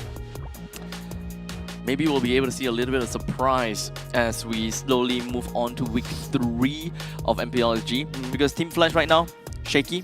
I think it's also credited because of the fact that they don't have an XP laner that constantly plays with them. It's still kind of in the audition role. So hopefully, once they make a choice, which is going to be the XP laner that they are prepared to go with, then within that 1 week break, they will just grind their gears, just grind all the way until they find their proper win condition. I feel like that the transfer window is definitely going to be very helpful for all these teams as well. And also another thing, the EXP laner, that factor is just missing for the side of Team Flash Abstract. Yeah. Regardless, those were good games. However, it's not the end, because we are still at the second series of the day. It is not the conclusion between Team Flash and Absolute Zero, as it goes 1-1. We're watching match point shortly after the break, so don't go anywhere too far. The conclusion between these two teams will come to you very shortly.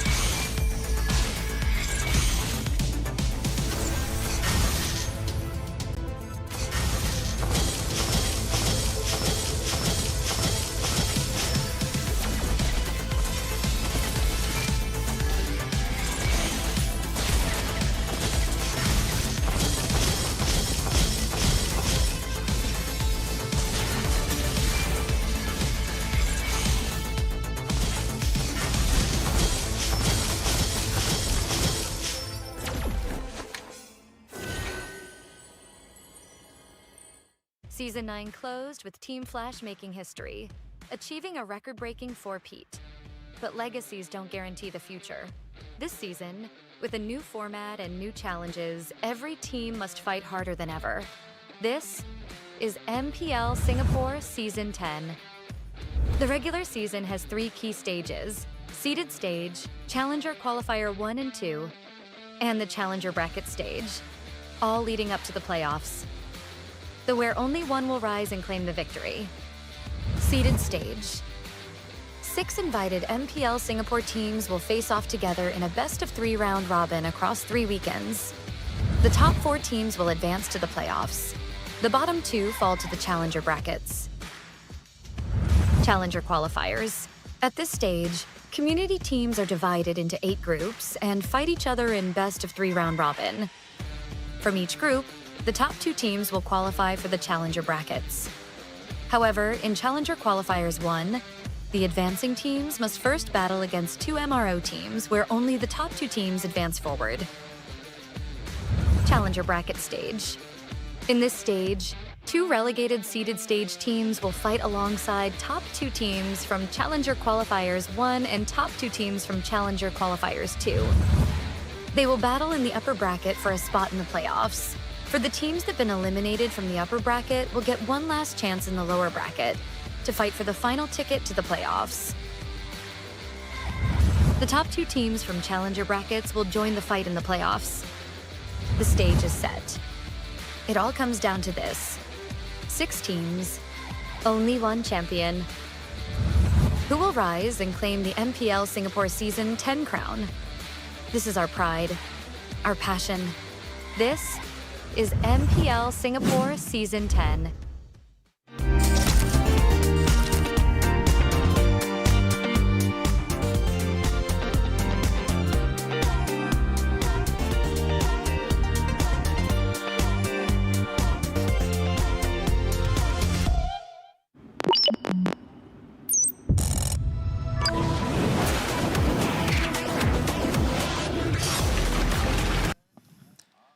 Alright, ladies and gentlemen, welcome back once again to MPL SG Season 10, Week 2, Day 2, Match 2, Game... not 2. Game 3. Yes. Like, well, would have been great. Well, yesterday we had like what, 2 Game 3s? And it seems like today the pattern will repeat itself. We're going to go into another game number 3. And it is Absolute Zero going up against Flash SG, though. Yeah, so we have expected that this game would go length, right? All the way, quite a lot. You did, but not me. Oh, not you? I was expecting this to be a clean 0-2 for Flash? 2-0 for Flash SG. Because, you know, I know that it's going to be closer coming back as well. And Absolute Zero seems like, you know, Vendetta is actually not too shabby for himself either, right? But don't forget, Bougie is back. And I think his leadership right there has proved itself tremendous. A lot of worth right there in Absolute Zero. If you look over the battle section of the side, Flash SG, oof, it looks really dull right here. Yeah, I mean, I really do hope that they will be able to come back and give themselves a good run. Ultimately, game number 2 did not work so well for them. It can still work out. I think that the Yishun really just doesn't feel all that crazy. Like, there are, of course, games and there are times where picking up the Yishun plus Fighter Gold Lane sounds very strong, seemed very strong, and played out really strong. But so far, it seems not that consistent. Yep, because it's like Yishun, like what I mentioned a lot, like ample times already. Like, it takes so many criteria for you to basically hit critical mass, and it's not as and I feel like there are better junglers out there in my opinion, and it's too coin flippy. You still, even though you lock in a Yishun, you still need some form of like a marksman, to a certain extent. The Kimi actually works. You've also got like your go back to Grandeurs as well, and you really need to set up a Yishun, because if you don't set up for the Yishun, the Yishun cannot do anything. Whereas a Lancelot, You can just go in, thorn rolls, puncture, puncture, puncture, puncture, puncture, puncture, puncture, and you're safe. Your team Will it is grant As banning. such, we have broken walls that will Who be said there are apparent no in this map. shortcuts in AZ life? is gonna be I first literally pick, and of invented course one. left out with Team Flash for second. So ultimately, we have Angela, we got Baxia, Chip, Kalia, and Alice that have already joined into the banning pool. So goodbye to them. Once again, Flash SG doesn't want to see Let's hear from the doesn't crowd. want to see Alice Make some noise for the for light your of the sister. day. I think Farsa is also one of the things that Absolute Zero would love to go for. Do they sacrifice the first pick for that one, or are they going to take the Yishun shift for themselves? Looking at the stats, I don't think they should go for it. I think they could easily opt for the Lancelot instead, which is something that Fake Cutie can play quite comfortably. Indeed. So I think Farsa, Lancelot can both be a viable first pick material for AZ. Well, in the meantime, I think it has been pretty normal for R1, R2 to go for heroes such as like a Kalia and a Lunox or a Farsa. Looks like it is going to be a Yishun Shin indeed. A bit of a confidence boost right there, especially, you know, taking one game from one of the biggest teams in Singapore right here. I think Absolute Zero, they've got absolutely nothing to lose. Technically speaking, how far up in the leaderboards are they? Yeah, look at that. Yishun Shin is like, what, 100%. If it's almost open, it almost gets picked. Either picked or banned, right? First, yeah. But it's no First longer pick. 100%, right? It's like 90-something% already because there was one game that was completely leaked out. Oh, true. Yeah, so that If is, it's picked, yeah, he's definitely first pick. yeah, you can lose the data again. Just removed it. So Dawns how many percent is that actually? petals Wait. fall. Your team is picking. Well, yeah, it's still there. It's 100%. It's still 100%. Yeah, it's still 100%. Okay. If he's picked, it's definitely going to be blue one pick. If it's picked, okay. Yeah. Okay, got it. Well, got it. this also opens up the Lunox over the side of Flash. I was expecting, you know, the Farsa being counterpicked by the side of Flash SG because that's something that Curtisi likes to play. And Absolute Zero instead needs to can also definitely secure the Farsa right here in the B2, B3 pick. And if you look back at the stats from the side of game number 1, it is a Flash SG win with a Lunox on Curtisi against, even though they're fighting up against a Farsa. So Grok available, Grok picked, online. Farsa available. Farsa should be picked. I'm just going to assume that it's going to be a Farsa pick because I don't see any other reason why they will go for. Oh, Okay. By the way, interestingly, right, for the side of Juicin has been almost quite bad. It was banned quite a lot of times as well, especially when we're going into Broken Walls this time around. You expect Juicin to be appearing mostly on the dangerous grass kind of map, and pick ban rate of 84%, and as of wins, hasn't won any single games yet, even though it's Not been a 5 singles? times. Nope. Damn. That's kind of sad. So that means that, I mean, AZ, notably with a Juicin, they need to find more ways of damage, right? More sources of damage. Now they lack the mid laner for a reliable source of damage. They have a lot of crowd control in their cases. They even have global. Wipe out all the injustice in the They even world. have global intel. That's J-Cho coming up from the side of Flash SG. Jicho. The one that we know and love, and also should be able to be there to peel for Vanix or Curtisi. Well, Curtisi does have its own peeling mechanism on the Brilliance, but Lunox does not do well against the Juicin because what you want to do as a Lunox is you want to go in Ruby DD, stand there, and after that start throwing the Dark Chaos shots. That's when the Juicin could just easily pick you up and then after that fling you away. Yeah, it makes you waste quite a bit of time during your darkening stage. So it's not necessarily going to be a mage versus mage kind of lineup, but in terms of mid lane control and mid lane's fight, because of the fact that there is a Cho, it's pretty fair to say that the mid lane priority for Team Flash is going to be so much faster. Just a single wave clear of the cosmic fission plus 2 of the Jit Kundo that's the entire wave clear. They don't even have to care about the Juicin. They don't even have the opportunity between the Lunox and the Juicin to fight together. So, which means that Flash actually wants to really explore the map a lot more harder. Yes. Start ganking the side lanes instead. I am not But the right now, only we haven't one seen any bound form of by side these lanes coming out from the side chains. Absolute Zero. Flash, on the other hand, well, they would not get the Moskov anymore. Vanix, I don't think he's able going to be playing the Moskov anytime soon. Yeah. They want a high prio XP lane so that they can constantly just control the rivers at all time. CC is not available anymore.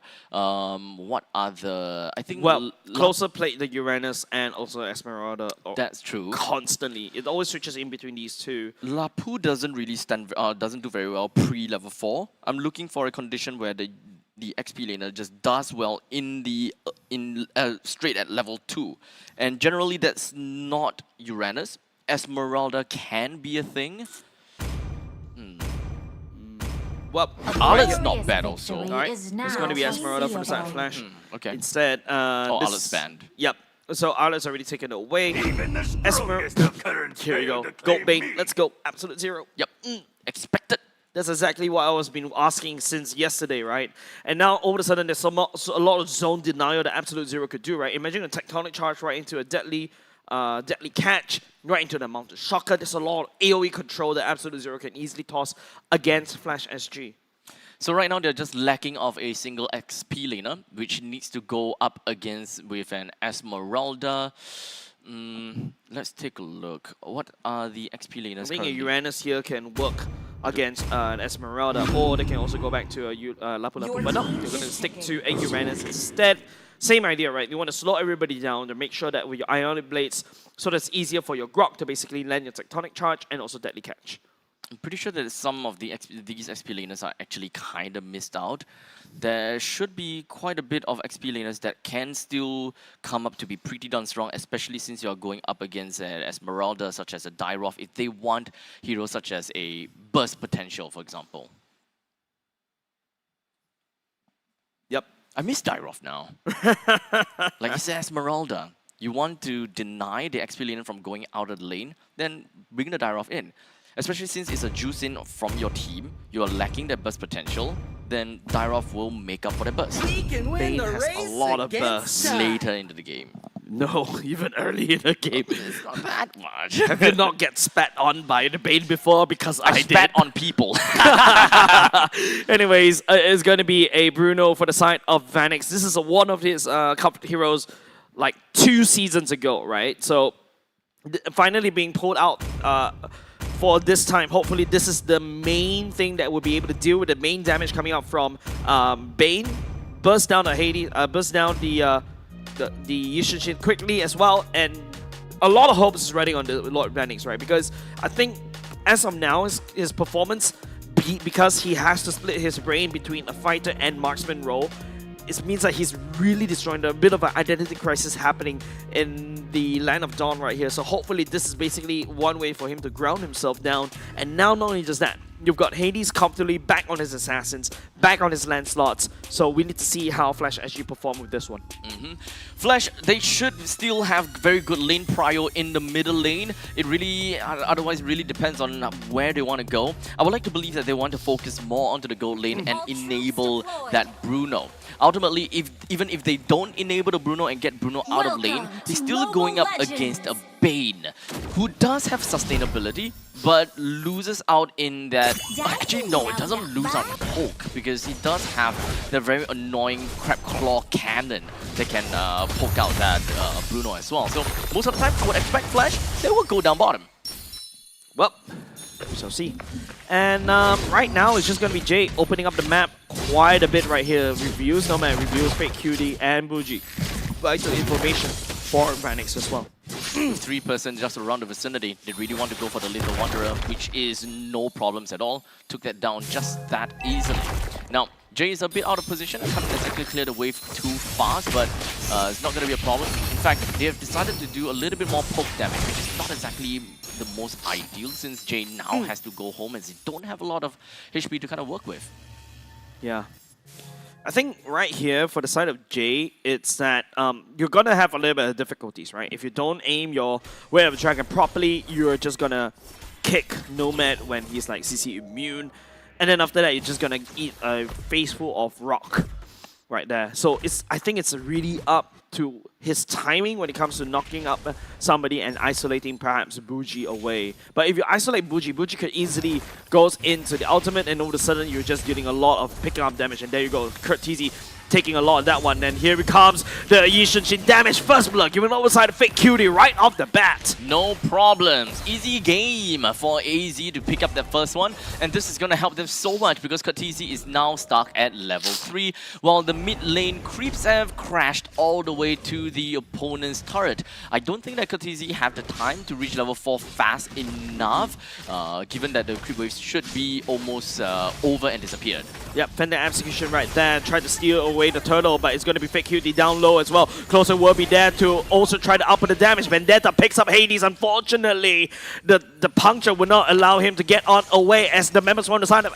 Absolute Zero stacks onto Closer. Jay coming in with a knock up. No follow-up for now for the side of Flash SG. That's an immediate losing fight. Understandably, how there is no Lunox with his with her ultimate, and there is no Cho that can go for the kicks. So Absolute Zero taking that is completely understandable, and they can even expand even further by jumping right into the opponent's jungle and stealing that orange buff. Yep, Curtizi goes into the Darkening Form, will be able to catch on to Vendetta. We're expecting a more growth coming out from Vanix right here. Should be able to hit the Power Spike a lot earlier as compared to Salas, because usually for a Magic Vein, you really you could just go straight for the Holy Crystal, but Vanix on the other hand could do a lot of consistent DPS if Salas doesn't use the second skill on time. Looks like that invasion coming in from Vendetta didn't really quite do much work, hoping that they can extend the lead out a little bit more. But Uranus doing Uranus thing, Hades right? getting picked up by the Juicy once again, has to run away. Thorn Rose can't really actually catch who picks up the purple ball. The Mountain Shocker coming off a fake cutie. He's actually going in 1v3, will be a pick up Jay at the swing time, looking for the next one. Curtizi goes into Brilliance just in the nick of time. Bougie raining shower and damage, picking up a double kill. Fake cutie and Closer getting picked up by Bougie over and over again, and it's just gonna be super tough for the side Flash SG to deal with Absolute Zero. Right in the nick of time, while Bougie immediately went straight in to give a quick little assistance over to Fade Cutie. That was like a 1v3 game for Fade Cutie, and Fade Cutie still got out of that completely alive. Yeah, that's not a good news. Yeah, if the fact that a rookie, technically speaking, could be able to do that for Jay. Oh, that's a wrong angle kick coming up from Bougie. Yeah, he doesn't have that flicker, so I think that's somewhat normal. Imagine if you use the flicker and it's still wrong angle. Yikes. And Absolute Zero is now living rent-free in Flash SG side of the map. The broken walls allow Absolute Zero to absolutely leak into Flash SG, limiting the already limited farm that Flash SG will be able to find. Honestly, this is kind of what we want to see when you draft a Yishun Shin.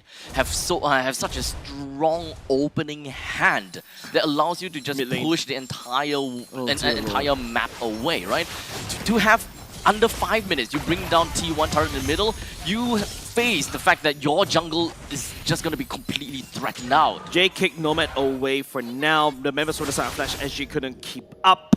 The Lancelot should be, is only tackling the Uranus one now, as Vanix once again gets picked up by Bougie as well. It's very amazing how Bougie was able to find all of this pickoff right here, the deadly catch right here, to kind of throw it all the way back, destroying the turtle.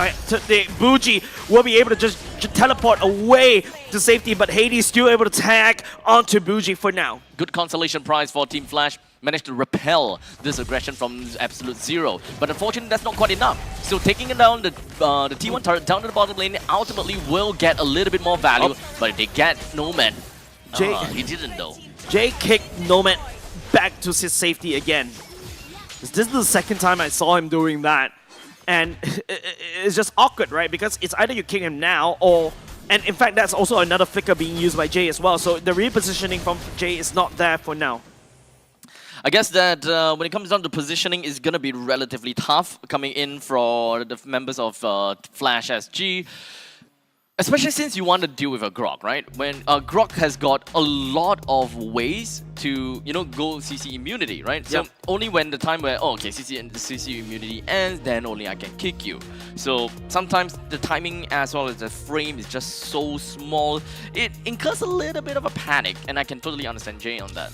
Yeah, but like, I think if you're playing against Absolute Zero, who is more than happy to just take over the mistakes that Flash SG is literally throwing at Absolute Zero. Like, for example, that Cho, right, is just super awkward, right? This is the second time that Nomad actually was able to just save himself. Yeah, I mean, to be fair, it definitely will be very good for Team Flash to be able to catch a couple of kills off of the Grok, but sometimes it's better to not over-engage for a lineup like theirs, right?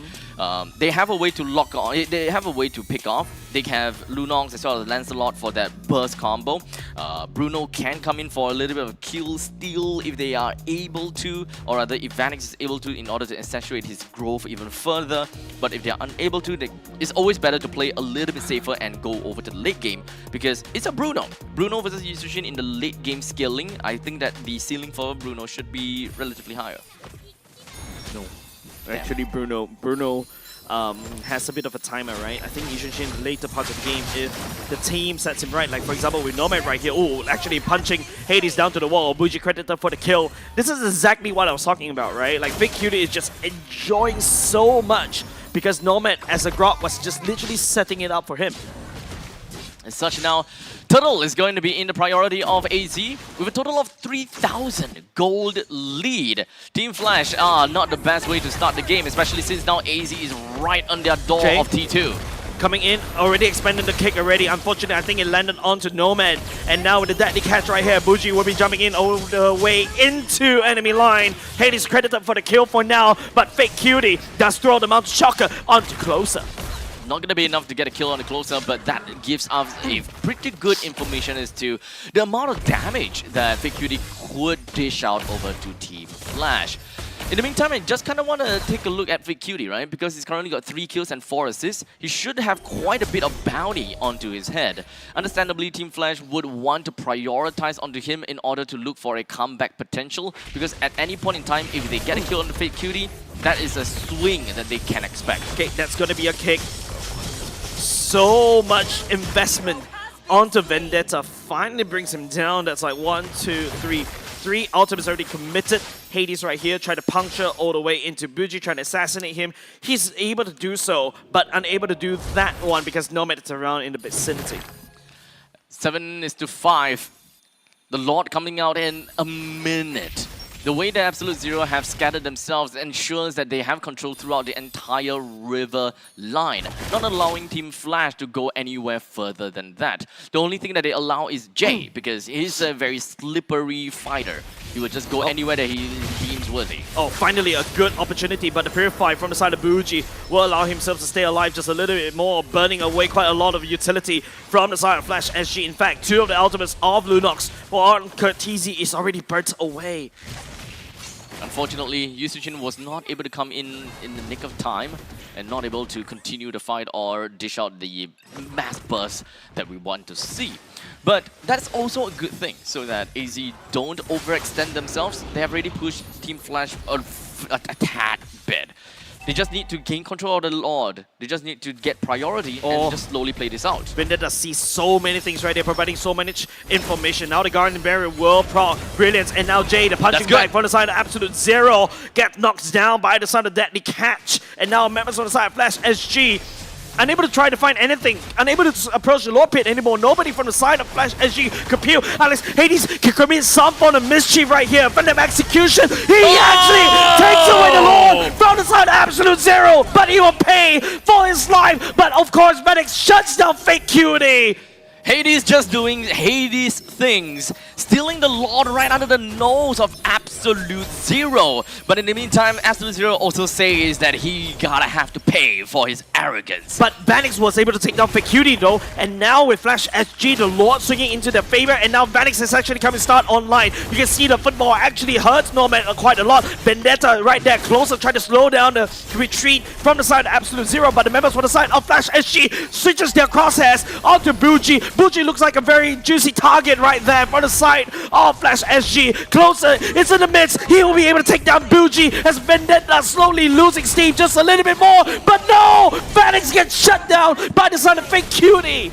Esmeralda is staying alive throughout this entire fight. No one is touching the Esmeralda at all, putting quite a lot of these passive damage until they probably have a way to really deal with him. Most of the time, they will ignore. But his mana is actually starting to run low, right? So he has to back off already, and the Lord, unfortunately, already dealt with. And it's going to be Fake Cutie trying to be, Hades trying to jump onto Fake Cutie, will not be able to do so. The Guardian Barrier from Nomad slowing down the approach from Flash SG. At the very least, they cut open some form of real estate for themselves. This definitely helps Team Flash, though. They were originally about 3,000 gold deficit, and they managed to catch up, but at only 600 gold deficit. They managed to reclaim some of these lands. They managed to take some of these creep waves that they managed to run together with. So that's farm, and those farm will then translate into something even better. If we thought that Vanix wasn't having a very good farm, that's when you're wrong. He's currently at 7,600 gold with the Heart's Claws, Berserker's Fury, as well as the Great Dragon Spear. So he's got quite a bit of utility and damage. He's just a tad bit away from Yishun Shin at 9,200 gold with total of 3 items. Hunter Strike, Endless Battle, and the Blade of Destruction. This is still a game where Vanix can come back into play because both of these marksmen are just 2 items away from completing full items. The moment that Team Flash managed to find big opportunities to feed to Vanix, that's all good. Getting jumped on by the side of Absolute Zero. Closer burns the flicker already, getting chased down. Members from the side of Flash SG unable to reinforce. The deadly cash to push Jay away.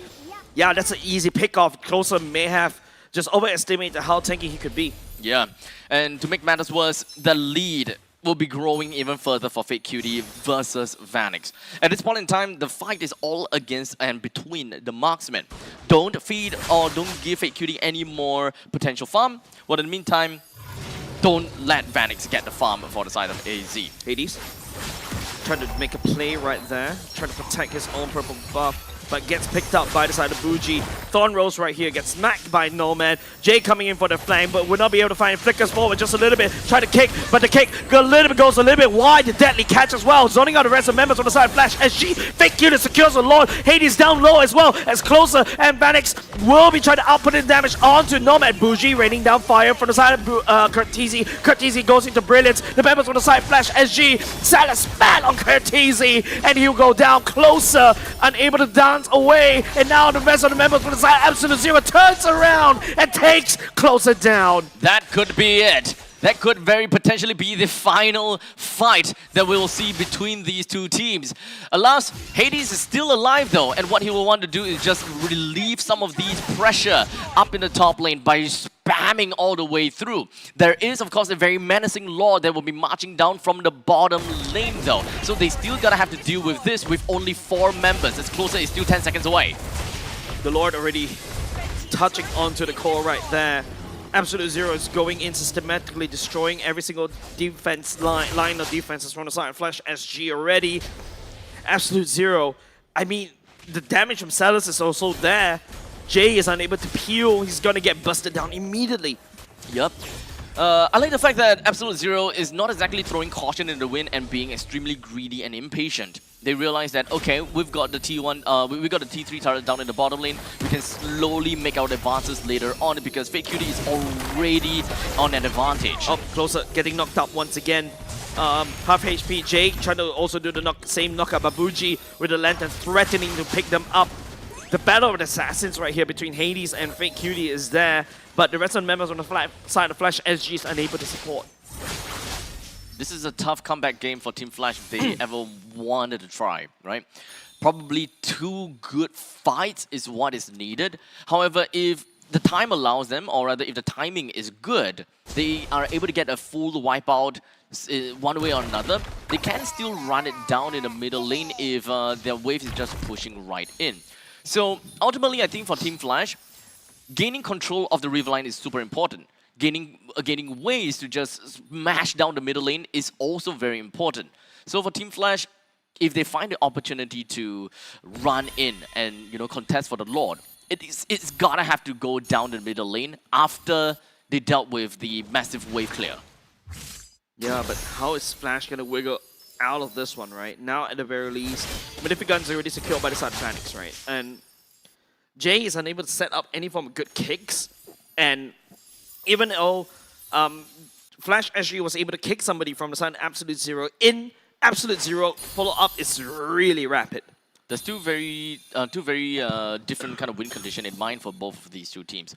Absolute Zero just want to bide their time and wait for the Lord. Well, for Team Flash, they're waiting for a lane to be pushed out like this. Hades. And if Absolute Zero is too occupied with the Lord, they can take a proper fight if they somehow manage to get a very good pick-off from Jay. Oh, Hades may have get caught just a little bit. The Phantom Execution, unfortunately, get this That's projector as well. Jay comes in, unable to find a kick onto Bougie, and now that's going to be a little bit awkward. Vanix throw in the worldie right there, but the Lord has slain by the side of Absolute Zero. They invested a lot in that fight, but unfortunately, because of the Purify from Bougie, he got himself right out of dodge and will not be singled out by Jay.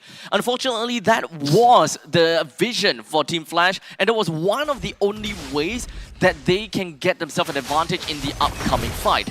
With this 16 minutes Lord marching down in the bottom lane and a very stacked up team from Absolute Zero in the name of Fate Cutie and Salus, they will have a bunch of problems trying to keep both of their T3 intact. Yeah. Oh, some form of damage from the side of Hades onto Bougie. But then Flash SG needs to try to defend this one. It's a three-prong attack for the side of Absolute Zero. They need one person to deal with the Lord. They need wave clear in the middle lane and the top lane. Fortunately, it seems like they managed to repel AZ just by a tad little bit. Here's a bit of a kick onto Vendetta. The deadly catch to try to zone off the rest of the members for the side of Flash SG. Closer will be the main sacrificial lamb for the side of Flash Good SG. sacrifice. Throw himself right there to be dealt with by the side of Absolute Zero, as Absolute Zero ran out of minions to be able to push mid lane and perhaps even top. Honestly, that's a really good sacrifice, but that also means that in order to make the sacrifice good for Flash, AZ, they have to take this turret down. And not only just that, right, it's also up to Flash SG to deny that one. Vendetta leading the charge just a little bit. Here comes another deadly catch, zoning the rest of the members on the side of Flash SG. They've got even more from where they came from. Absolute Zero right here. The wall a little bit awkward coming outside of the Nomad at the same time. Flash SG still will be able to hold against Absolute Zero. Good defense from Flash SG. They threw closer right into the face of AZ, forced AZ to deal with that, so that they have the time to deal with the Lord, one thing at a time. AZ also identified that, okay, we have already lost the opportunity with the Lord. However, we still have two very strong waves that will be coming in from the top and the middle. So that is where we will be able to kind of tally up against what the kind of value that we have lost. Hades ultimately getting picked up. Bougie is literally being super annoying right here against Flash SG. Everything that Flash SG wants to do, Bougie is there to stop, be it as a Farsa, be it as a Juicin, and it's so annoying. There is still ways for Flash SG to win though. Even though that Bruno is already at max item and so is the Yishun Shin and almost Bane, there is of course that Lancelot can still stir quite a bit of trouble to the backlines, especially over to Bougie. I think that Bougie is tanky though, don't get me wrong, because he does have got the Winter Crown and the Blood Wings. So just Hades himself is not going to be enough. And we know the crowd control will not do anything to Bougie. So understandably, with Vendetta and Nomad always in the front line, I think the main thing for Team Flash is that they need to be able to outpoke the frontliners, and Kurtizi needs to prematurely use his Darkening to really threaten Vendetta as well as Nomad to pull out Salus and Fate Cutie. Vendetta trying to open the map just a little bit, but don't worry, there's a Mountain Shocker coming out from the side of Absolute Zero. The knockup coming out from the lore onto Hades. Hades trying to shing away, but it's down, a little bit down low. Closer comes in for the kill. Fate Cutie, oh no, he actually gets shut down by the side of Hades as Bougie will go on ham onto Kurtizi as well. Vanix right here, but closer NJ down low. Nobody from the side. Flash SG can peel for Vanix for now. It is still going to be a 4v4. The good thing is that Hades is still alive from the side of Team Flash, and it looks like they're trying to go for something here. Yeah, definitely defending execution. The thought rolls! Tags onto Bougie, and Hades will be able to walk on the way. And now it's just Absolute Zero. Salus, Vendetta, and Nomad has to make the run for the hills. Vanix is also trying to join the fight. The deadly catch, trying to zone away, but closer is keeping his enemies super close around there. as Flash SG, but Phoenix turns around and go for the Lord instead. Closer, this guy is not gonna die, but he himself He's and close to death. all alone, he will repel 3 members all the way back But to he's their running jungle. out of mana though. He's running out of mana though. He's No gonna- man, hold on a second. he's gonna No! do He's not able to stop Hades, and Hades secures the Lord for himself. The deadly catch being thrown by the side of Absolute Zero. Fake Cutie goes into the Mountain Shocker, but it's a minute too late. Flash SG has snatched the Lord away from Absolute Zero. That's what I'm asking for. As much as I really think that Bougie is difficult to deal with, and that's why I am suggesting for Fate Cutie or Salus to be the next one to be taken down. As long as they find Bougie, then that's all great. Hades did manage to find the #1 priority of the team. Ultimately, it's kind of the second easiest to reach, right? The first easiest to reach is always going to be the frontliners, Vendetta as well as Nomad. Secondly is going to be that Ju Sin. But the difficult part is because he does have Purify as well as a teleportability in the name of her ultimate. Flash SG, they were dancing on the knife's edge right here, and now they're throwing that knife back at Absolute Zero, looking to drive a wedge in between that. Here comes a tectonic charge from the Nomad, and Bougie unfortunately get kicked, purified already. Jay gets picked up by the side of Bougie right here. The Lord already penetrate through, down at the top side right here. Flash SG looking to inflict even more damage, but the Lord slowly getting dealt with by the side of Absolute Zero. That was super value for Team Flash though. They managed to take the T3 turret in the top lane. Jay managed to land a kick on the Bougie, forcing that Purify, while Jay still preserves his own flicker. This upcoming fight will be led by Jay with and it needs to really make full use of that flicker. And don't forget Hades. That's an open lane, the absolute top lane for the side of Absolute Zero. Hades can always It's a free sneak avenue in down as well. Yes. You can always be able to use these creeps as a trampoline to just get in super deep into Team Absolute Zero's backlines. Yeah.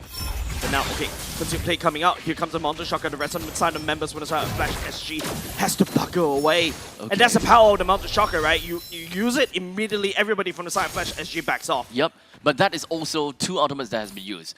The Consecration as well as the Mountain Shocker. Team Flash, they understand that even after those 2 skills is used, it's not gonna be that big of an impact for them to just run straight in, because the Lord is coming back in 15 seconds, and that is a bigger threat that they have to uphold. Mountain Shocker should be coming back in another, 20 seconds left.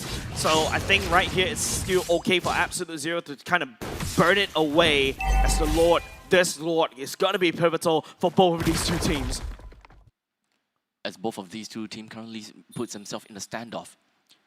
Jay opens up the map a little bit, but doesn't really see too much into the war. No! Hades! Oh, that's not how you want to walk into the bush right here. And all of a sudden, all the hopes and dreams on the side of Flash SG immediately just go kaput. Absolute Zero, a massive pickup. Especially since the Lord is currently available down the bottom. Oh my Team goodness. Flash immediately concedes the possibility of stealing this Lord away. That one bush. Oh my goodness. Is Flash SG trying to force their hand right here? They're going to try to delay. They need to buy another, 40 seconds right there. But I think Absolute Zero is going to blitz this Lord as quickly as possible. I don't think that this is going to be an easy one for Team Flash at all, because it does seem like Close the up. Lord is currently all quick. Look at Closer. In the middle of the thing right there, Fake Cutie secures the Lord for himself, and Closer unfortunately has to duck out, burn the flicker, and the rest of the members of that Absolute Zero goes in for the conceal play, picks up Closer as Salus spat at him. Complete cycled for a minute. Oh, Though man. Hades will be back, I think that they should still be able to do something here. No, I don't think so.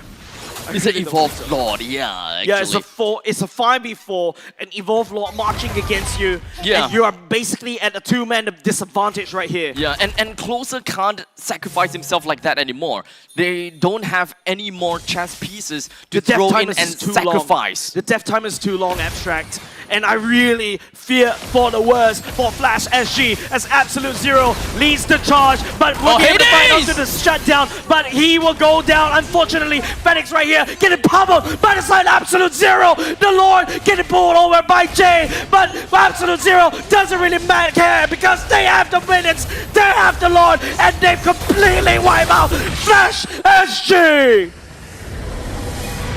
Absolute Zero is now the Absolute One to take the win out of this series that went all the way to game number 3. A sweaty game for Absolute Zero, a massive confidence booster for these rookies, making a name themselves against the 4P champion of Flash MPL Singapore. What a game, what a series. This is gonna be a very difficult pill for Team Flash to swallow. This is not what they wanted out of their game against a challenger team of last season. Yeah. It's fair to say that they have got a long reign of 4 seasons, and for a challenger team that came in last season and only have or rather have a half year of training, Absolute Zero takes the cake. Yeah, out of Team Flash. Like, look, Team Evil has taken them down before. Absolute Zero, remember what I talked about, how Absolute Zero reminds me of the old Team Evil. There you go, right? Like, Vendetta looks really strong right there in terms of his performance. Fake Cutie also, like what I mentioned when right off the bat, he looks like one of the next rising stars in terms of the jungler, and he delivered that title. This is a scary game, but this is one heck of an entertaining game. Team Flash, they did absolutely whatever that they could, but all in all, there's just way too much for them to handle against Absolute Zero. And unfortunately,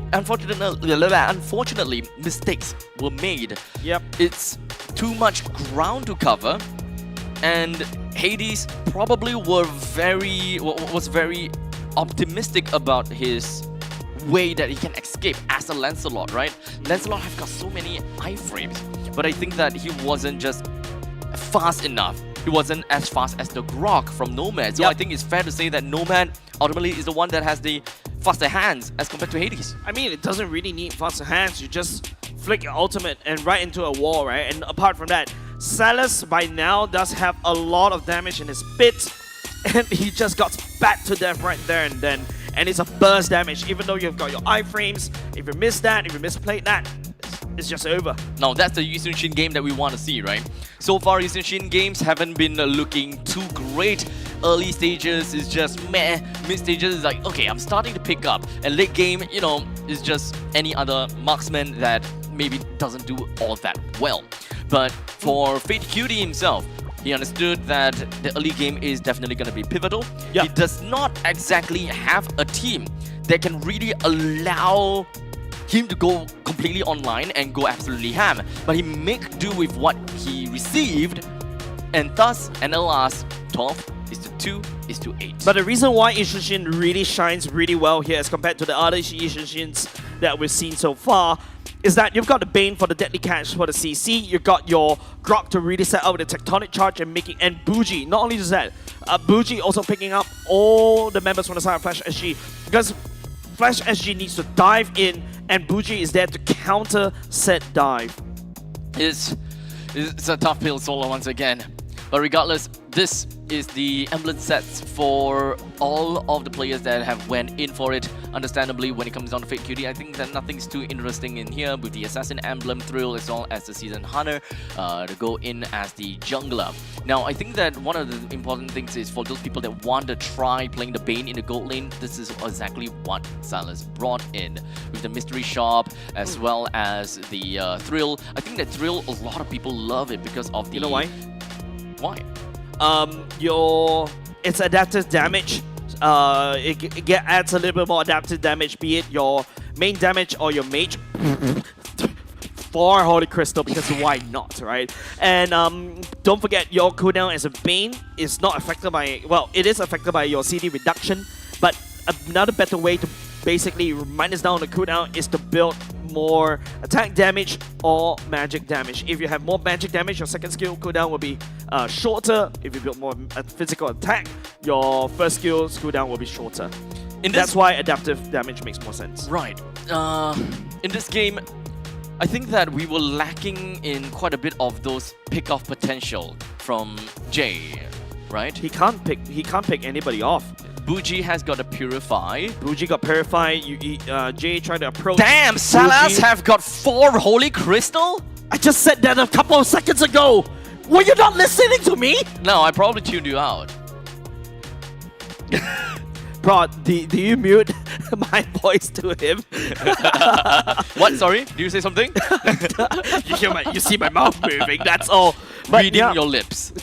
Yeah, but like, I agree with you. This is a very hard game for Jay, right? There's so many things that you have to look out for. You Shimpo, Jikundo, forward salad just throw a deadly catch at you, and Cho is not known to be super tanky, right? He's gonna get blown to pieces by the deadly catch, especially later parts of the game. You step forward just a little bit, you receive the lantern damage from the side of Buji, and it's just very hard for Jay to basically play this game at all because of the roster that Absolute Zero picked for themselves. It's like, if you see the Uranus, okay, great, that's a Uranus. But if I go over and kick him, can anyone kill him? Technically, I would like to believe it will be a very close one because you have a Lunox on your side. I'm not too sure whether we managed to see anything. However, they would need to put a lot of resources just to deal with that Uranus. Yeah, and if you take a look at the highlights, right, like game number 1, at the very least, Absolute Zero already made it look super hard for Flash SG to basically take this one win, right? They were literally dancing on the knife edge throughout game number 1 because Fake Cutie was performing wonders. Buji's also performing wonders on this roster for the side of Absolute Zero. Then if you go towards game number 2, you also start to see that, hey, Absolute Zero is actually leading the charge against Flash SG. Flash SG couldn't hold the aggression from the side of Nomad, from the side of Fake Cutie as well. Ultimately, game number 2, which is the highlight that you are seeing, this game ultimately went over to Absolute Zero. This is, of course, not exactly a very easy game for Team Flash. In fact, this reverse sweep is not what Team Flash wanted. You know, today we have observed 2 reverse sweeps, and this makes me a little bit scared for what is about to happen in the 3rd series of the day. Yeah, 3rd series of the day, we're gonna be watching RSG going up. RSG going up against Team Evo, but Team Evo is, you know, very comfortable at the top. They're very comfortable at the top seed, but you know, today seems like a top seed Turby day. Yeah, you never know what could happen. I don't want to predict, and I do not want to guess anything. Never predicting anymore. Right? Never predicting anymore. Kind of seems as though this is Dark Horse Day. Yeah. But I don't want to say too much about the final game. Yeah, I feel like you're going to be jinxing it because if you say it's going to be a Dark Horse Day, does that mean that we're going to go into another game number 3 for match number 3? I don't know though, because Team Evil, they're so strong this season. Yep. So strong, and they are consistent. They still have their evil micro magic. They still have the anchor, powerful. They're still leading the team as the captain, and still the old and the reliable. Yep. You also got your Sailor and Gear locked in right there. Yep. And of course, Ben has been playing Ben. crazy games recently, right? And hands down my favorite marksman of MPL SG Season 10. Ben has 4 counts of MVP based on 7 games played. And it's still the highest, right? Because we've already watched most of the games already being played for today, and he's like 4 times MVP. Yeah, not too big of a surprise, but I do want to know if whether Van will be able to get 2 more MVP in his belt. So we can only have that question answered after this very short break. So don't go anywhere too far. We'll be right back with you guys for the last series of the day.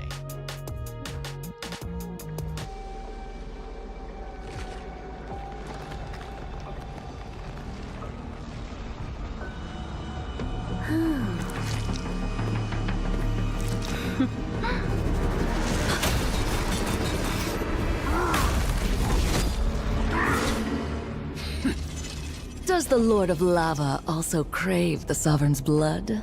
Fool! The tyrant's remains will only bring doom!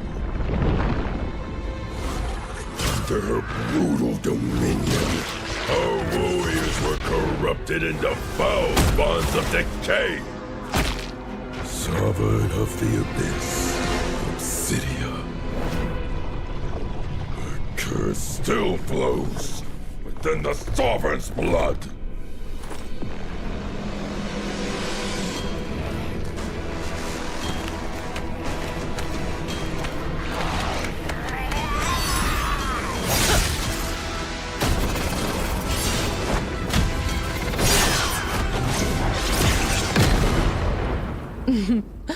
Such loyal little puppets. Aren't you?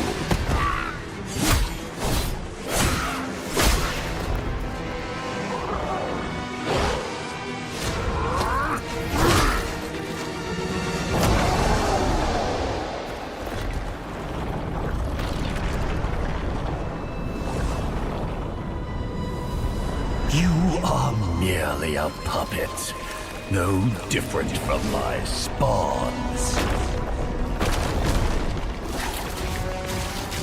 Bow to me. Keep your throne, or be destroyed. The Abyss bows to no one.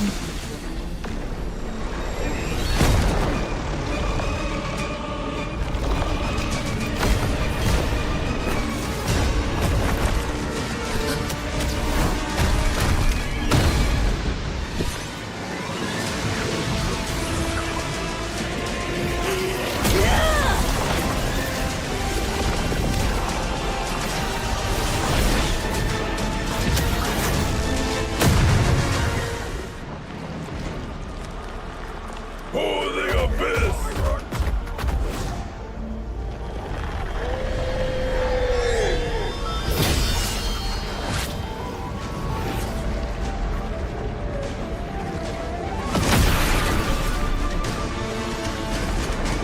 These wretched spawns reek of its corruption.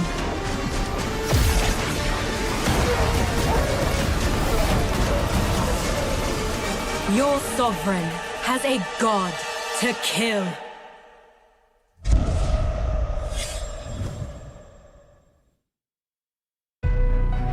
I see.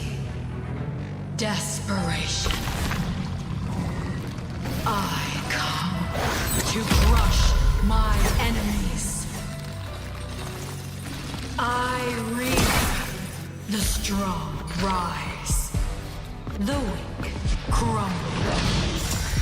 My will is absolute. The abyss shall kneel.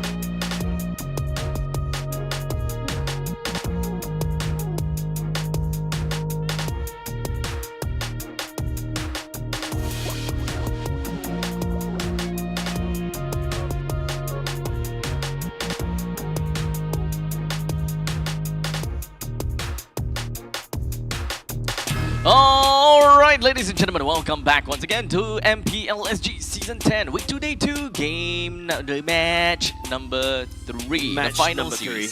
The final series of the day. It is a long week for MPL Singapore, and we're down to the last series of this week, number 2. Tons of upsets. Tons of upsets for during today. this week. And so on.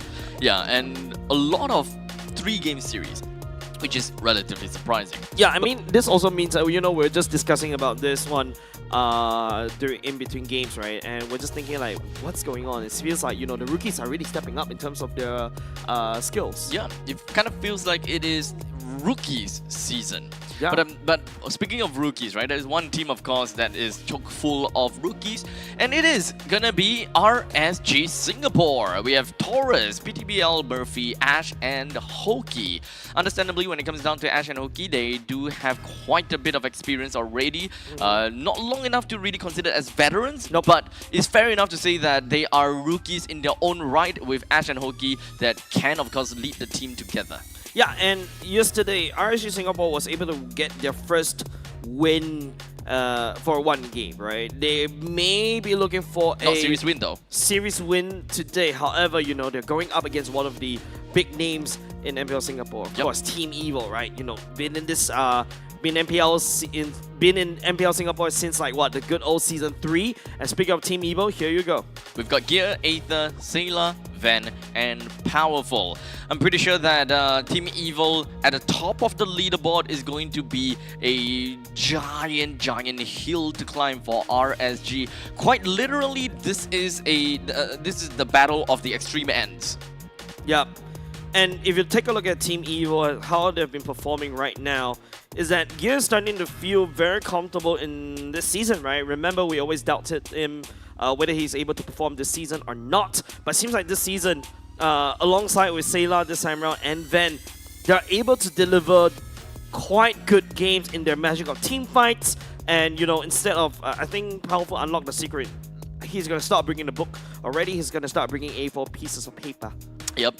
Eventually, I hope that it will evolve, right? Instead of A4 pieces of paper, I want him to be bringing like A4 pieces or stacks of paper that eventually goes over the stage. The whole ream. Yeah, it's like, guys, this is my homework. Look, tell the opponents, take a look at this. Yep. This is all about you. You want the other opponents? And then after that, when you see the drafting go all the way, oh, this is page number 86. He pulls out this riffles, and he pulls out one piece. They're gonna pick this. Oh my goodness! I tell you, if Powerful actually retires from playing, he actually make a very good coach. Exactly. You know, what will make things even more entertaining and menacing is where a Another coach. ream? I mean, a coach that is actually very vocal, not to the team, but to the audience. Oh. Can you imagine a coach that goes onto the stage, coaches for the team, and then looks at the draft, looks at his paper, tells the audience what exactly they're gonna ban and what exactly they're gonna pick, and it actually happens? You know that team with that coach is gonna be one heck of a scary team. That's literally aura farming right there, Abstract. Like literally, like just being 1 or 2 steps ahead of your enemy. And I think definitely a lot of pressure on RSG right now to be able to perform, right? Especially from the side of Melon. And even from the start of MPL Singapore, when we just joined in. What? Oh yeah, it's Melon. Melon's the coach. Uh-huh. Melon used to play for Evil. Yeah, exactly. So this is definitely going to be a very interesting grudge match, in my opinion. But of course, don't forget, you know, be smart. Don't be like me. When you go buy IT, please scan the QR code right there. Yep, please scan over the QR code using the IT's Could have app. got the discounts. Could have gotten a discount, yes. And not only just that, right? Not only a discount you could have gotten.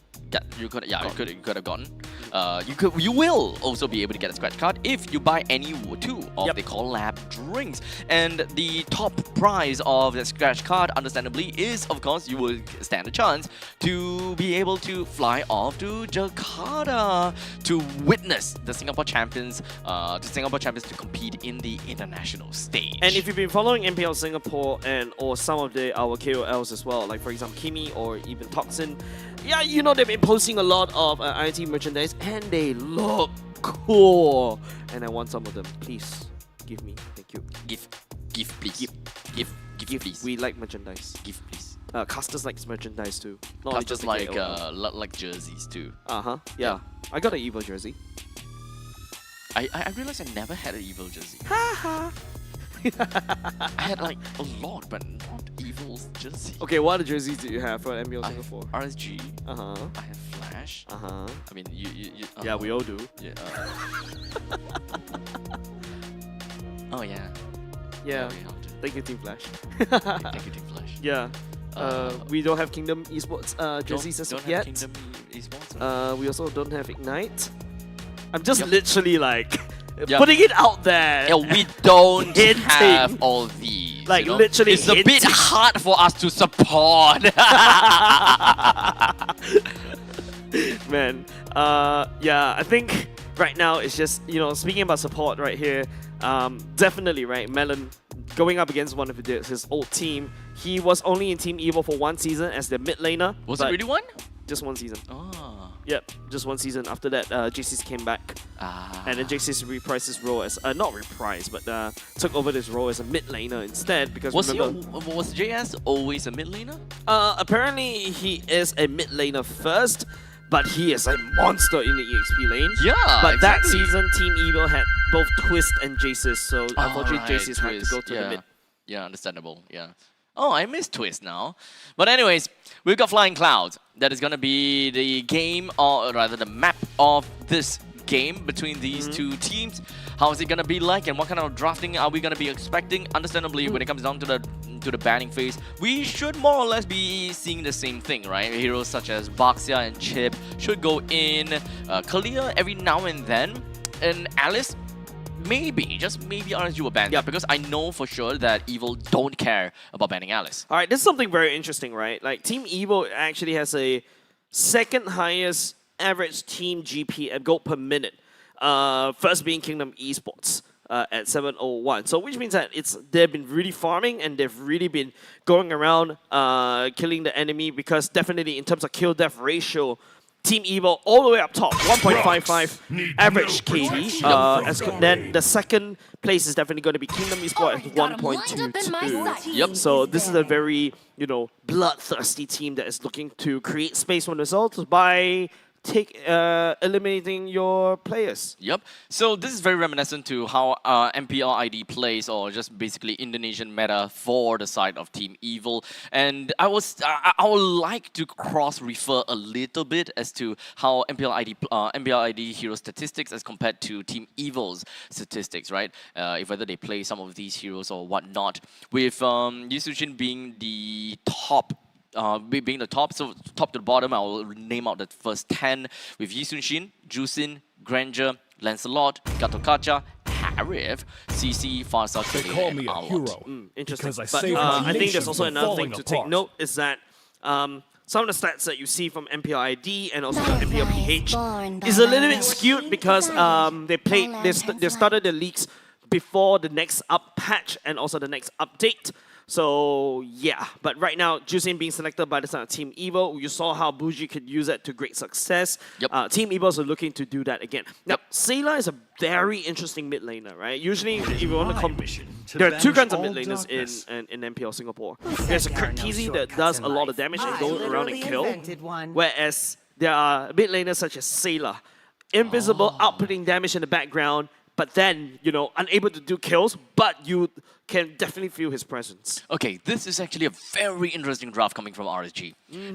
Them picking out Chip essentially just directly says that we want to fight you. Yeah, Atlas is super free right now for the side of Team Evil to pick up. Yeah, this is scary. I don't know whether Evil will even pick up the Alice, like they prepare for that or whatnot, or would they want to draft so that they can prepare against the Alice? Seems like they're not going to go for the Alice instead. It's going to be, wait, hold on. My kiss. Arlot being selected by the side of Team Evil. RSG definitely going to counter pick that one away. Okay. So with the jungle that has burst, and so far the MO for Evil when dealing with an Alice is that they want more burst potential. Right now with only Joy as the bursty one, and unfortunately since Jusin has already been picked, their mage can no longer burst. They need to look for some other avenues for that kind of burst potential. And unfortunately right now with the Arlet that has already been picked, there is of course a possibility that the Arlet can still go roam. It could still go XP. What are some of the XP laners that actually can, well, burst? I don't think so, right? The XP laners right now in this particular patch is mostly just being there, just outputting damage over and over again, doing DPS, basically, right? I think the biggest burst right now that you're seeing thus far is probably Lapu Lapu. Just slap on and then start splitting around. I don't think Hilda is a good idea for EXP laner. I still kind of think, okay, so if Hilda doesn't work well as an XP laner, then at least it is still a bursty hero that you can put maybe in the roam side. I still want to stick to the idea that Evil needs more burst and needs some shred.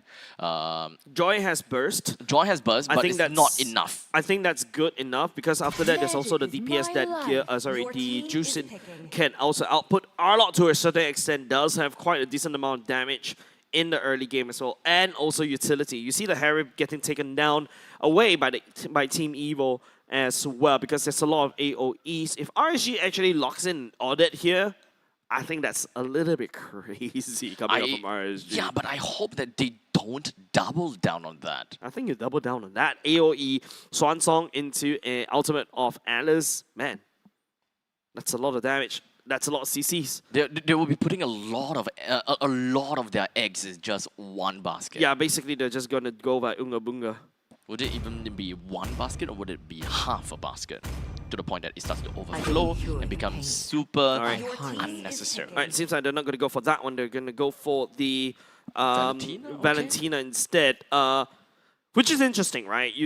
Usually you go for the Valentina to get some of the big ultimates away from the side Team Evil, but looking at that, I think the Final Slash is the only big ultimate that RSG could possibly steal. Unless they're setting up for something. I mean, they could be setting up for the fact that Evil could be getting big token ultimates, right? Because it is a chip, and it is an Alice after all. Oh no, okay. Oh. That's literally giving the ultimate over to Son of Valentina, right? Locking in the Khalid. That's going to be a gear on an Arlot. Then playing the Claude. If I'm not mistaken, this could be our... Oh, this is the second Claude that we've seen thus far. Okay, so it does seem to be pretty understandable considering the fact that they need one guy that shreds. They need at least one guy to burst. So Evil will now stick to the fact that they have one burst, one shred. The rest is just crowd control. Interestingly, Claude the last Claude being used was actually by Ash. So is this basically Van's way of saying, okay, I'm going to counterpick this Claude away because you just don't want to give it over to the side of RSG. If not, they're going to get a lot of AoEs. They're going to secure, they're going to finish up their drafting phase with this Bruno pick from the side of Ash. But if you notice how RSG has been playing Ash, right, it's been putting him all the way down to a 4+1 situation all the time. He's just looking at turrets and turrets only. So, do we have an early game for Evil for them to be able to steamroll? Khalid, Joy. Technically, just Khalid and Joy. Actually, you know, Arlet does have a not too bad damage as well. Yep. Just bring a Fury Hammer onto him and he should be pretty good to go. Ultimately, they have pretty decent wave clear from the Jusin plus the Khalid combination altogether. They should be able to wave clear much faster than a Valentina plus the chip combination, especially since RSG's mid lane is actually very commodal. They don't have a very large, or rather very high reach. So it will be quite a battle, which is something that Evil will love. They want to fight it out, they want to battle. In fact, there really isn't exactly a true need for them to influence the other lanes in this game. So they might actually just brawl it out in the middle lane, having the Jusin and the Khalid just outright harass and outright just force and push away the middle lanes to stop them from clearing out the waves. Yeah, it seems like it's going to be starting off with powerful, like what you mentioned, right? We're just going to fight for map mid control. wave clear very quickly. The Valentina is going to have to commit a lot more. Level 1 Valentina wave clear is abysmal without the support of the roamer from RSG. That's why if you notice, Chip is also lingering on the other side right there. So as much as possible, you can see RSG, they're completely sharped out and they're not too willing to get close. The main problem is Valentina always have a problem with reach. And with Powerful that has got very strong base damage out of the Desert Tornado, and the fact that Sayla can pick you up anytime to deal pretty decent damage in early game plus a pretty long crowd control, you gotta be real careful as a Valentina. Powerful, hard invading alongside with Aether as well. Doesn't really have level 4 just yet, but this counter jungle is gonna impact PTBL in terms of the farm just a little bit. But don't forget, it is still a chip for the side of RSG that the Hoki can definitely abuse. Yep. So Evil is definitely is playing according to what I would be expecting out of them. High aggression based on their roaming trio, push away the middle lane because of their short reach, and not necessarily just influencing the lanes all that much, because there is not much of a kill pressure coming in from the XP lane. And for the gold lane, Claude is a very self-sustaining hero that has very good mobility coming in with his BMI.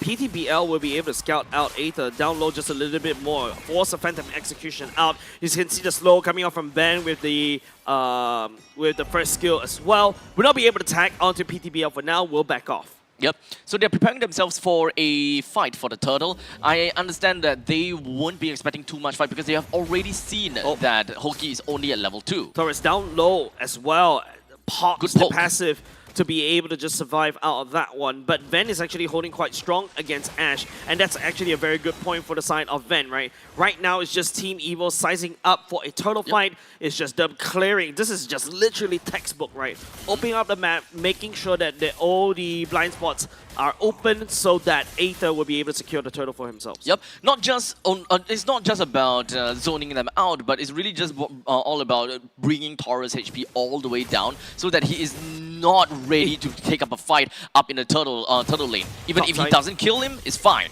Dawn of Ruin already activated by the side of Taurus. First Blood already secured by the side Team Evil. Phantom Execution is going to be able to try to sidestep that one. Raging Sandstorm brought in Havoc by the side of the Team Evil as well. Will be able to land onto somebody from the side of RSG Singapore to kind of sway them. Murphy and Ashe down low just a little bit.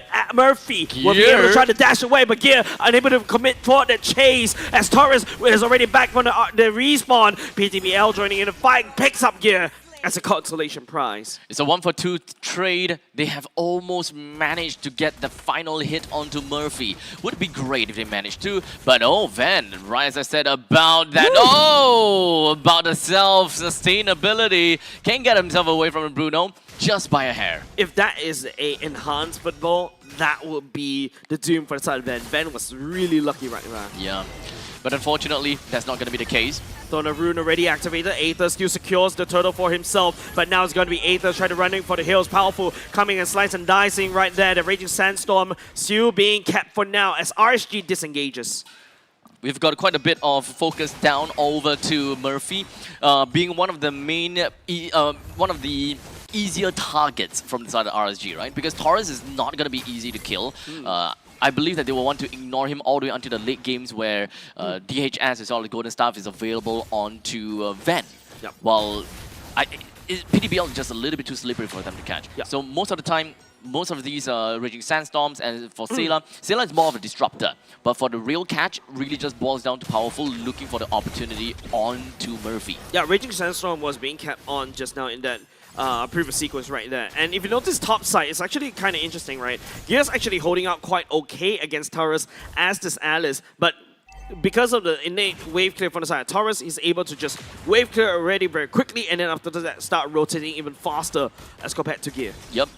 In this case, I would say that both of Alice as well as Arlott, their ultimates are not exactly very devastating in a 1v1 context. So none of it's not going to change in terms of power level from before level 4 and after level 4. So it will always be a stalemate up in the top lane until someone makes a mistake. In the meantime, down in the bottom lane, there will be a bigger difference because Claude can wave clear so much faster. Either taking away, okay, it's still PTBL securing his own orange buff as well. But it seems like PTBL working on gear for now. Touch and go. It's a very slow-paced game. This is not something that you expect from a Team Evo game. The main thing for Team Evil is that they identifies who they can actually kill and what can they actually do. The roaming trio can't possibly do anything about Chip because that will only put them in a very rough spot. The only idea is actually putting themselves right over to the Valentina. Sailor showing some love over the side of RSG right there. The turtle ultimately getting reset. The Aether is not ready for any sort of fight. As a Joy, you really need to rely on your teammates to basically set up the turtle first before you go in with the ultimate. With both of the junglers at level 9, except for Aether. Actually, Aether is only at level 8, so we can clearly see that there is a bit of a discrepancy. Okay, so at least they can come in fight. Oh, Taurus goes in the Thorn of Ruin as well. The Massive will be able to catch onto Powerful. Powerful tries to get on away, flickers back to safety. Members from the side of RSG Singapore will not be able to touch him, but Hoki picks up Sailor as well. Gear going in, try to do the final slash right there, but will not be able to catch onto Hoki. The turtle immediately forgotten as PTBL turn it around, and they are in a very good position right now. With about 1,000 gold lead for RSG, they definitely want to play for the lanes now. And being able to take away the T1 turret in the middle lane, that is so good for RSG. Honestly, having the Alice in here is such a good pick that completely catches Evil off guard just because of the Juicin first pick. Juicin first pick. And that just gives Evil the lack of burst potential that they usually have in other games. They're trying to go for this one. Nice Thorn Rose right there, but not good enough. Blazing Duet will be able to land him the shutdown over the side of Team Evil. And now at the very least, Ash cracks open top lane. Yep, it's a lane for a jungler. Pretty equal, especially since PTBL had a 3-kill spree. We do have a bounty that actually Ven managed to collect for himself, and that will translate over to a DHS. Mid lane also cracked open for the side of Team Evil. RSG Singapore is actually going the mile in terms of, you know, getting everything they wanted, right? It all started with the Alice pick. Taurus, Thorn of Ruin, the ultimate. It literally just sets up everything for RSG Singapore, laying down Team Evil like it's red carpet. 3-5. Seems like RSG have got more kills, but both of them completely neck and neck. Teetering on a breaking point, these two teams will look out for the Lord in 30 seconds time. Shortcut right down the bottom lane. Aether immediately getting deleted. Team Evil has to make the trade. They're going to bum rush topside instead. Trying to trade tit for a tat. No problems at all. They do manage to get all of the side turrets down, at least for Evil. While for RSG, yeah, all 3 down. But Evil, they still gotta have to focus on middle. Yep. We go towards the later parts of the game where, you know, the likes of Ven should come online. But don't forget, RSG Singapore also packed quite a lot of punch, right? Ash, you've also got Murphy, but hold on a second. Find a slash, we'll be able to catch onto Sailor. Sailor activating the ultimate. Nice Reggie Sensor coming out with Powerful. We'll be able to catch most of the members from the side of RSG Singapore. Taurus right here, down low just a little bit more. Gear tried to dash all the way in. Will not be able to commit murder onto him. But Team Evil right here, they take 1 for now. More than enough to really scare RSG away, right? They brought down Hoki. No way for him to come back until the end of this Lord take. In the meantime, they get the Lord, but they lose their own purple buff. Not too big of a deal, but RSG SG, oh, they might actually continue. Hoki activating the ultimate right there, trying to catch one member from the side, Team Evil. Team Evil, however, looks a little bit disjointed. Will not be able to reinforce Gear. Gear ultimately sacrifice over the side of RSG. The tempo for RSG is still going strong. It's a constellation prize for RSG for losing the Lord ultimately, but they should want to focus onto the side lanes as it is ultimately the easiest way to get some money. And money is what they want. Perhaps not being able to take down the T1 turret is gonna be quite a bummer, but knowing RSG SG, they will defend that like no tomorrow. They just want Van to farm up. It's only 1:0:2, and it's only 10 minutes into the game. Notably, it's only about 12 minutes time. Then he will get about 3 items, perhaps about 3 items. Then about 16 minutes, and we'll get the 4th items if the curve continues that way instead of being able to exponentially get the farms. Yeah, Malefic Gun is secured by Ash, though Abstract. That's one of... Okay, speaking about power spikes, Aether picks up Holy Crystal for himself. And now it's just Team Evil setting up, using this Lord to get as much... Ooh, look at how Ven... Yeah, look at how Ven just immediately melts down mid lane turret right here. Powerful just zoning away the members on the side of RSG Singapore. Sailor also doing the same as well, picking up Taurus as well, just allowing Team Evil to slowly dismantle the defensive structure for the side of RSG Singapore. The holy defense also get proc, and all of a sudden Team Evil is fighting on RSG's side of the map. Well, I'm surprised. RSG is not trying to push for the defense of their middle lane, because that is really what keeps them holding on. Aether goes into the ultimate, and now all of a sudden the hot chip ultimate Raging Sandstorm all the way right there. Nowhere for RSG to run as Ven picks up Torres, and Sailor will be able to catch onto Hoki, giving that kill over to himself. That is hands down a shortcut to down under. They put literally that was true. Yeah, that was a shortcut into Aether that is prepared to go for the Rhythm of Joy. Yeah, and not only just that, right? Ven also comes in with the Blazing Duet. It's just so many AoEs, and now all of a sudden the Hoki's shortcut doesn't look very safe anymore. The final slash isolating Murphy. It's going to be a little bit awkward for the side of RSG Singapore to defend Team Evil. They're playing on the back foot, and now they regain momentum. You managed to get a little bit of an idea where Evil is stealing their orange buff. But with 30 seconds in until the next Lord appears, Evil now stands tall with a massive advantage over RSG due to economy, due to map control. I think that it is a very big miss coming from RSG to not throw bodies and save their T1 turret up in the middle lane, which is something that we see a lot from other teams, because they really focus and understand the importance of having that T1 turret to defend both of their jungle camps and perhaps the entire part of their jungle. Yep.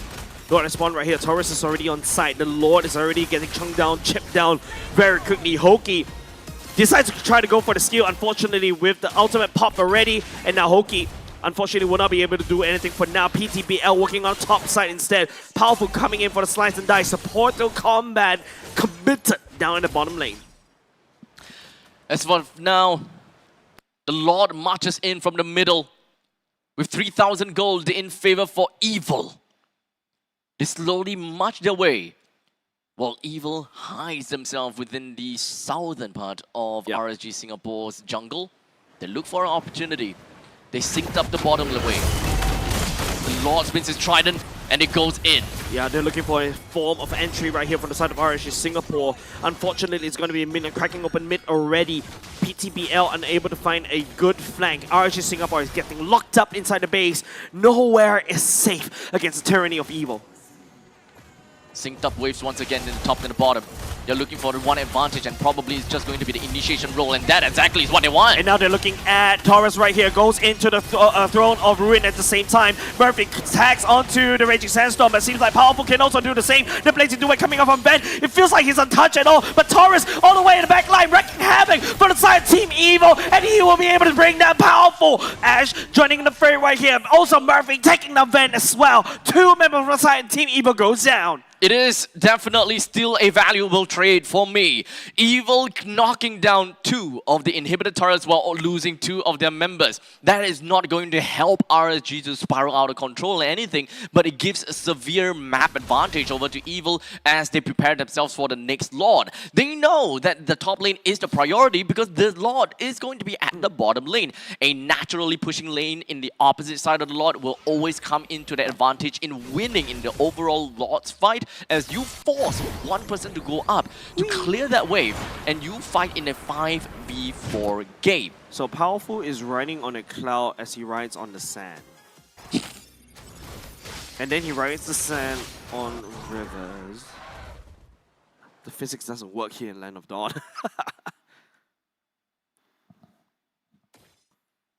This is just about very sneaky plays, I guess. They are playing things a little bit slowly. Everyone is within of their own grasses. top lane, middle lane completely wiped out. So they're looking for a right timing. But don't forget, every bush right here is actually very scary, right? Indeed, yes. Because Hoki, look at that. Oh, So revealed by the lantern. Yeah, it's all about timing, really. But RSG, I think that the main thing we're looking out for is the initiation route, right? They don't have those big ticket ultimates that can stun everyone else unless you truly want to just send Taurus in, flicker in, and stun them down.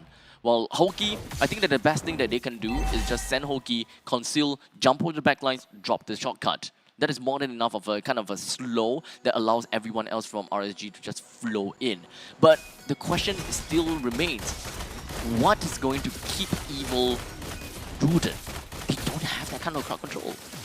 Hoki, continue play, gets further out. And look at Hoki, one-track mind, just goes and tag onto Ben right here. Sailor goes into ultimate. All of a sudden, the main damage dealer from the side of Team Evil has to back off just a little bit more. And RSG catches nobody. And now Team Evil will go in for the counter-attack. It's going to be Gear stepping forward just a little bit, catching onto BTBL as well. We'll be taking him down. Noble jungler for the side of RSG Singapore. Good flicker coming in from Gear, understandably, understanding that offensive flicker will definitely catch up onto PTBL as his puncture marks did not get refreshed. It takes one to know one. As such, Gear hands down just slapped PTBL. Now with a Lord that will be marching in the middle lane with a synchronized wave in the top and the bottom lane. That's just a little bit too much for RSG SG to even handle this. Yeah, especially when RSG Singapore is just so busy, powerful all the way in the back line, trying to push the damage right here. As Sailor will be able to pick out Taurus. Taurus immediately go down as, ladies and gentlemen, Team Evil triumphs against RSG Singapore.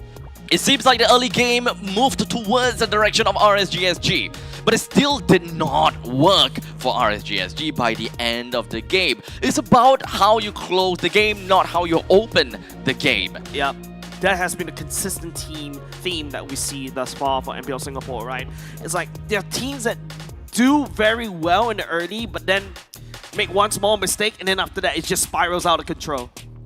Now, of course, the thing about this patch is that I noticed even in other regions, comeback mechanic actually is very limited.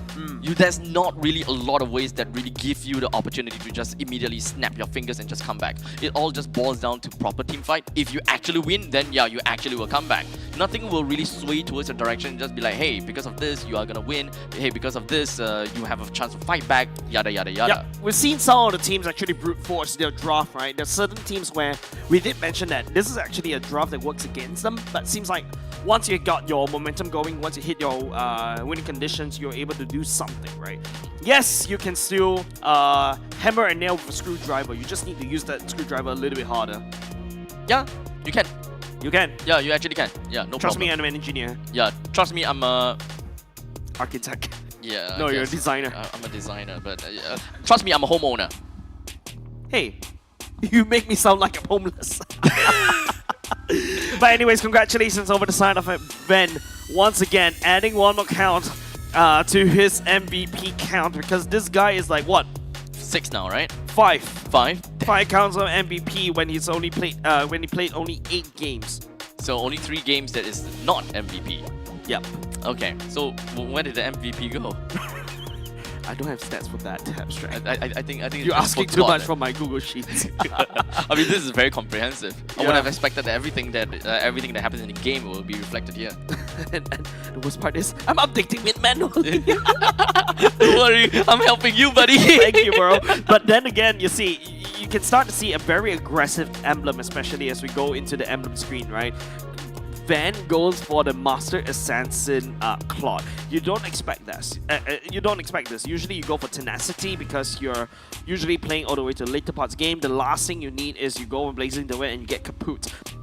And also, don't forget, Team Evil's playstyle, if you notice how Van actually uses the Blazing the Wet, it is very methodical, right? It's just waiting for the right opportunity that's set up by the side of Powerful, and they go in. It feels like Van is slowly becoming part of Team Evil's roster already. Honestly, it doesn't feel as though there's any form of disconnect. It kind of feels as though they have been playing together for the longest time ever. They've been playing like, what, 2 seasons? This is the 2nd season they played with each other already. Oh, not 8? Oh, yeah. Well, no, 7. 7. 3, 4, 5, 6, 7, 8, 9, 10. 8. This is the 8th season since they were established. established. Oh yeah, including season 3. Okay, my bad. I Yeah, forgot the including plus 1. season 3. I forgot Yeah. plus 1. Yeah, math. I can't math. It's always like 3, then 4, 5, 6, 7, 8. Yeah. Sorry, I need my fingers regardless. Actually, it is so funny that we're actually stuck on this slide because I can't. Because if you guys switch back to the camera, he's actually pulling out his fingers. And what happens if you actually need to count beyond 20? You bring in your toes. Yeah, exactly. Anyways, that's why. There's sometimes when things I say, it has to go through my big brain. But I mean, as long as I understood that, yeah, but I will beat you. We'll talk. We'll take this offline. Anyways, just looking at the stats right here, it's just swinging in the favor of Team Evo. Even though Team Evo had a kind of a bad start, but they're slowly able to pick up because once event start to come online, it's also able to output the damage. And this is a very Team Evo that we expect, right? Usually Team Evo wants to go in and also try to output as much damage as possible towards the enemy, try to take down people. But this time around, now they learned how to macro. Yeah, I mean, Evo, them, no matter what no matter what people throw at them, they will find an answer.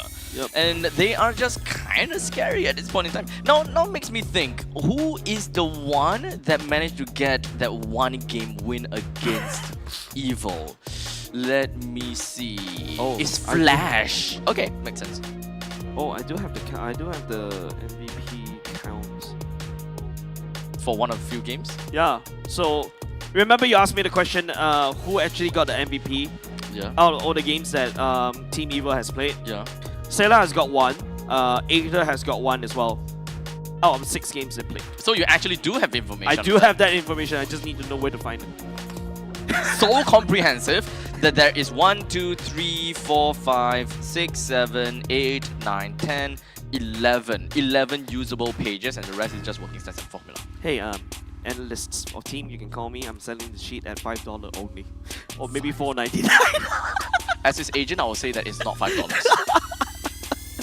Oh dear lord, it's not $5. Because it has been proven. It's actually I'm looking back at this game again. It's just such a solid game so far coming up from side Team Evo, right? Like this has been one of the best runs in their career, especially ever since season 3, right? And now they're like literally inching up to be, I don't know, maybe looking to win it, or if they maintain this kind of performance all the way throughout the playoffs. I mean, to be fair, this season they are largely consistent. Like what we would expect out of them, they will pull it off. Like there are definitely some teams across many seasons, right? We expect them to be this strong.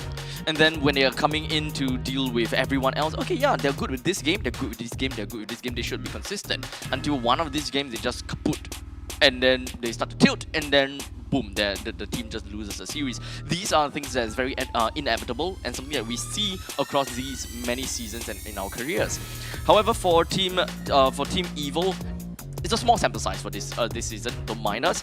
But still, every single game that they play, methodical. Every single game that they play, teamfight magic. Every game that they play, they know exactly what they're gunning for. Yeah, and I think right now the macro is also starting to show, right? They're able to select good fights, and then after that execute them. They are starting to learn how to punish enemies whenever they make a little bit of a mistake, and they're methodical, right? I think the first game in week 1, day 1, they're a little bit shaky because it's their first performance, but after that, they're just starting to slap. Yeah, I'm really loving this lineup from Team Evil. I really want to see how they are going to fare in the playoffs, especially since next week onwards, for the final part of the regular season, we're even introducing the Challenger teams. Oh, I'm excited for that one. Exactly. Even for the Challenger teams, they themselves, some of these teams, I think one of these teams is very scary. It's very scary. Yeah. And we don't get a chance to look at those qualifier games. I wish we did. Yep. So even us, we don't have proper information as to how they play, how they evolve. But one thing's for sure is that we have their lineup, and one of their lineup, and it's more than enough. And that's just based on what I saw on Instagram. I got it from a reputable source. So reputable source. Yeah, from a person. Yeah. from a person. Okay. Very strong backing. I'll check into it production later because Yeah. I feel like these names are going to be very important in terms of storyline Super as well. scary. But of course, the like organization has very strong backing. Like scary good backing. yeah, like child prodigy level kind of backing. Probably, and sometimes even a bit devilishly good. I think what's next? Also Godzilla as well. I suppose so. They're as big as Godzilla at one point in time, and sometimes they would even say that they are very enticing. They have very good attraction when it comes down to hooking people in. Oh yeah, definitely. Very known for hooking people in. Yep, and of course one of them has a cutie as well. I feel like we just sprinkle all these teasers, but I feel like some of our viewers already do know who we are talking about. I don't know what the horse you're talking about. That's actually a good one. It's like we're trying to play a game on how to, like, what's it called? Revealing the story without spoiling anybody. Yeah, exactly. That's actually quite fun. But speaking about spoilers, right? I feel like Team I want to Evil see right Evil now, fighting them. I'm just gonna put it that way. Yep, same. It kind of reminds me of the old seasons already. Yeah, this is gonna be good. But we're gonna have to wait for a little bit longer, right? Because we need to deal with the situation on hand. We need to know how Evil is gonna be fighting up against Team RSG SG. Game number 1 was not too shabby. RSG managed to take a very good hold of the early game. They just need to learn how to keep onto the hold. Just keep their hand grasped in, like super tight, not letting go. Like don't let go at all. With their lineup in the previous game, Lancelot, Chip, Alice, Valentina, as well as Bruno, they seem strong. Early game, they have got maybe not early game, but kind of early to mid, right? Lancelot does deal very mediocre amount numbers, but fair enough to really threaten the back lines of Team Evils. We even have Bruno can pop off online a lot sooner as long as they win the lanes. Yep. And Valentina just doing Valentina things despite losing lanes. Alright, so we're going to go into the random map draw already. We're going to go back into Flying Cloud once again. It feels like we're going through a few maps regarding Flying Clouds. And I think this also opened up an opportunity for us to kind of talk about a little bit in terms of the player head-to-head, right? Because I'm looking at both these two team stats. Of course, RSGSG not doing very well, so it's definitely the data's going to be skewed towards Team Evil. But I think another thing to also take note is like what I mentioned earlier just now. Team Evil has one of the highest average KD, average KD, team KD all across the various teams as well. So definitely that's why they're leading in the top. But of course, in terms of first blood chances, Team Evil is only is actually coming in slightly behind Kingdom Esports, so they're not really exactly as aggressive as what we usually see as compared to last time. Looks like it's gonna be Flying Clouds again. Yeah, boy. Yeah, boy. I just said that. What? Huh? Sorry, I cannot hear you. Do you mute me again by accident? What? They call me the hero. So what have you been doing? Lip reading all across. Already got him lined All up this in while? my sights. I can't hear you. We've got Yishun that's going to be banned out from the side of RSG this time, and let's not forget about the Kimi. I'm not too sure whether there's going to be any care for Alice, but so far, Evil, no problem with Alice. That is 3 games in a row, very statistically correct that Alice have got no threat to Evil at all, even to the point that RSG themselves bans Alice. Yeah, because right now they're going to go into first pick, right? They're definitely going to start to, I think, pick up PDBL's Lancelot once again as the first pick. Then they opened up Team Evil to pick up the Juicin once again. Juicin also leaked out as well, which is also one of the rare things that you see in this particular patch. But no, okay, he's going to give Taurus that CC. He has quite a few good games on this CC, unable to close it out, unfortunately. I do like that opening pick on the CC though. Immediately threatens the XP lane pick from the side of Evil, and perhaps even when it comes down to the Roma side. So at this point in time, just probably focus on something else for a tad little bit. I think that focusing down onto mages will always be good. Since the far side is currently open, they can still kind of look towards that. And jungle-wise, I think that Joy did give them quite a good run so far. So I don't see a reason why they wouldn't want to go for that. Unless Lunox is also not too bad of a deal. You can't go wrong with either because they have burst potential. They have pretty good wave clear as well, and your assistance in the XP or in the roam can always come later on. Ben is going to go back on that 1-1 again. He has quite a few good successes on this 1-1. In fact, this is the third time he's bringing in the 1-1, and so far 100% win rate. 100%. Yeah. Oh, that's not too shabby. Yep, but because they've been winning. Except most for of the game, except for one game. Almost a perfect run for Team Evil thus far. Good enough. With just one game, that doesn't mean anything. Yep. Now, Hayabusa as well as the Gato Kacha. Okay, so a bit of team fighty kind of thing, but pretty good at shredding too. I wouldn't say that Gato Kacha is solely just about team fighting, but he's got pretty good, almost global presence. Tanky boy as well. RSG's lineup right now doesn't tell us any information whatsoever. It's a very flexible draft, and I really like it. I feel like right now Team Evil definitely should pick a roamer because you see Hoki's pick is already picked for the side of RSG. Team Evil should start picking his own, but no, prioritizes the Lancelot first. Surprisingly, getting leaked out all the way to now, Aethan's going to be able to pilot that one. And now we go into the second ban phase. Among the planes exists With the Yve taken away, okay, I do like that as well. With if the Yve actually lands in the hands of RSG, they hardly have anything to stop that. Say the Gato Kacha has already been taken away. But let's take a look. Evil, they are lacking of an XP laner and a roamer, while RSG, they are lacking of a gold laner and a mage. So in terms of mage, if Farsa is definitely a thing that they can look out for. Since Juicen has already been taken away, I think that Farsa is a pretty good answer. Yep. Barca, I think, is very interesting, right, for the side of RSG. Surprisingly, they haven't secured their mid laners as of yet, but I think in this particular patch, there's just way too many things for you to look out for.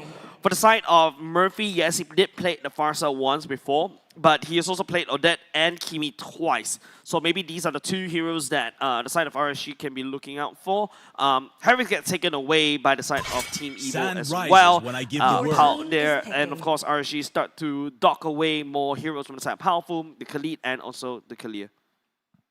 With that all done, with Harif taken away also. Okay. So they didn't really care about thinning out the mage draft at all. They're going to give RSG completely free of that, but they don't have a direction still. Right? We don't have a direction for RSG. How exactly do we want to draft against this? So I think the XB lane, since the CC is already appeared, they want to get someone that can kind of do decently against CC, or at least be able to match up against CC. At least be able to, kind of wave clear that, or have good sustainability altogether. I think Lapu Lapu definitely fits Team Evil, or basically what Gear would like to play. There you go. Nice call. Exactly. It's something that you'll be able to match against CC. But of course, just got some interesting news from the little birdies from the production site. Is that the last qualifier has already finished. So congratulations over to Mayhem and Insomniac. Once we do have the player info, this is going to be very interesting, right? Who are they? Where are they from? Why is there a QR code on your jacket? Yeah. You want to scan it? That's the IT. That is such a good segue. I know, right? But anyways, it is also like, Lapu Lapu being selected by the side Team Evil. RSG, on the other hand, right now, of course, locking into the... They have to show their hands now. The Moskov is definitely wide open, but nope, RSG is not going to go for the Bruno. Going to go for the Bruno instead. Pick off. Novaria is very interesting. On the map like a flying cloud. Oh, okay. So this is poke. This is single target. Lack of crowd control in some sense. So Evil don't really have to care or be too afraid of this, since everyone would likely be scattered in their own ways of trying to win in their own team fights. Then just play for skirmish. And that's what Evil will do. I don't know what to feel about Novaria. Like, me neither. It's such a it gives info, that's great. It's such a high skill level kind of hero. You need to be able to land it. And even if you land it... It's a skill shot, so... Yeah, if you land it onto like... I think, can you land it even on Cho because of the mobility? Yeah. The land is just going to be jumping Everyone around. have mobility. Correct. So it's definitely going to be a tall order for Murphy to consistently land down the damage over and over again. I guess the consolation prize is she gives information to the team. Yeah, then you lose out one damage dealer, right? Technically speaking, yes. Then you might as well just bring Novaria as a roamer. Then you lack crowd control from the Gatukacha, I guess. True. Yeah, so that's why I think Novara is such a coin flippy kind of thing, right? Heck, even right now, if you want to go play, if you want to play in Novara, I think Selena is definitely a lot more easier to execute, right? Because of the... A little bit slower though. A little bit slower, but the range, the width is actually a lot easier to land. Yeah. But regardless, take a look at this. Murphy forced to flicker right off the bat. And remember, because of the fact that there is a Cho, they can wave clear really fast, even if we're looking at a Juicin in the middle lane. They can still match a tempo pretty decently, not to a whole new level though, because it is Gatukacha. Gatukacha plus the Novaria can clear super fast, especially since once Novaria hits level 2, those Astrospheres can really do quite a number. Hey look, production actually put the QR code there for jacket onto the screen. Oh yeah, you're right. First blood given over the side of Aether right off the bat. Well, we're just talking about the QR code. Of course, thank you very much for IT for supporting MPL Singapore Season 10. Now moving on forward, looking at the lane priority, it does seem as though that the Taurus is definitely going to have a lot of fun as a CC. You will lose out as a Lapu Lapu, but at least once you reach level 4, you will be so much more menacing. It's probably not going to be enough to really win against the CC, but it's still going to be a skill-based matchup down in the XP lane once it reaches past level 4. But in the gold lane, how does that go? You know, Bruno versus 1-1. Bruno will definitely bully the 1-1 in the early game, but once... Inspire... Yeah, no. So 1-1 can win in one trade. Not at all? No, not level 1. Level 1... Pre-4. Pre-level 4. Pre-level 4, Bruno definitely has a lot more advantage, but level 4 is where 1-1 can try to win. Can try. Keyword is can. Try. Oh, can. Oh, try. Okay. Both. Can. Keywords. So can is can lah? Cannot. Cannot. I never understood why you guys like to say can is can. Can is cannot. Anyways, I don't think Taurus can actually try to survive this one as he gets picked up by the side of Sailor as well. Turtle getting pulled out by the side of Hoki, but the members on the side of Team Evil will be able to pick up Taurus this time round. He cannot survive that one, and Hoki jumping all the way back, getting picked up by Sailor. This Juicin is a menace against RSG Singapore. Gear, credit him for that kill. This is where Hoki just kind of tells his team, you know what, I am going to just throw myself to the enemies and hope that you all can run away. And the rest of the team just be like, can is can lah, but you die lor. That's how you use it. My fellow Malaysian boy. The headset actually fell. I was so done by that one sentence. What? Can is can? Yeah. But you have never heard of cannot is cannot. Because that doesn't exist. But you know what exists? That Whale of the Dragon onto PTBL. But it's not quite enough to really do anything, because he does have Court Shadows to kind of get himself out of there. Yeah, but which means that, you know, Team Evo is actually going to escalate, right? Let's look at Gear. Man, brother, it's so back. I thought that you were just saying that he's bad. I was like, what did he do to receive it? Back. Back. He's so back. For now, right? We are post level 4. XP laners is just gonna be a battle. They don't care about anything. They just focus on their own lanes. I think ultimately this is a game between the mid laners, right? What they're gonna do with their spare time. Once I clear my wave, how do I want to make full use of my time and just apply pressure somewhere else? Okay, right now we'll be able to be caught by the side of Team Evo. Sailor pops in the ultimate. Hoki AOG will not be able to connect onto anybody. 1-1 jumps away. Ooh, Novaria, that Astral shot kind of missed. As much as I want to see how that Astral Echo can actually help the team, no other player from the team actually have any form of skill shots or will be able to make full use of the enlarged hitbox. No one else. So it seems a little that the Novaria does seem a little bit out of place. It doesn't really help a lot as a poke team. Technically, it does have small synergy with that Hayabusa because you at least will be able to help the Hayabusa deal additional damage onto someone else that's trying to flee. Oh, Hoki will be able to reveal himself this time around, taunting Powerful all the way up. Aether working on the turtle instead. Sailor once again picking up the Taurus. Taurus get knocked down by the side of Team Evil, and now the turtle's already got random execution. Touch onto Hoki. Gear slices him down. Let's also remember that it takes time before Novaria can actually bring out the Astrosphere. I haven't seen a very good Cho for a long time. There we go. PTBL. Oh, trying to use a Quad Shadow to try to outplay just a little bit. Oh, psych! But he will be able to escape for now. For now. Unless we have got something to talk about that. Yep, exactly. Shadow kill. Kill. Oh, right into the Bravest Warrior. He actually, immune damage from that? Does it make sense? No, he just have got, I think he just have got pretty good damage reduction. And the Hayabusa just doesn't deal a lot of damage at that point in time. It's just unfortunate for the side of RSG, right? Like, right now it's just Team Evil just putting RSG, putting a wrench down into the gears of RSG, right? There's nothing that Team Evil could, RSG Singapore could do. Yep, just kind of putting them in shambles at this point as we speak. Even Taurus himself is not too eager to fight the Brave Warrior right in the face. We're only 6 minutes into the game, and we're looking at what, 6,000 gold lead in favor for Evil. That's crazy. Oh, Powerful! Another masterclass as well. Tiger, Way of the Dragon also attacks onto Taurus, but this time around may have been put more in control. Hoki, the AOG will be able to land onto Powerful, smacking him flat right there. The Astro Echo right here. The shot does land onto Gear, but not enough damage to seal the deal. One thing's for sure, Powerful, not only does he got in the way of the dragon, but he does have the eye of the tiger. Constantly just looking for these kind of opportunities onto RSG. SG is all fine and dandy. He did lose his life and didn't manage to find any values out of that fight, but ultimately the main thing is they managed to find more farmer for Van across the map because they managed to drag so many people down to the bottom lane just to get a kill onto Powerful. Yep, and definitely as Van, right, you're definitely going to need a lot more farm for this one. You need like 3-4 items for this one to basically come online. Hoki charging out the taunt just a little bit. Now it's just a 1v2. Gil will be able to get on away. The Bravest Warrior, the Shadow Kill barely tickles the marksman only. There's not a lot of stacks onto the 1-1 anyways. And it only lands, I think, like 3 shots of the Ogi Shadow Kill regardless.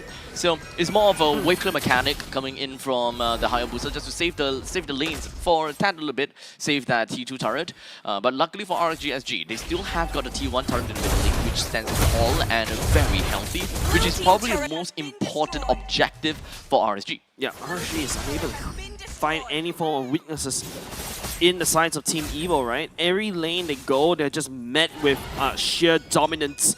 Prototype Team Evil and Powerful. Oh, contemplate looking for a pick-off right here. Would not be able to find anything for now, but it managed to scare off RSG Singapore. The resource management coming from Evil is impeccable, right? They only have gotten 7 kills in this game so far. That's 1 kill per minute, actually still pretty good, but they have got 6,500 gold ahead. But in the meantime, it does seem like we've got Taurus that's going to be taken down almost immediately. Yep, Bird blown to pieces right where he stands. Team Evil right now is just leaving no quarters, right? Like, literally just stunning onto RSG Singapore. The Shadow Kill will be able to go on. The Astro Echo will attack. Gear coming in for the flank. Will not be able to find anything. But RSG Singapore will disengage for now. But Gear, getting spot out. Bravest Warrior right there. Goes for the slice and dice, but will not be able to attack onto Hoki.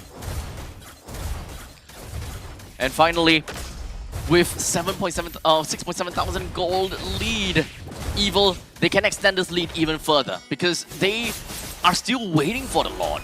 Okay, once the Lord appears, that advantage is going to be so much better as it slowly moves and creeps into the base of RSG. This might be a fast game because right now RSG don't really have got the revenue nor anyone to really deal with such heavy onslaught from Evil. Yeah, and oh my goodness. Right now it's just sheer dominance. RSG Singapore right here.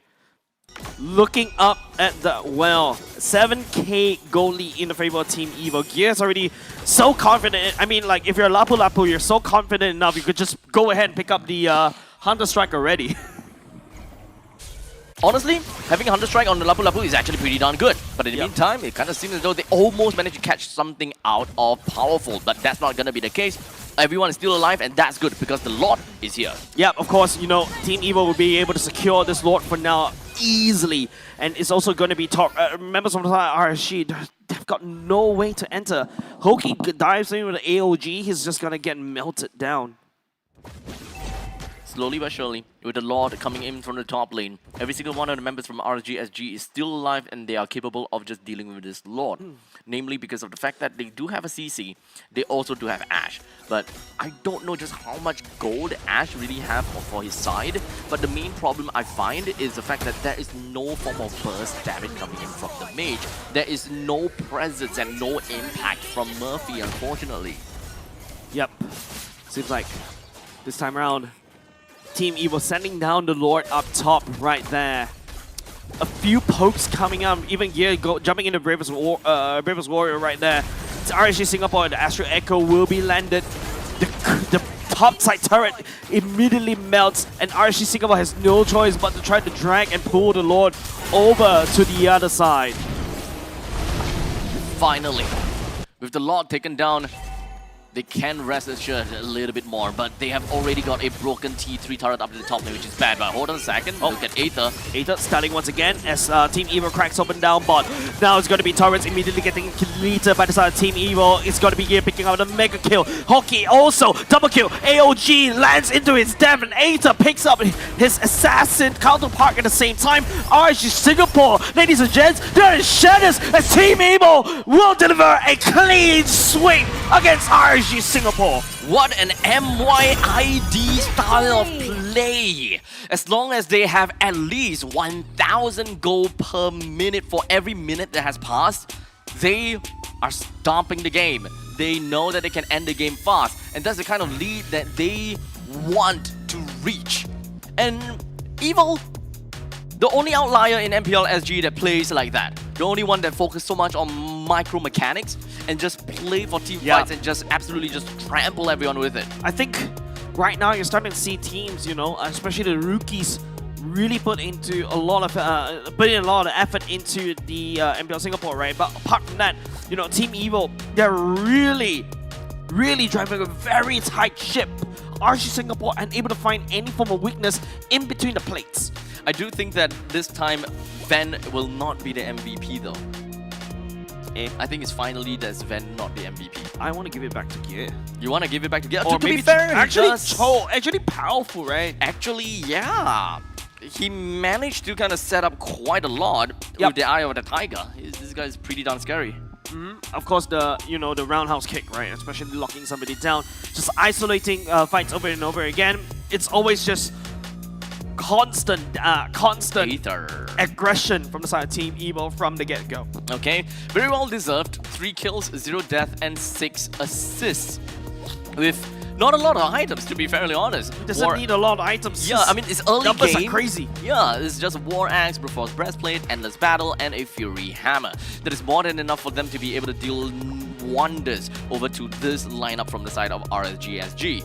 I think ultimately this game is really just a lack of synergistic options coming in from their lineup, because I don't see synergy. I see players, or rather I see heroes that just want to do well in their own regards. With CC that wants to win in her own lane, Bruno that is very strong in his own lane because of the very early power spike, Hayabusa that can 1v1 opponents and just kill people, Novaria just, I guess, poke and does have pretty good wave clear as well. Yeah, but if you noticed how, no matter how RSG Singapore decides to take the fight against Team Evo, it's just like AOG just jumping into his deaths. Evo catches out Taurus, kills him off, and then moving on to next.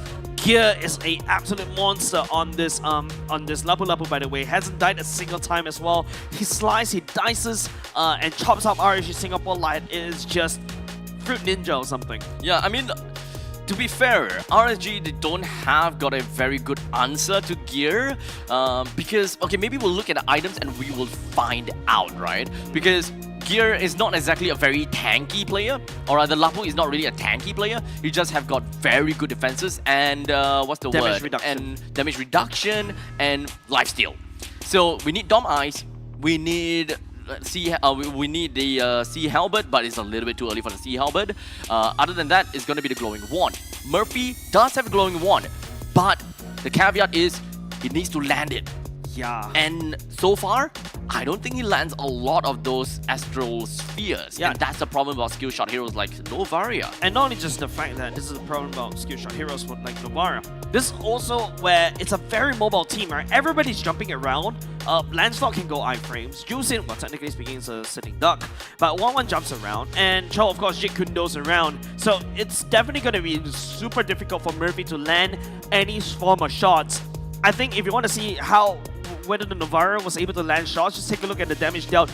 Looks like he's able to land a decent amount, but there's not a lot of follow-up for the rest of the team. Just take a look, Ash is only able to do 15k damage because Taurus is constantly getting taken out immediately, and all of a sudden you just lose your peel, and Team Evil will just trample all across your corpses. Okay, so looking at the total damage dealt, it seems as though, despite the fact that we feel like there's no impact from Murphy, he does still deal the most amount of damage within of his team. So gotta give credit where credit's due, right? 28,000 damage as compared to, let's say, someone that will always get into people's face and just smashing in, probably Taurus, right? 20,000 damage dealt. But to be fair, Taurus is more of a single target hero, while in the meantime Murphy, I'll still say that.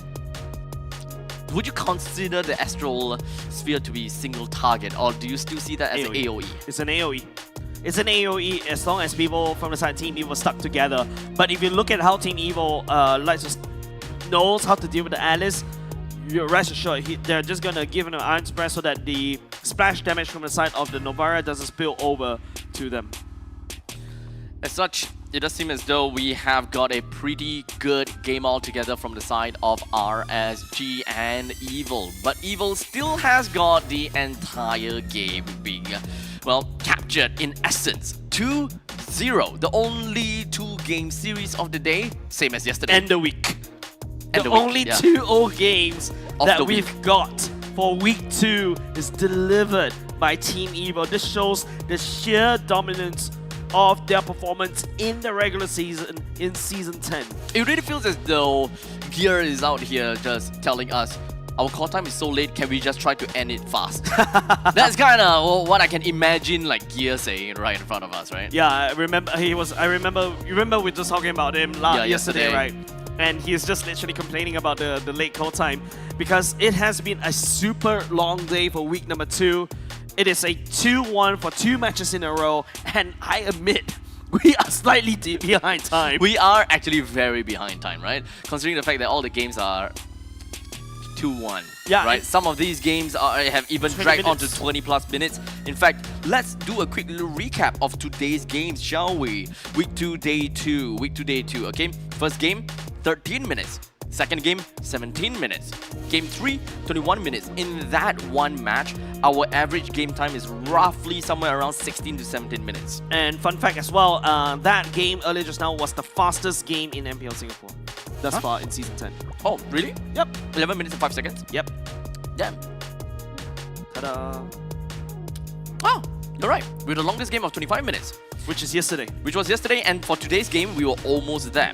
Yep. Because for match number 2 between Flash SG and Absolute Zero, it's 14 minutes and 27 seconds, 24 minutes and 34 seconds, and a 16 minutes and 44 seconds, which rounds up the average to roughly about 18 minutes or so. Yeah, and with that said, we do have the team standings ready to go. And ladies and gents, let's see how today has shaken up the standings just a little bit.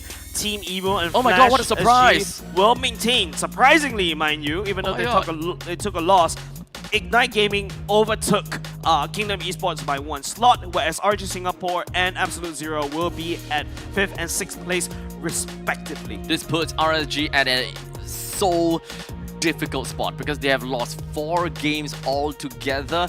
with only 1 point to their name. So unfortunately, I would like to think that Evil and RSG, they've cemented their spot. Another thing is that if you notice, the points between Ignite Gaming and Kingdom Esports are the same Head-to-head.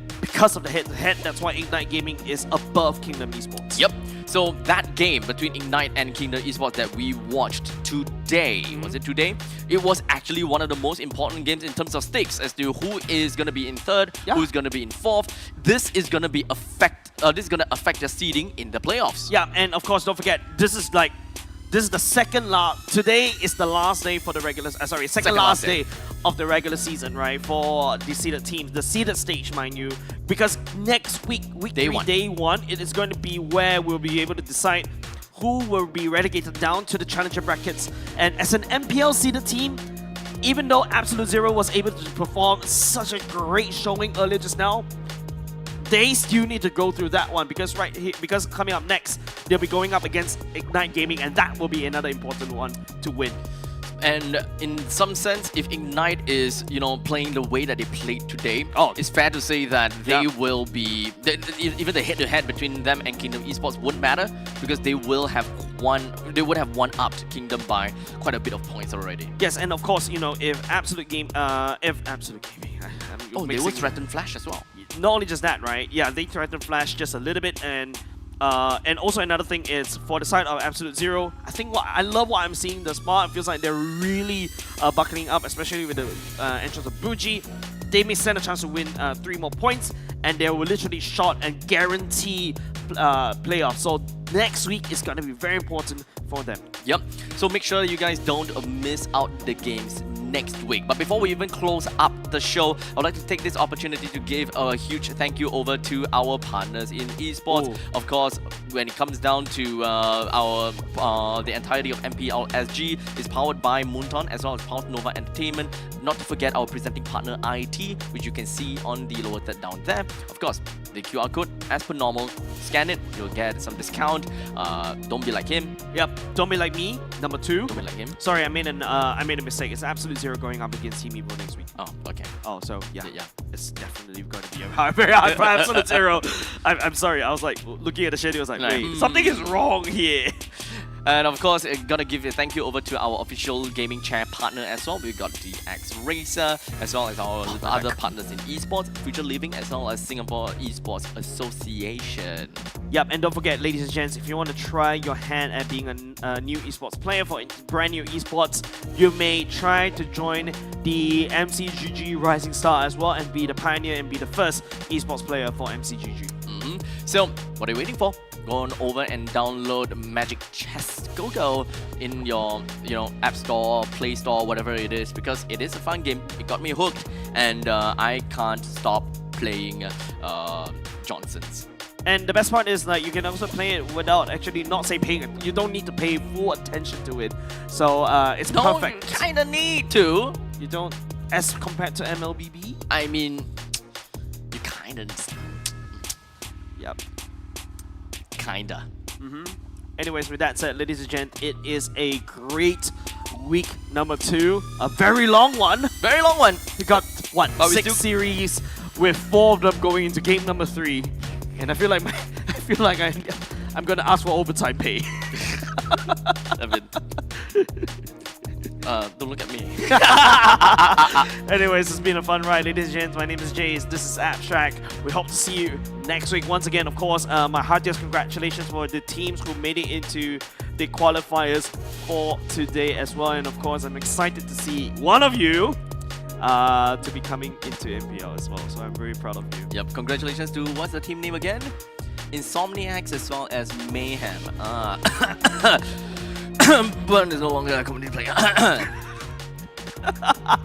That's my literal running joy anyways. That said, thank you very much for today. We'll see you next week. Take care.